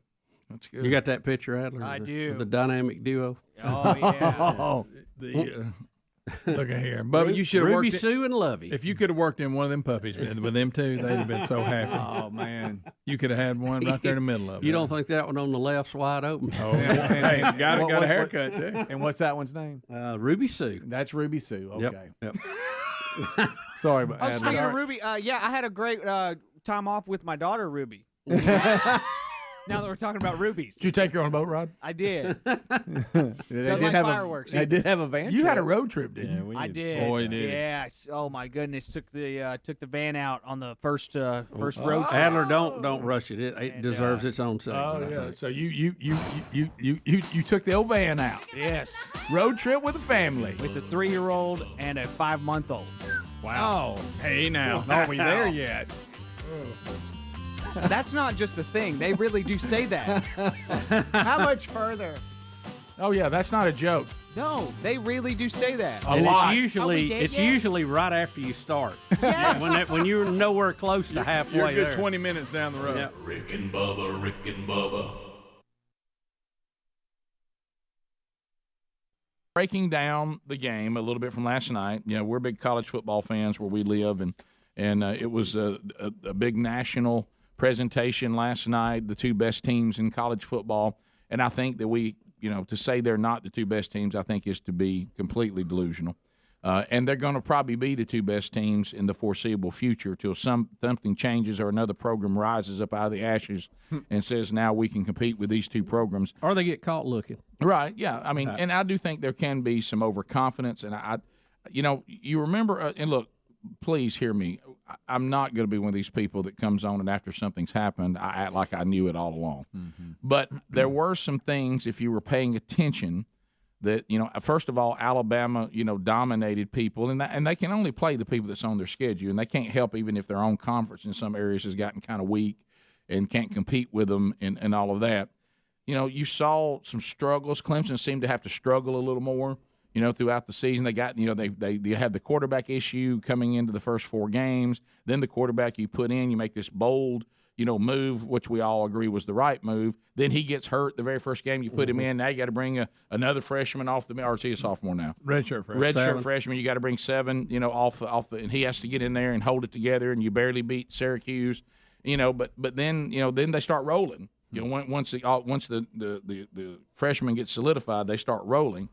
But Alabama really didn't have any real struggles, and I think that they – anytime you're dealing with young people and hype, and you've been winning for so long, and you've been winning so easy, and you hear things like possibly the greatest Alabama team there's ever been, and you could tell in the Oklahoma game, and this is just and I kept saying this because it was one thing I did see, they started looking sloppy in that game. They really did. Yeah.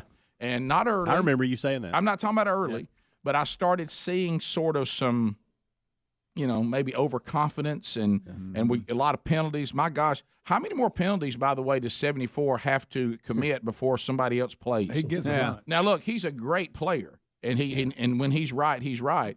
But 74 has hurt Alabama and with penalties, and usually that's a hook at Alabama. So there seemed to be some messiness. You know, like we'll talk about. You ever like you're talking about been even here with what we do sometimes or whatever. I go, you know, we did all right. It just felt messy. I don't feel like we're hitting on every cylinder. I don't think we're being excellent. I don't think we're dialed in. Or you ever had if you ever coached a team, even if you won, you kind of didn't feel good about it when you got. You're just glad to get when away you got with in your a car W. and you said that just felt messy to me. And I thought Alabama was starting to look like that they were not as in sync as they once were. And it's a long season, and you're winning by so much. It's easy to get a little lackadaisical, and we started seeing that Tagovailoa was starting to all of a sudden look human, in some games, and then we get hurt, and then you have the big Jalen thing with Georgia, and that's sometimes it's hard to catch lightning in a bottle twice, and Alabama was showing some signs that if the right team lined up in the right situation on the right day, it could be trouble, and I think that's what we saw last night.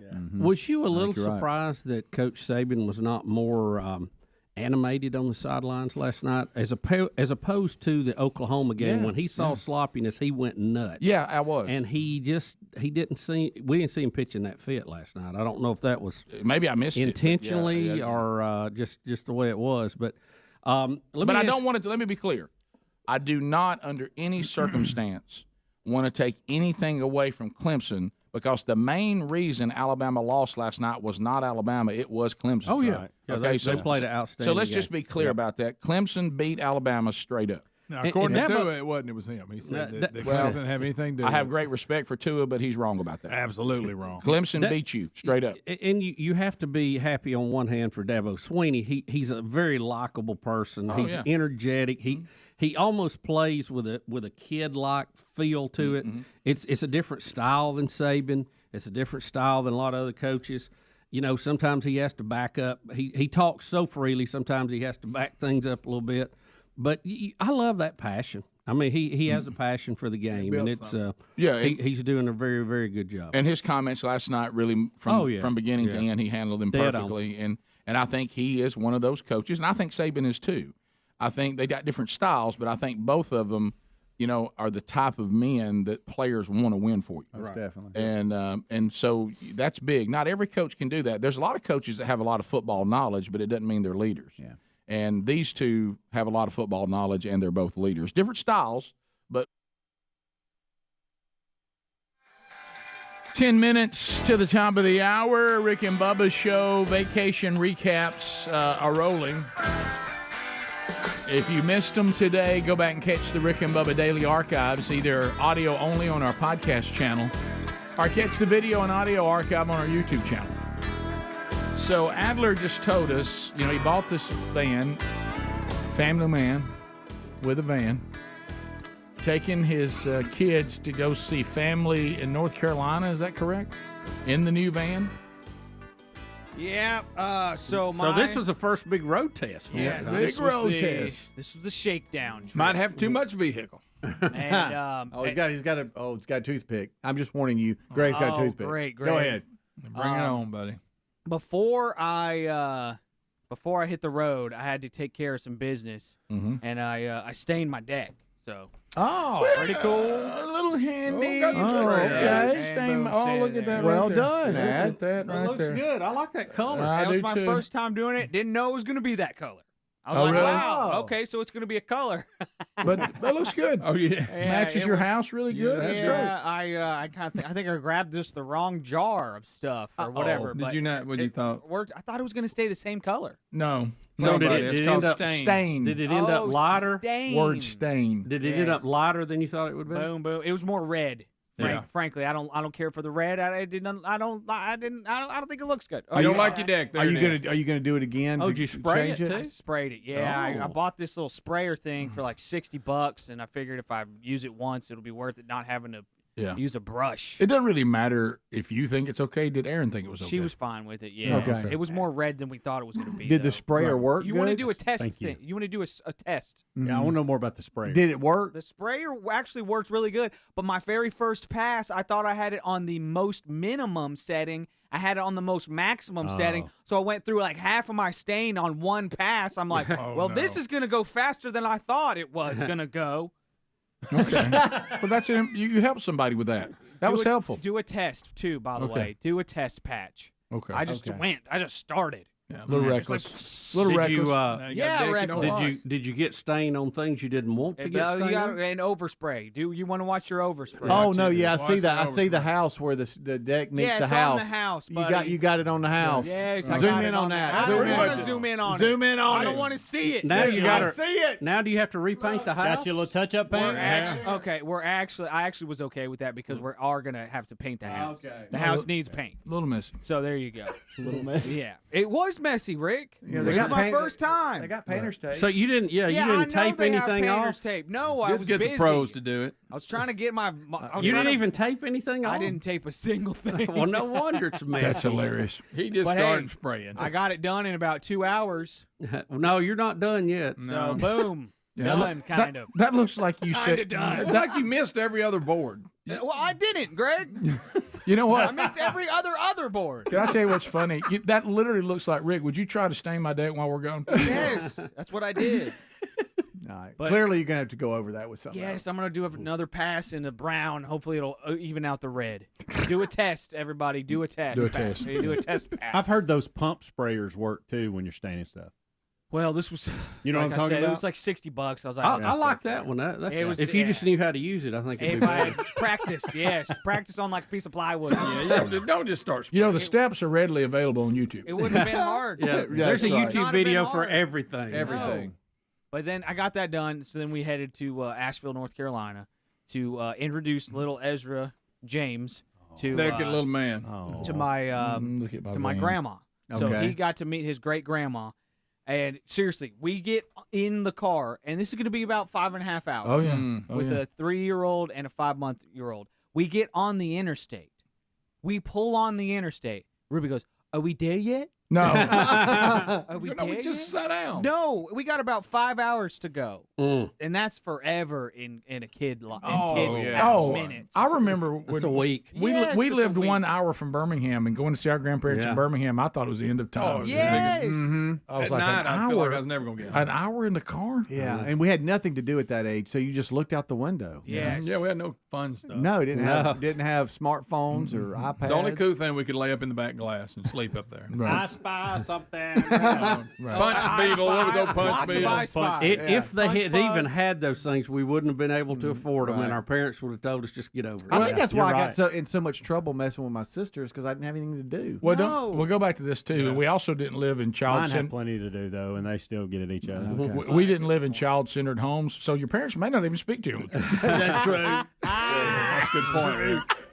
Sit back there and shut up. They may be up there just talking. All of a sudden, you see a hand from the front come back and spank you on the leg. You're like, "How'd you reach me?" Right, yeah. It's amazing. Y'all, we actually we're trying to limit screen time for our kids. Yeah, that's But wise. we, Smart. We crumbled. we're about 45 minutes What in. can We you do? crumbled. Where's the iPad? Yeah, no, Ezra's even looking at it. It's got its place. Oh my goodness! We don't do iPad on in-town trips, but we made a rule change. It's like these extended car rides. She's going crazy. Yeah. Oh, yeah. She's going nuts. Oh, yeah. And so we got her a little headset. This is the first time she's ever done it, but she put on headphones for the first time in her life, and she didn't quite understand how they worked, so they were always falling off. We had those in Delta One. And she also doesn't understand that she's talking really loud. Oh yeah. And so she'll be like, I dropped my fruit snacks, mommy. And you're like, we're right here. Right. You don't have to yell. Yeah. That looks real to him. Are right we there. there yet? No, we're still in Birmingham. No, we're man. not even Asheville. Yeah. You thought, as hearing people do the funny, "Are we there yet?" You didn't realize how real it was, did you? So real. And she kept saying, "Okay, let me know when we get there." I'm like, "Yeah, you'll know. We won't just get out. Yeah, you'll know when we're to Grandma's house. We'll tell you. It'll be very obvious. How did Ez do? Dude, he did great. I got to say, the van Oh, look is at that. awesome. Oh, yeah. Because we've got so much room for activities, Oh, yeah. in there. Is that a potty in there? We have a little. Well, yes, we got a potty in there. I thought so. Look at him. He did throw up a little bit in the car. I just That's realized all right. that in that clip. That's all right. That's all The right. amount of throw up I had on my shirt, I just walked around with throw up all week Absolutely. on my shirt. You stopped changing shirts. So Adler, did the van perform well yes. like you thought it would? Yes. Yes. No Were problem. you scared driving it? Oh no, I love Do driving. you look like a little person I driving? really it? drive. No, I look like a badass. Did someone driver. call the police say somebody's kid Can't stole a say. van?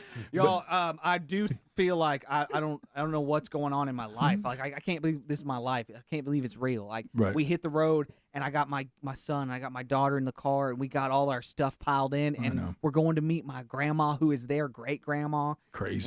We get to her house, and y'all, I think my grandma just watered a plant all day, just until we pulled up, because we pull up into her driveway and she is watering a plant in her front yard. So I think she was standing there all day. Just Right. waiting for us Yeah, to waiting get on there. you. The 'Cause fact you you were had it late. timed out that Yeah. Did you get there anywhere near when you thought you would? You know, they did pretty good. We tried to time it around naps and just bottles, and just like, all right, we're stopping. Everything's Everybody's going to the potty. Right. Everybody, Yeah. That's including you, Ezra.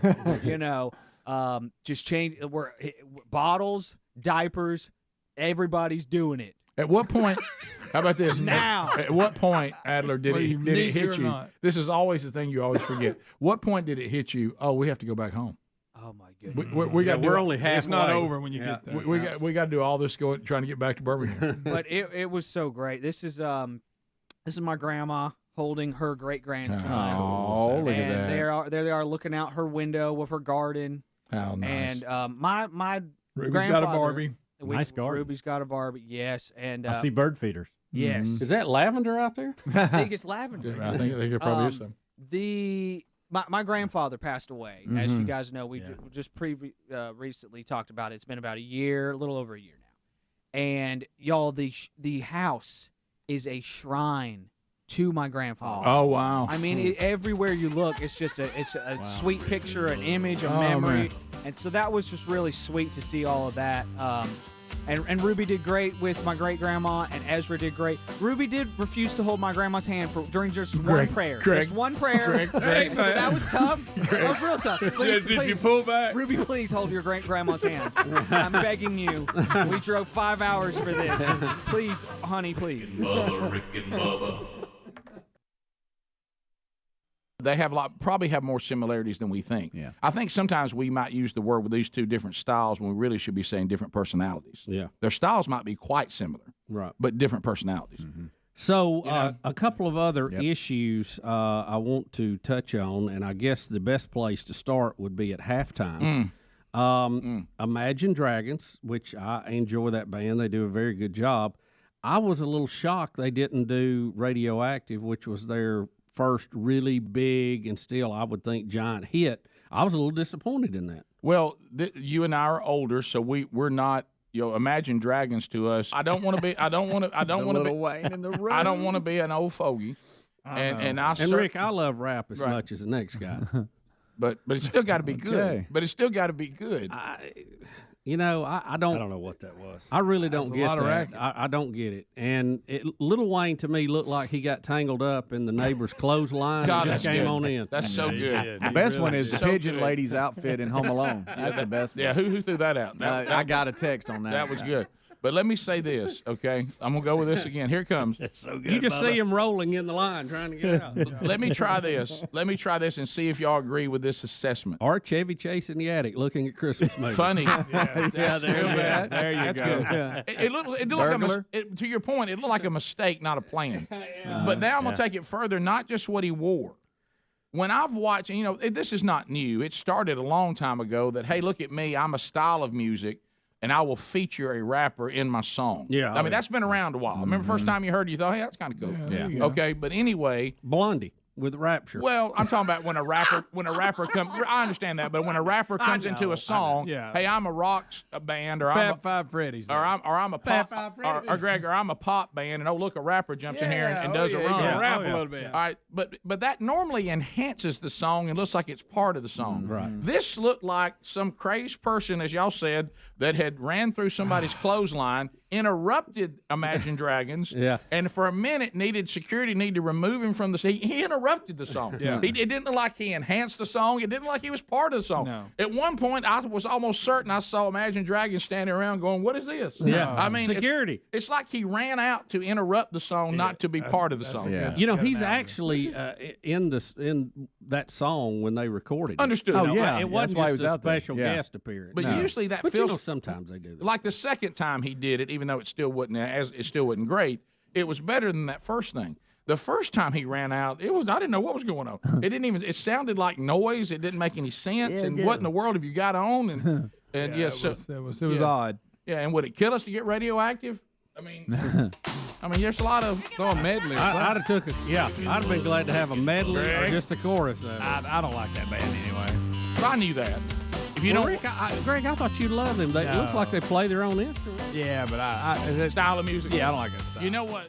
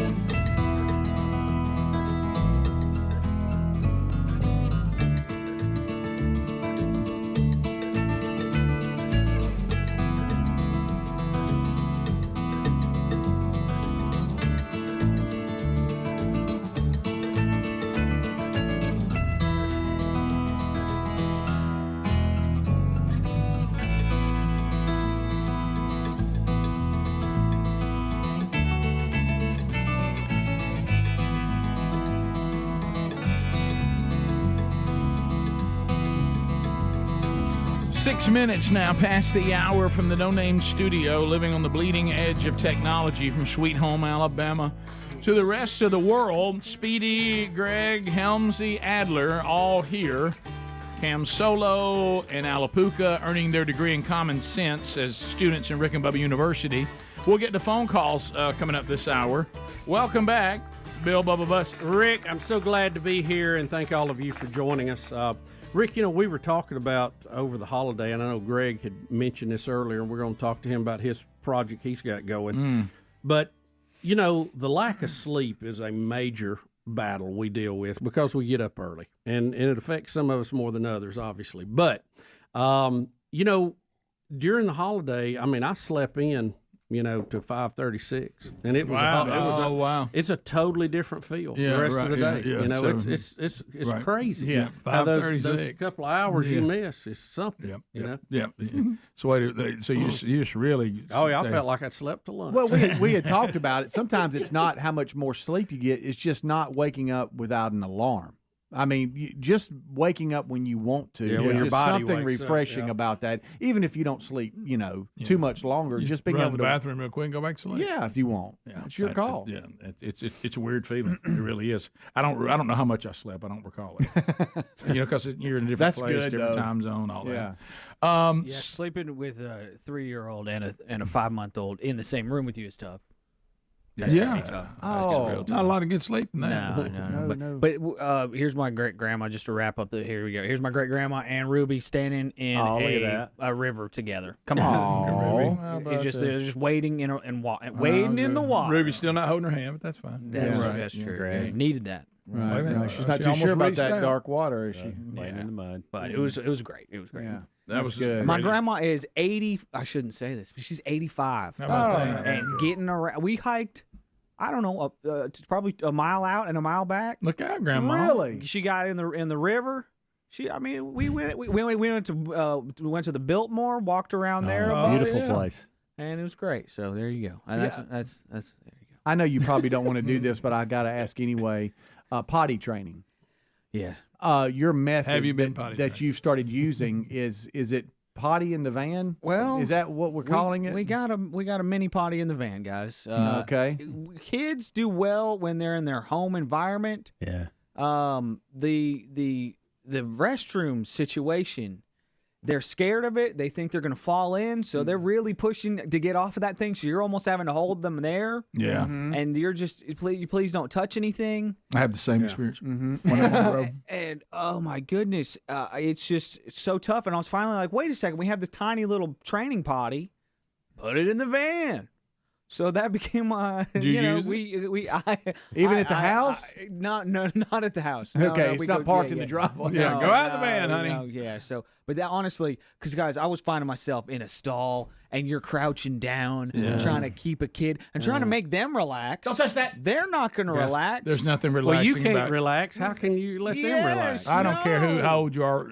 Using the restroom on the road is not a relaxing situation. No, it is not. And I'm so tired of holding a kid while I'm leaning over. I don't know why, but I accidentally take a knee every single time, and so I'm just like, oh wow, so my knee is just on the ground now, and it's like I was trying to keep her from touching something. Now my knee's on the ground. This is terrible. Knees on the ground. So on the same subject, tough stuff. My 2-year-old granddaughter, Marin, they're going through that, and of course we had a successful, pulled one off, but they sent us a video. And they were singing TT in the Potty. They're using the Rick and Bubba song, which is a great way to train them. Yeah. And she was singing. Everybody was singing. Oh, and it They worked? were also happy. Yeah, It worked great. Greg, Okay. it's amazing because River's doing the same thing, and we play TT in the potty. Hey, I'm telling you, it works. Yeah. It really does. Adler, have you tried it? It works great. No, that's what we sing. Okay, good. We sing that. And What if then- you're trying to make poopy? Well, Well, one of these days, I'm going to poo-poo too. Yeah, that's right. That's right, Greg. That's on there. Adler, It'll help you. Did you add the flag on the front tag? Yeah, it's to cover the license plate. Got you know, it. But Yeah, Aaron kept busting me. She was like, "Are you taking pictures of the van on this family trip? Because your family's not in this picture. I see a picture of the van. I don't see a picture of the family. So you don't in like it." your front. Oh, I didn't want that shown. Oh, you talking about that Dixie flag? Well, hell no, I ain't forgetting. I've seen that one. Yeah, didn't want people to see that. So Well, that has to be the old license plate because we don't have them in the front. it is actually. No. Yes. I got 2 more days on that time limit there. Bad way to run it right up to the 30 days is running out. Handling it tomorrow. Hey, wait until the last day. Why Duke's a day which you can put off till tomorrow? That's right. Tomorrow ain't been touched. By the way, somebody else texting too. Adler saying they've done the training using the training potty in the van. That's the way to go on the road. Mm-hmm. Otherwise, you're just in a bathroom. Yeah, and then the little ones in the public bathroom. And are now horrible. I'm either a guy with a girl in the bathroom, or I'm a guy in the girl's bathroom. Because Ruby's a girl. You have to, in those situations. I I don't think you can do that. Yeah, I think. Yeah, you're not allowed in the girls' bathroom. Yeah, I think I've under always no circumstance. taken my They gotta kids come in the to guys' you. bathroom. You can't do the other way. Well, you can if you identify as a woman. Yeah. Well, now let my hair down. That's true. Yeah, just take You would qualify that's if you true. shave He's your got beard. long Wait a hair. minute. Yeah. Apparently, you could identify no matter what. Don't worry about changing your look. That's what I true. do. That's true. You've got the hair for it. I do that for potty training and just to get my jollies. You know, what I'm That's saying? what I'm talking about. I don't think I'd tie those Like together. choked on a grape. Greg, and you've got some project going on at your house. Rick. What did? How, We got a little everybody else remodeling did- what project. Puppy everybody- 2023 wasn't enough. We got to remodel it. We got back on it after we got rid of the puppies. You can't follow puppies with this. Yeah. I mean, yeah, what we're about working taking on a break, catching the breath. Yeah. Come on. All the puppies, by the way, have been the new owners send pictures. Oh, yeah, and, that's you know, good. it's been everybody's doing good. I was worried you was gonna get one back before I got back. Rick, one of them, they changed Bob Seger's name to Little Bobby Burgess. That's what he That goes is by. hilarious. That's great. That's what he goes by. That's And then, fantastic. like I said, the truck driver, one of the puppies got recognized when he told him who it was in Ohio. So we That's must good. have We're- listeners in we're Ohio. worldwide, Greg. Jesse Palmer knew about it. Please tell the windows being up and Millie jumping through the window. Yeah, I had the windows up in the house just for because you get all the smell of the So what do you have done? chemicals. Your hardwood getting replaced? We're doing a whole thing. Good We're gonna night. have Good it's a big long process. Yeah. But anyway, so we opened the windows up. The ones off the porch, she just walked through it into the house, and I was like, oh crap.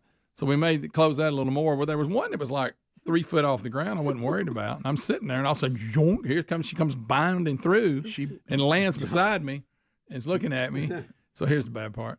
So of course I said, that's it with the windows. So I put them down. I'm sitting there watching TV. All of a sudden, wham! She thought the window was still open. Like a big bird. Wham! I had to go outside and check on her. She's okay. She's good. Gosh, But I couldn't believe it. that's so good. But I couldn't believe it was so high off the ground. I thought, well, she can't. She's not a very tall dog. She's a choice. leaper. But she went in, never touched the sides or anything and landed and thought she was going to do it again, but the window was closed. That's good. She won't do it again. No, she's done with Does she that. like you now? Just depends. Not really. Yeah, done a lot for her. Yeah. Yeah. She saw you close the window. Animals have no concept. You act of as if she's coming around a little bit. She's a little better, Right. to me. But she just Your voice a little bit sweeter. She's too? chewing on lots. She chews on too many things. You know how those, Rocking you know how those reels come up all the time. People want to watch stuff. Yeah. It's talking about dogs. So it was. What was Chung's name? Kathy Chung, Connie Chung. Connie Chung. Connie Chung was And Kathy's sister. was interviewing Godfather. What's his name? The actors. Al Al Pacino. Pacino. No, the Godfather himself. Marlon Brando. Marlon Brando. And he's there, and she's wanting to talk to him about being considered the greatest actor of all time or whatever. Well, he's got a dog that won't leave him alone in the interview. And the dog comes in, he goes, you want to see a great actor? Chip right here's a great actor. He's acting like he loves me when he just wants to eat. He said, there's an actor right there. Yeah. He said, all this you're watching right now ain't nothing but acting. Yeah. Funny. Yeah, so there's a lot of truth to that. Yeah. So Millie's just acting, probably. Yeah, right. Because she wants me to feed her. That's a good point. Yeah. Right? Yeah. Hated to ruin that moment for you. Yeah. but- Well, Don't I'll tell reason you why. what she won't do is jump through another window. No, you solved that. That's out. She hit it hard, too. I was glad I didn't bust the window. We'll come back. First phone segment of the week. And Watch out. since we've been away, we'll see what's on all of your minds. All 10 lines are available. The interns are ready to go. You dial us up. We'll chat with you when the Rick and Bubba show continues. Rick and Bubba, Rick and Bubba. Healy.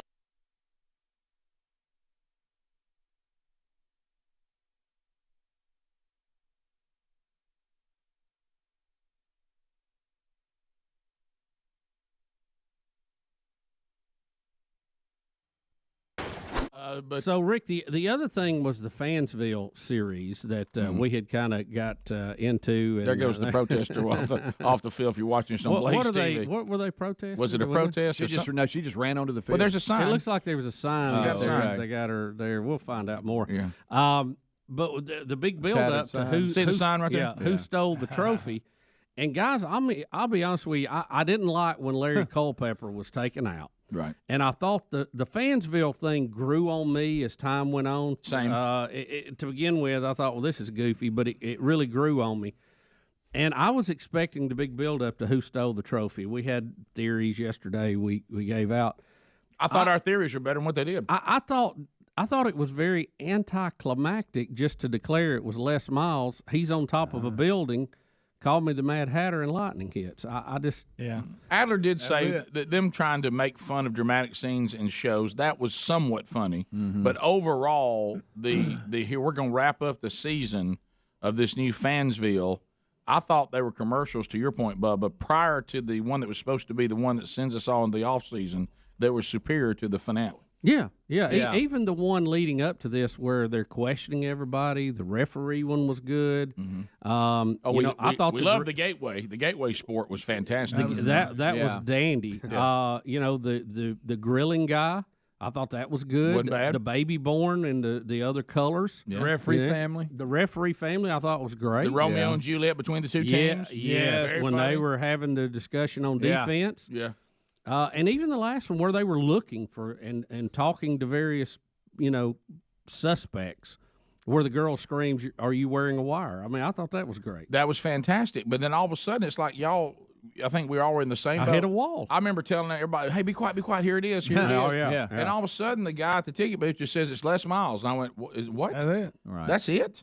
I even thought then, well, he's wrong. We're going to get there. Right. It's going to be gonna be something. Larry Culpepper. I even liked the way they shot. So initially, it looked like he was a prisoner, but and then they turned it into a ticket booth, which it was a great play. But I don't know. I felt empty when it was over. I did too. Know. It was not. Somebody help me. It was mediocre, and I thought that really of all the theories we came up with, I'm not so sure that.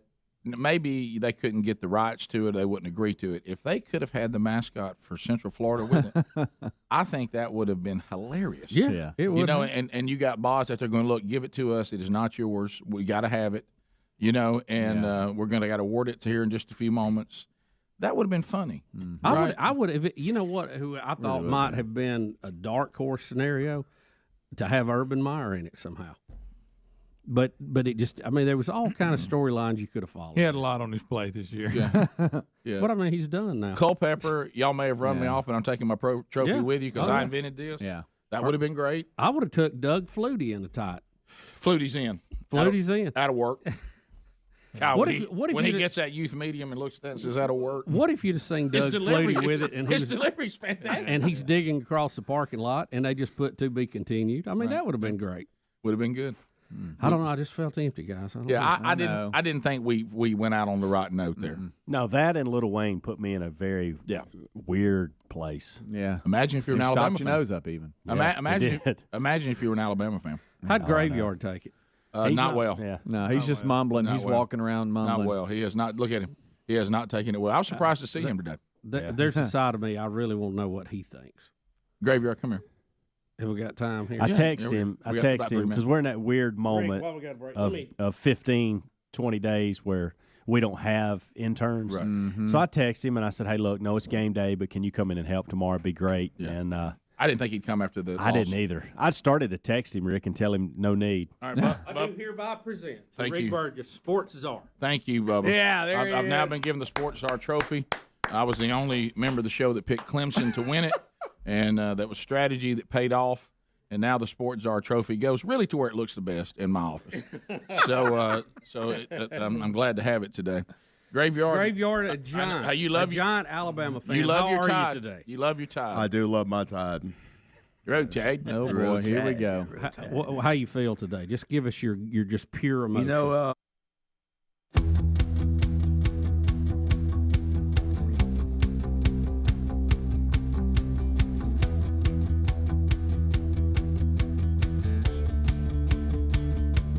It is 21 minutes past the hour. America, the lines are open. We haven't chatted with you guys in about 8 days. We'd love to. 866-WE-BE-BIG. See what's on your mind. You can comment on things you've heard. Bring up your own topics. Whatever you want to do. Lines are available. If you move now, the interns should be able to get you lined up and get you ready to go. So let's get started. Let's go to Fred. Fred is out Mishawaka, Alabama. Fred, welcome to the Rick and Bubba Show. What's on your mind, buddy? Go right ahead. Good morning. Hey. I was just curious. I got word from some people up at Lake Martin last week. Joe Osteen was up there during the 4th of July. I was just wondering if he was part of the entourage that went with Bubba to the fire department.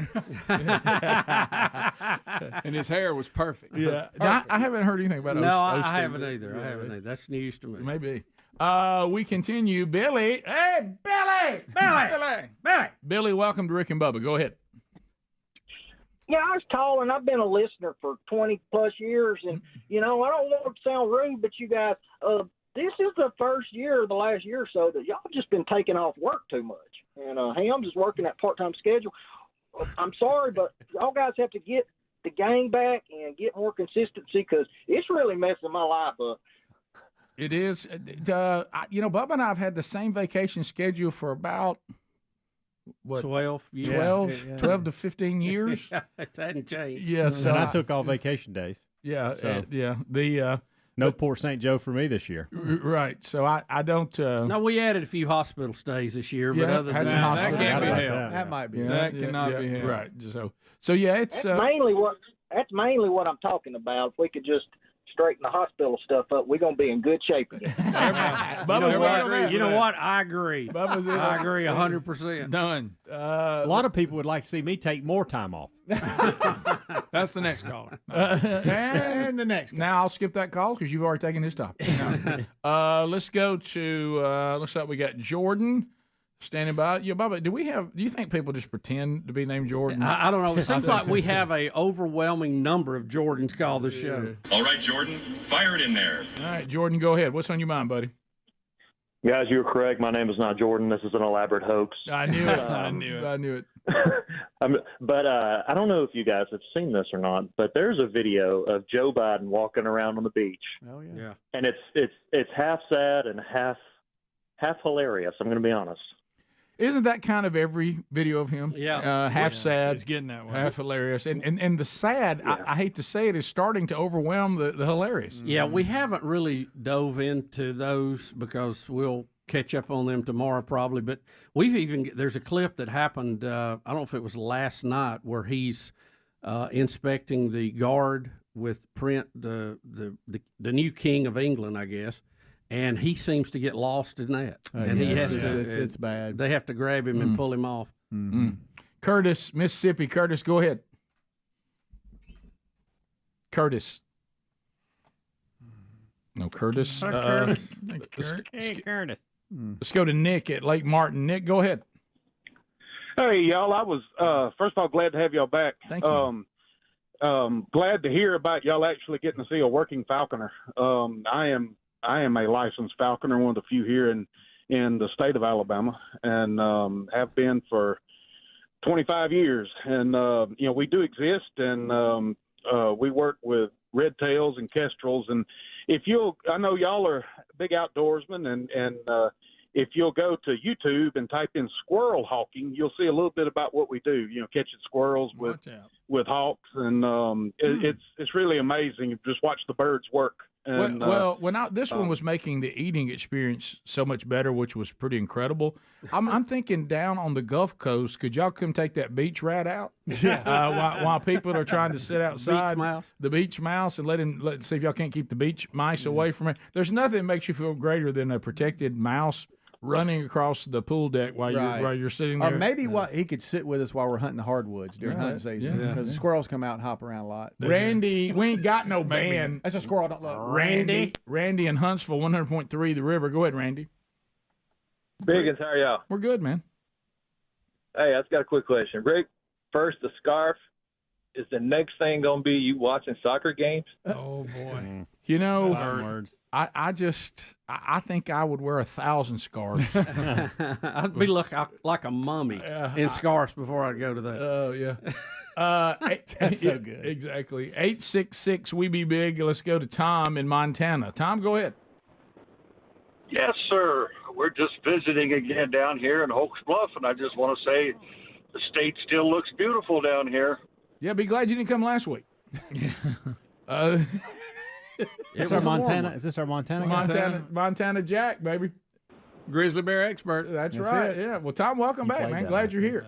And Tom, we want to come visit your state. You're going to have to tell us where to go. Heck yeah. Missouri, Steve standing by. Steve, go ahead. Hey, Rick, I really enjoy listening to your talk about your trip to France. Thank you. In the first segment, good to have you back, by the way. Nice and safe. In your first segment, you mentioned a couple of French phrases. Well, here's one I really want to hear in French. These 5 words. I ain't never been nowhere. Yeah, you know what? I need to get Sherry to work on that. I bet we could pull that off. Something that works. You know, it didn't take them long to figure that one. Yeah. What about can't have nothing? Hey, I mean, let me tell you. Let me tell you this is. Did I tell y'all that I got Delta back on the back end because the fact that I ended up having to drive over to Atlanta. So now, and we even tried to call to say, hey, just so y'all know, our final destination will be Atlanta now. And it was so convoluted to try to get that done. Finally, the woman says, you won't save any money. And so I told Sherry, I said, since it's an international flight, which is one thing that makes the connections, you got to allow more time if you're on an international flight. When you get to the United States of America, wherever it is, you have to take your luggage back. And then you put it back on there again if you're catching a connection. Okay. And I said, so since we're getting the luggage, let's just leave. Yeah. And I said, so we don't, just quit worrying about that. Well, of course, we would have missed the Birmingham connection because would you? We were delaying Paris. They didn't leave on time. Then you get there. Then you got to go through customs, which there wasn't any problem there. That was a lot smoother than it's been in a long time. Then you got to wait on your luggage to come off the plane, which these are international flights, so that takes longer. So by the time we had our luggage in our hand, there was no way we were going to make the Birmingham connection. No way. So we just went on out, got on the shuttle, went back to where I parked the truck, and thanks to a listener for telling me about one of the places to park there. That worked out great. So anyway, I forgot about it. So we get home, get up on Saturday. Also, I'm getting all these alerts from Delta. I would have had to stay in Atlanta another night. They were like, all right, you're boarding today, and here's the seat. Like that, I just started laughing. I said, look, we would have been in a nightmare.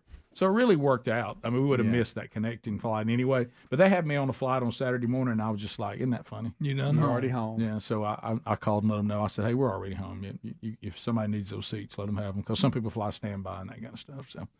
So anyway, how about Just John, Bubba? Oh. Hey, Just John, how you doing, buddy?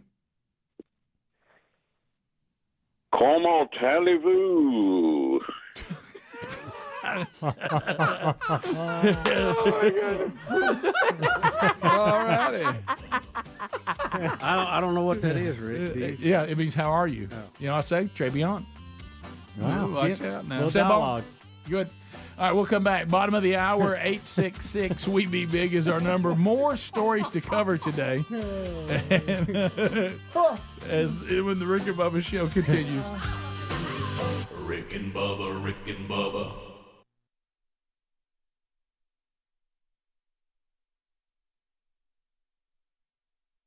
I ain't never been nowhere. Je n'ai jamais été nulle part. It doesn't feel good at all, but you really got to think no other team has won the amount of championships in this amount of time span that Alabama has done. Right. And you win some, you lose some, and really the only takeaway that I can really say is that was some really terrible coaching last night. Oh my gosh! Oh, here we go. And so you want from Saving Fire? Don't, Greg, please don't interrupt. No, let's not go that far. He's getting emotional, guys. Let him go. Let's not go that far. But either way, the sun comes up. Sun came out today, and yeah. Well, no, we think it is. It's not quite. So we're about there. We're about there. So close. You think the coaching just wasn't there? Well, I don't know why you're going for it on 4th down with your kicker trying to block with your 3rd string quarterback. I don't get that call. I just don't. So I have to explain that one. At what point did it set in, hey, it's over? I think when one of our defensive backs was on his back, and then the receiver was just strutting into the end zone. You talking about the one from Phoenix City that didn't come to Alabama? Yes, sir. Mm-hmm. I hope that guy is he all right? Did we get a post? Was that Sabian report? Who was that? I couldn't tell you. It looked like a dislocated ankle. Yeah. The great Law Kane was on the scene. So. Yeah, he was. I think he was faking it. Greg said that Kane was helping him out. Yeah, I heard you say he. You think it's time to go back to Jalen? Rick Burgess. Nah. Jalen got put in a tough spot there last night. Yeah, like I think that's what they were hoping for was, hey, let's put Jalen in and let's see if he can do something. But that defense was just not letting it happen. Much like Tua, he was on the run. Yeah, the main reason Alabama lost, and certainly there's multiple, but the main reason was Clemson. Oh yeah, That's Clemson was the better team. Yeah. We'll be back. More Rick and Bubba next. Rick and Bubba, Rick and Bubba.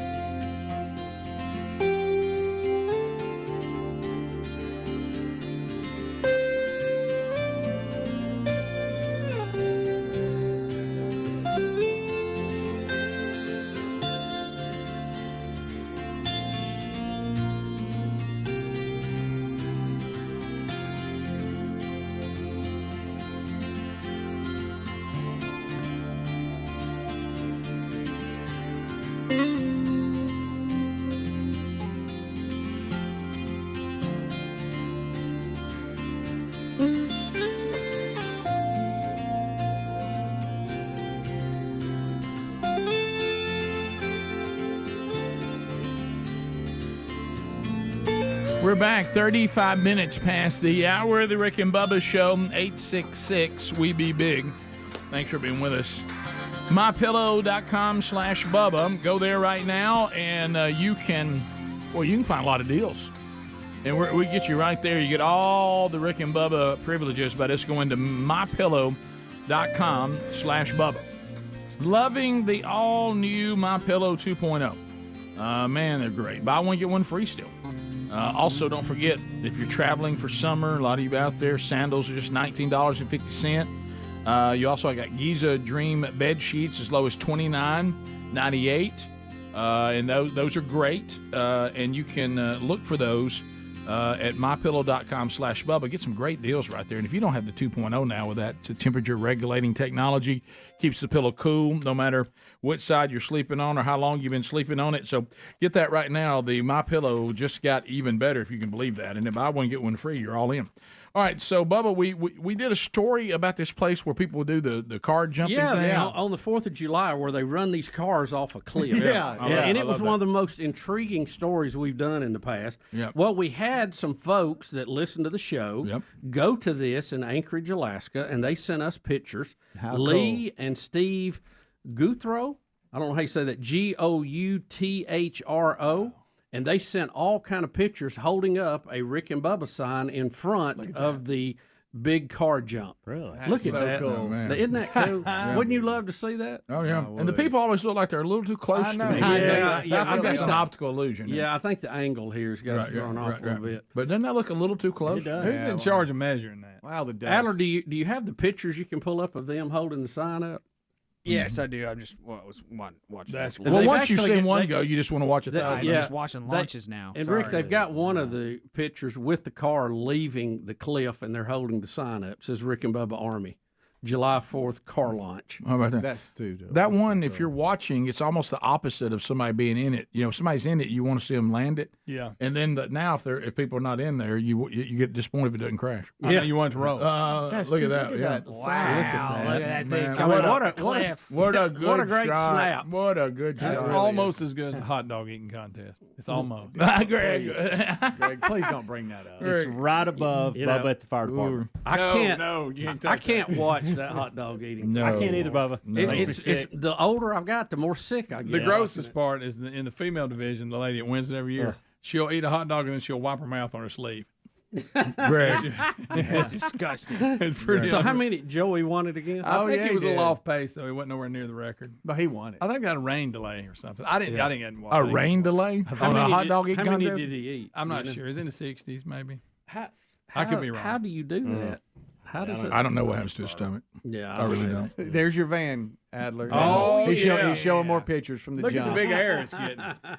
Guys, I gotta be honest with you. I think I could set up a little outdoor chair and sit and watch a lot of that. I could watch a lot of that. Rick, I'd buy a ticket to see that. You know, That's one of those things you can tell in person. It's so much better. Oh, can you imagine? Yeah, speaking of in person, so much better. Wow. Rick? Well, there he is. Is Down that Lake in Lake Martin. Martin? There he is down Lake Martin. I think that's Joel Osteen. Is that him or somebody just looks like at Lake Martin? That either looks exactly like him or that's Joel Osteen at Lake Martin. He looks a lot like I don't know. He does. He Is really that does. Joel? I think he's younger. Now, his than buddy Joel. beside him doesn't look like he's no, with him. But, Greg, is Bubby beside it? That guy beside him, his name is either Larry Wayne, Billy Wayne. and he ain't going nowhere without that camo hat. No, not at if all. I'm going out, the hat is with me. That's my thing. Is that him? I don't know. No. I think, to me, I just feel like somebody looks like him. Yeah, I do too. The reason why I don't think it's him is his eyes are open. That's true. All right. You can leave. See you later. Parlez-vous français? Rick, you're back. You're not in France anymore. You're out. Hey, you talk about somebody takes mini naps. Oh, yeah. Man, long I mean, he shuts his eyes for a while. Then he'll jar it back up. To Mississippi. Yeah, right. I know. And by the way, in daytime TV, it is the for some reason we go work out. Is that a fallback position? Yeah, I mean, it's like it's pretty regular, Rick. If local TV morning shows don't have a segment to fill, they always bring some workout person. And it's a different one, so that you're given, you know. But I mean, why is that always associated with local morning TV? The workout segments. I know. I wish. You remember JJ wouldn't make any improvements, so they stopped doing it. No, that's not true. Yeah, you're right. You're like, wait a minute. JJ, I'm sorry. But y'all have remember you noticed how many times we've looked up and there's some sort of workout thing going on? favorite. A lot. We'll never beat the That's how Ronald McDonald was up there. He can't even say it. Can't. You remember that moment? Yes, I know exactly what you're talking about. And we have to look up at the wrong time. Yeah, you got to be careful of I've your heard of angles. Happy Meal, but that's over the line.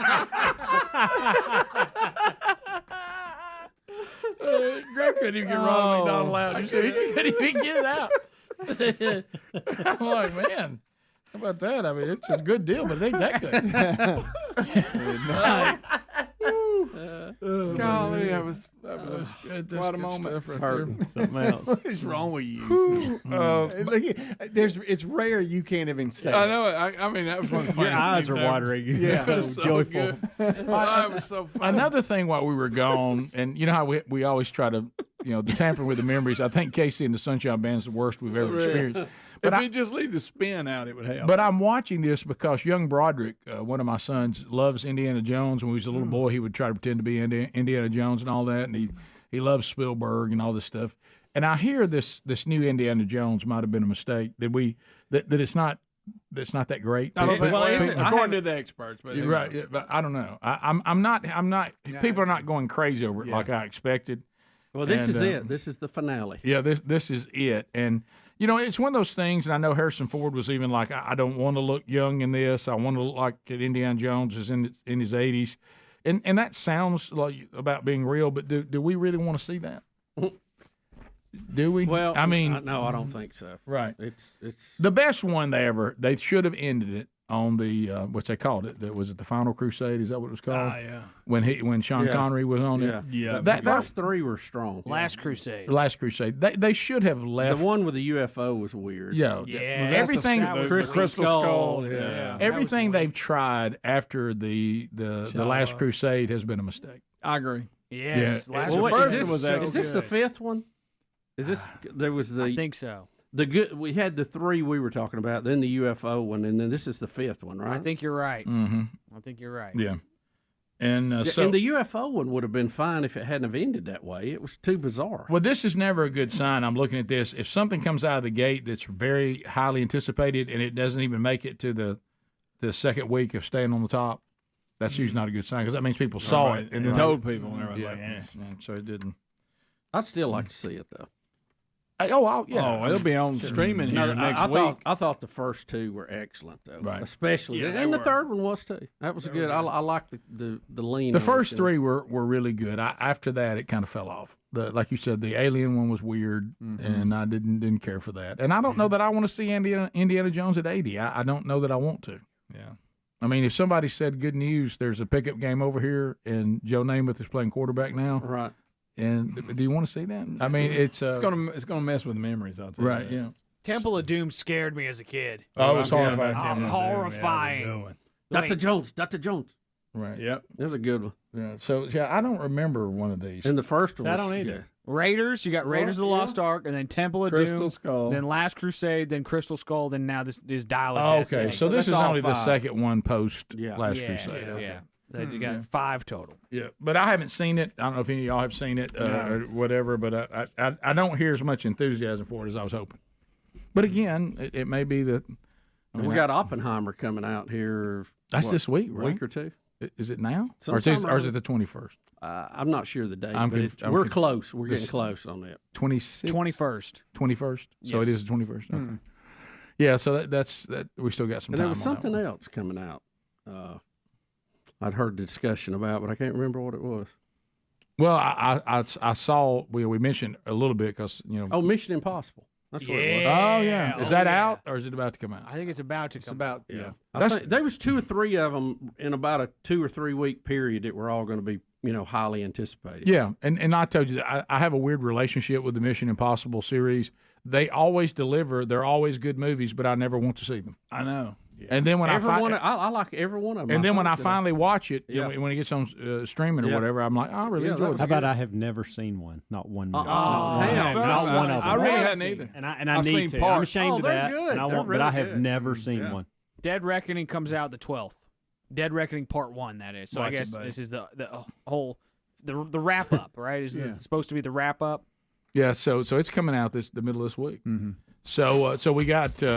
Is this one of those things where I need to go back and watch from the start before I watch this? You don't have to. It's a different story. It's kind of like James Bond. They build on each other, but you don't have to know the whole story. Final phone calls of the hour and any stories we missed when the Rick and Bubba show continues. We come back right after this.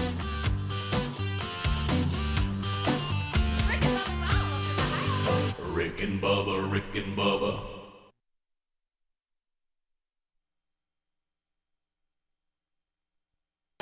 Out of Fort Payne, Alabama. Anthony, welcome. How you doing? We're great. I'm good. How about you, buddy?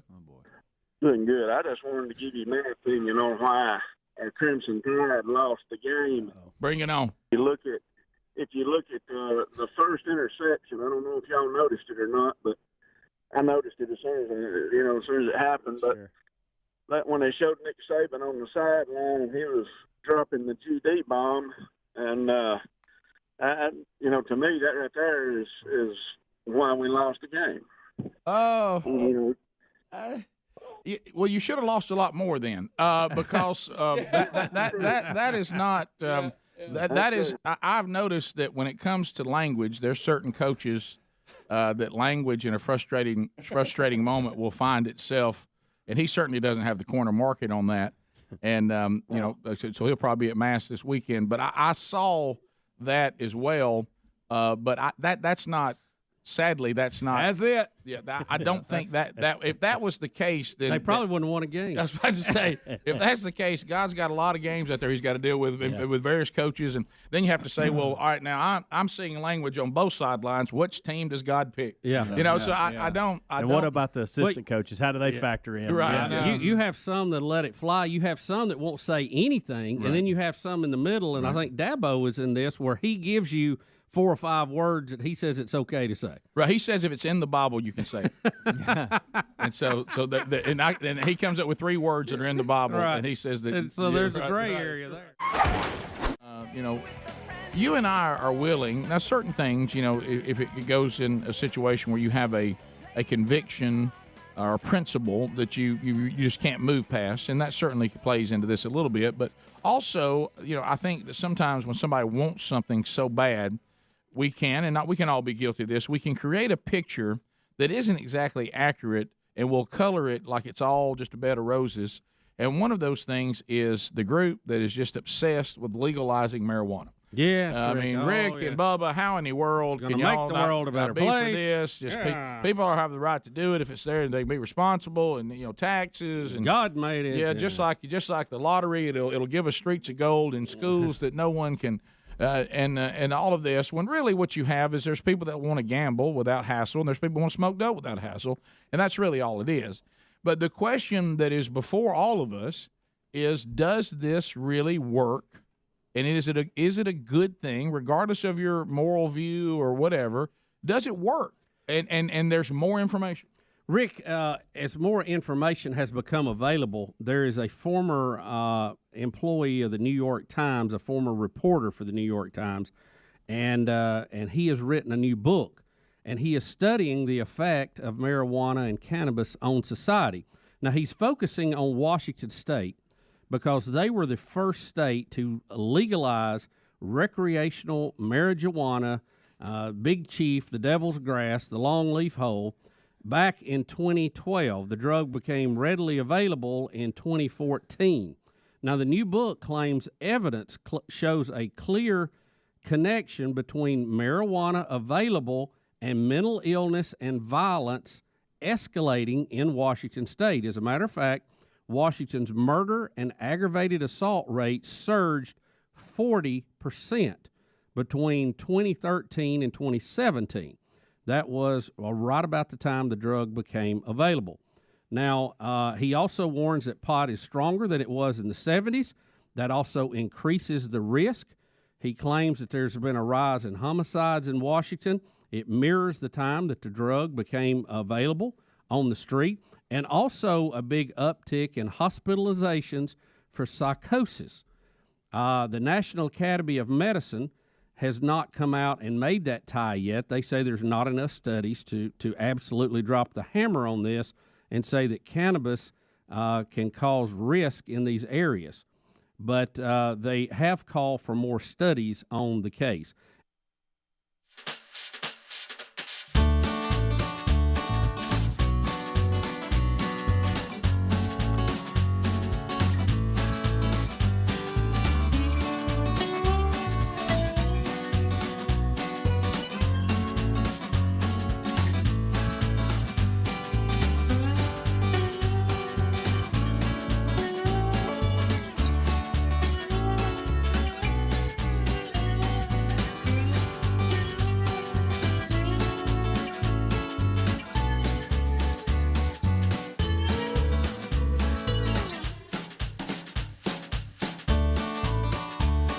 10 minutes to the top of the hour, Rick and Bubba. Wrapping up the hour, good to be back. And hope you enjoyed the best of shows while we were away. We gave you vacation recaps today. If you missed those, catch the archives if you missed them live. The archives are available on our podcast channel, audio only, our YouTube channel, video and audio. Best of Hour on the audio and the video, and that Best of Hour also seen on Blaze TV every day. So if you missed the show, you can get any of it you missed in our archive options. All right, so now, Bubba, what is this thing that you have for us to look at here? I don't Rick, fully they understand. flipped the switch on one of Las Vegas's newest attractions, the Sphere, and it's a building. It looks like a giant ball. Mm-hmm. And I think aren't they having concerts in it? Or Adler? What do you get inside of it? I don't know what it is. But it's covered in LED lights on the outside. Yeah, this is real. So I can't believe they it's can real. project anything they want to on the outside of this giant theater. I'm trying to put that together. And Adler's going to show you several things from the weekend that they had going on. But how weird, Rick! It is huge. It's a huge black ball that you see there in the daytime. Look how small the cars are next to it. Good night. Look at that. And you do stuff inside it? Yes. It's a venue. You go in? U2 is going to do concerts there, like a residency. And this is the outside of the building. And that's the outside of the building. The entire That outside is part of the crazy. building is an Look at LED that. projection. Look at that. What if y'all looked up Miss Guys, Greg's that's- face? It's an LED screen. Yeah, That's just screen. weird. It's crazy. Wow. So when the We may concert's going see- on, will it be showing them on the outside? now? But you think about this. You may be seeing the future of how buildings are going to be built. Could be. That's weird. Foul. I don't like They made it look like an eyeball. Foul. That's creepy. That's an animal's eye. It costs to build this $2.3 billion. Good night. And billion. And it uses 150 terawatt hours of electricity per year to power the massive screen. Wow. How you like that power bill? U2 is going to Yeah, do for like real. a residency there. Yeah, I heard Morgan Wallen's going to be there too. You're going to be there with it. Look at it now. Look, They're it going looks to have like to open the dam. It up looks here, I like the think. moon is sitting in the middle of Las Vegas. That's Isn't that wild? crazy, That's man. nuts. It's as big as a skyscraper, and it's just a big old ball TV. All right. Also, How other do you design that and build that? That's That's It's remarkable. unbelievable. So also, and pull it off. yeah. Yeah. Also, while we were gone, I saw where Ben and Jerry's did this ridiculous. Did you see Did that? you they get see in what's trouble? happened to them? Well, is that true or somebody? They've had a chief take them up and say, "We want your headquarters building." But is that real or somebody just make there's that a story. story? There's a story about it. So Ben and Jerry's, of course, I don't. lib. It's almost like Disney, Ben and Jerry's, of course, Anheuser-Busch. It's like all these icons that have been around forever. It's like they're saying, "Hey, let's see if we can't commit corporate suicide." Yeah. I mean, they're just Let's ignore everything that we learned.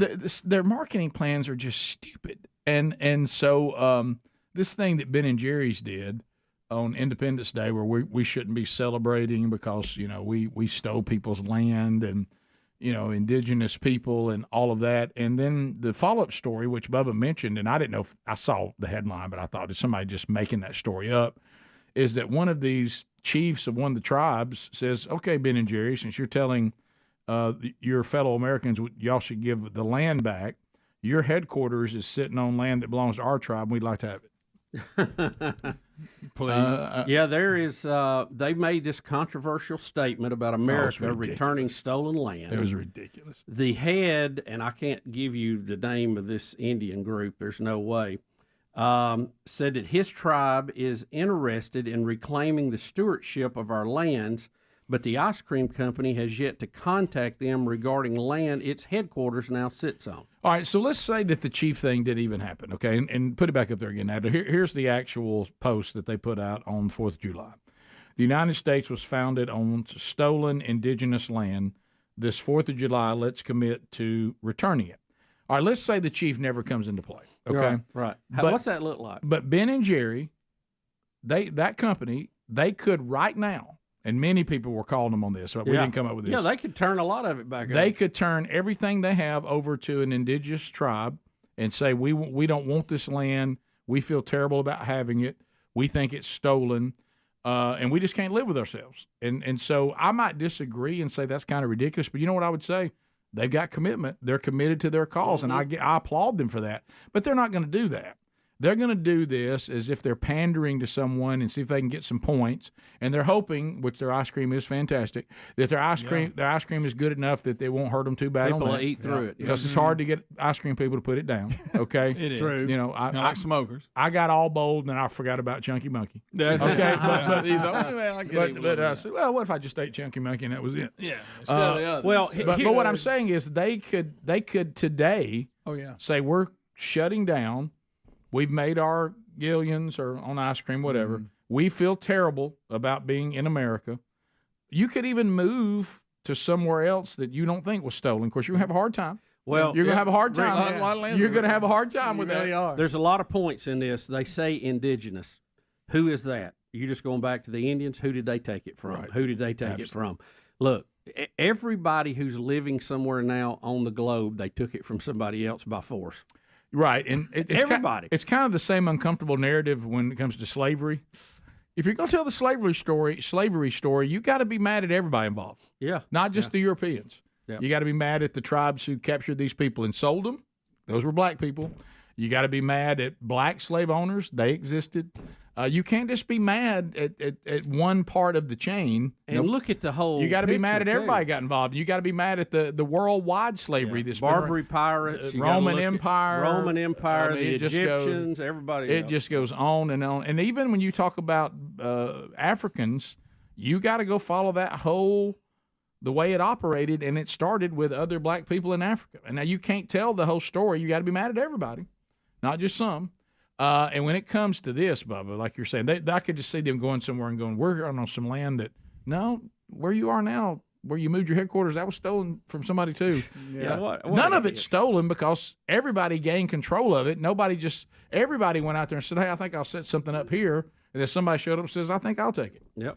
That's been going on since the fall of mankind.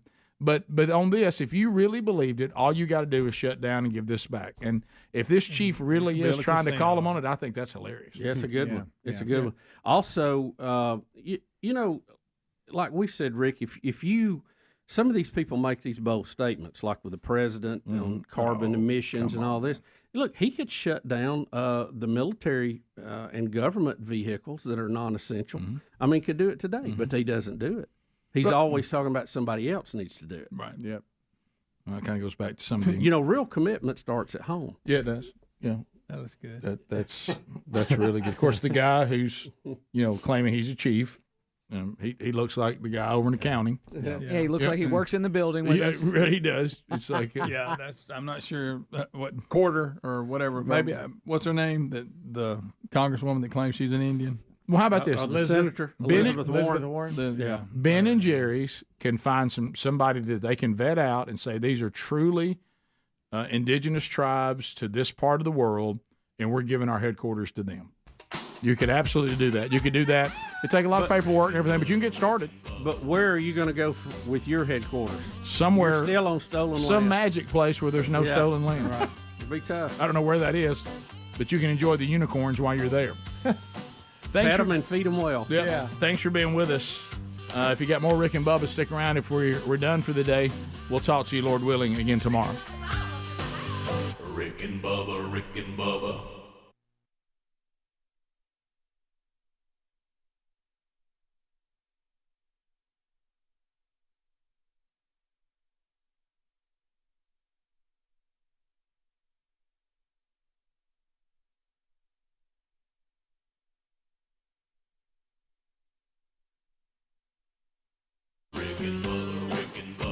This is the Rick and Bubba Show. Watch more at blazetv.com/Rick and Bubba.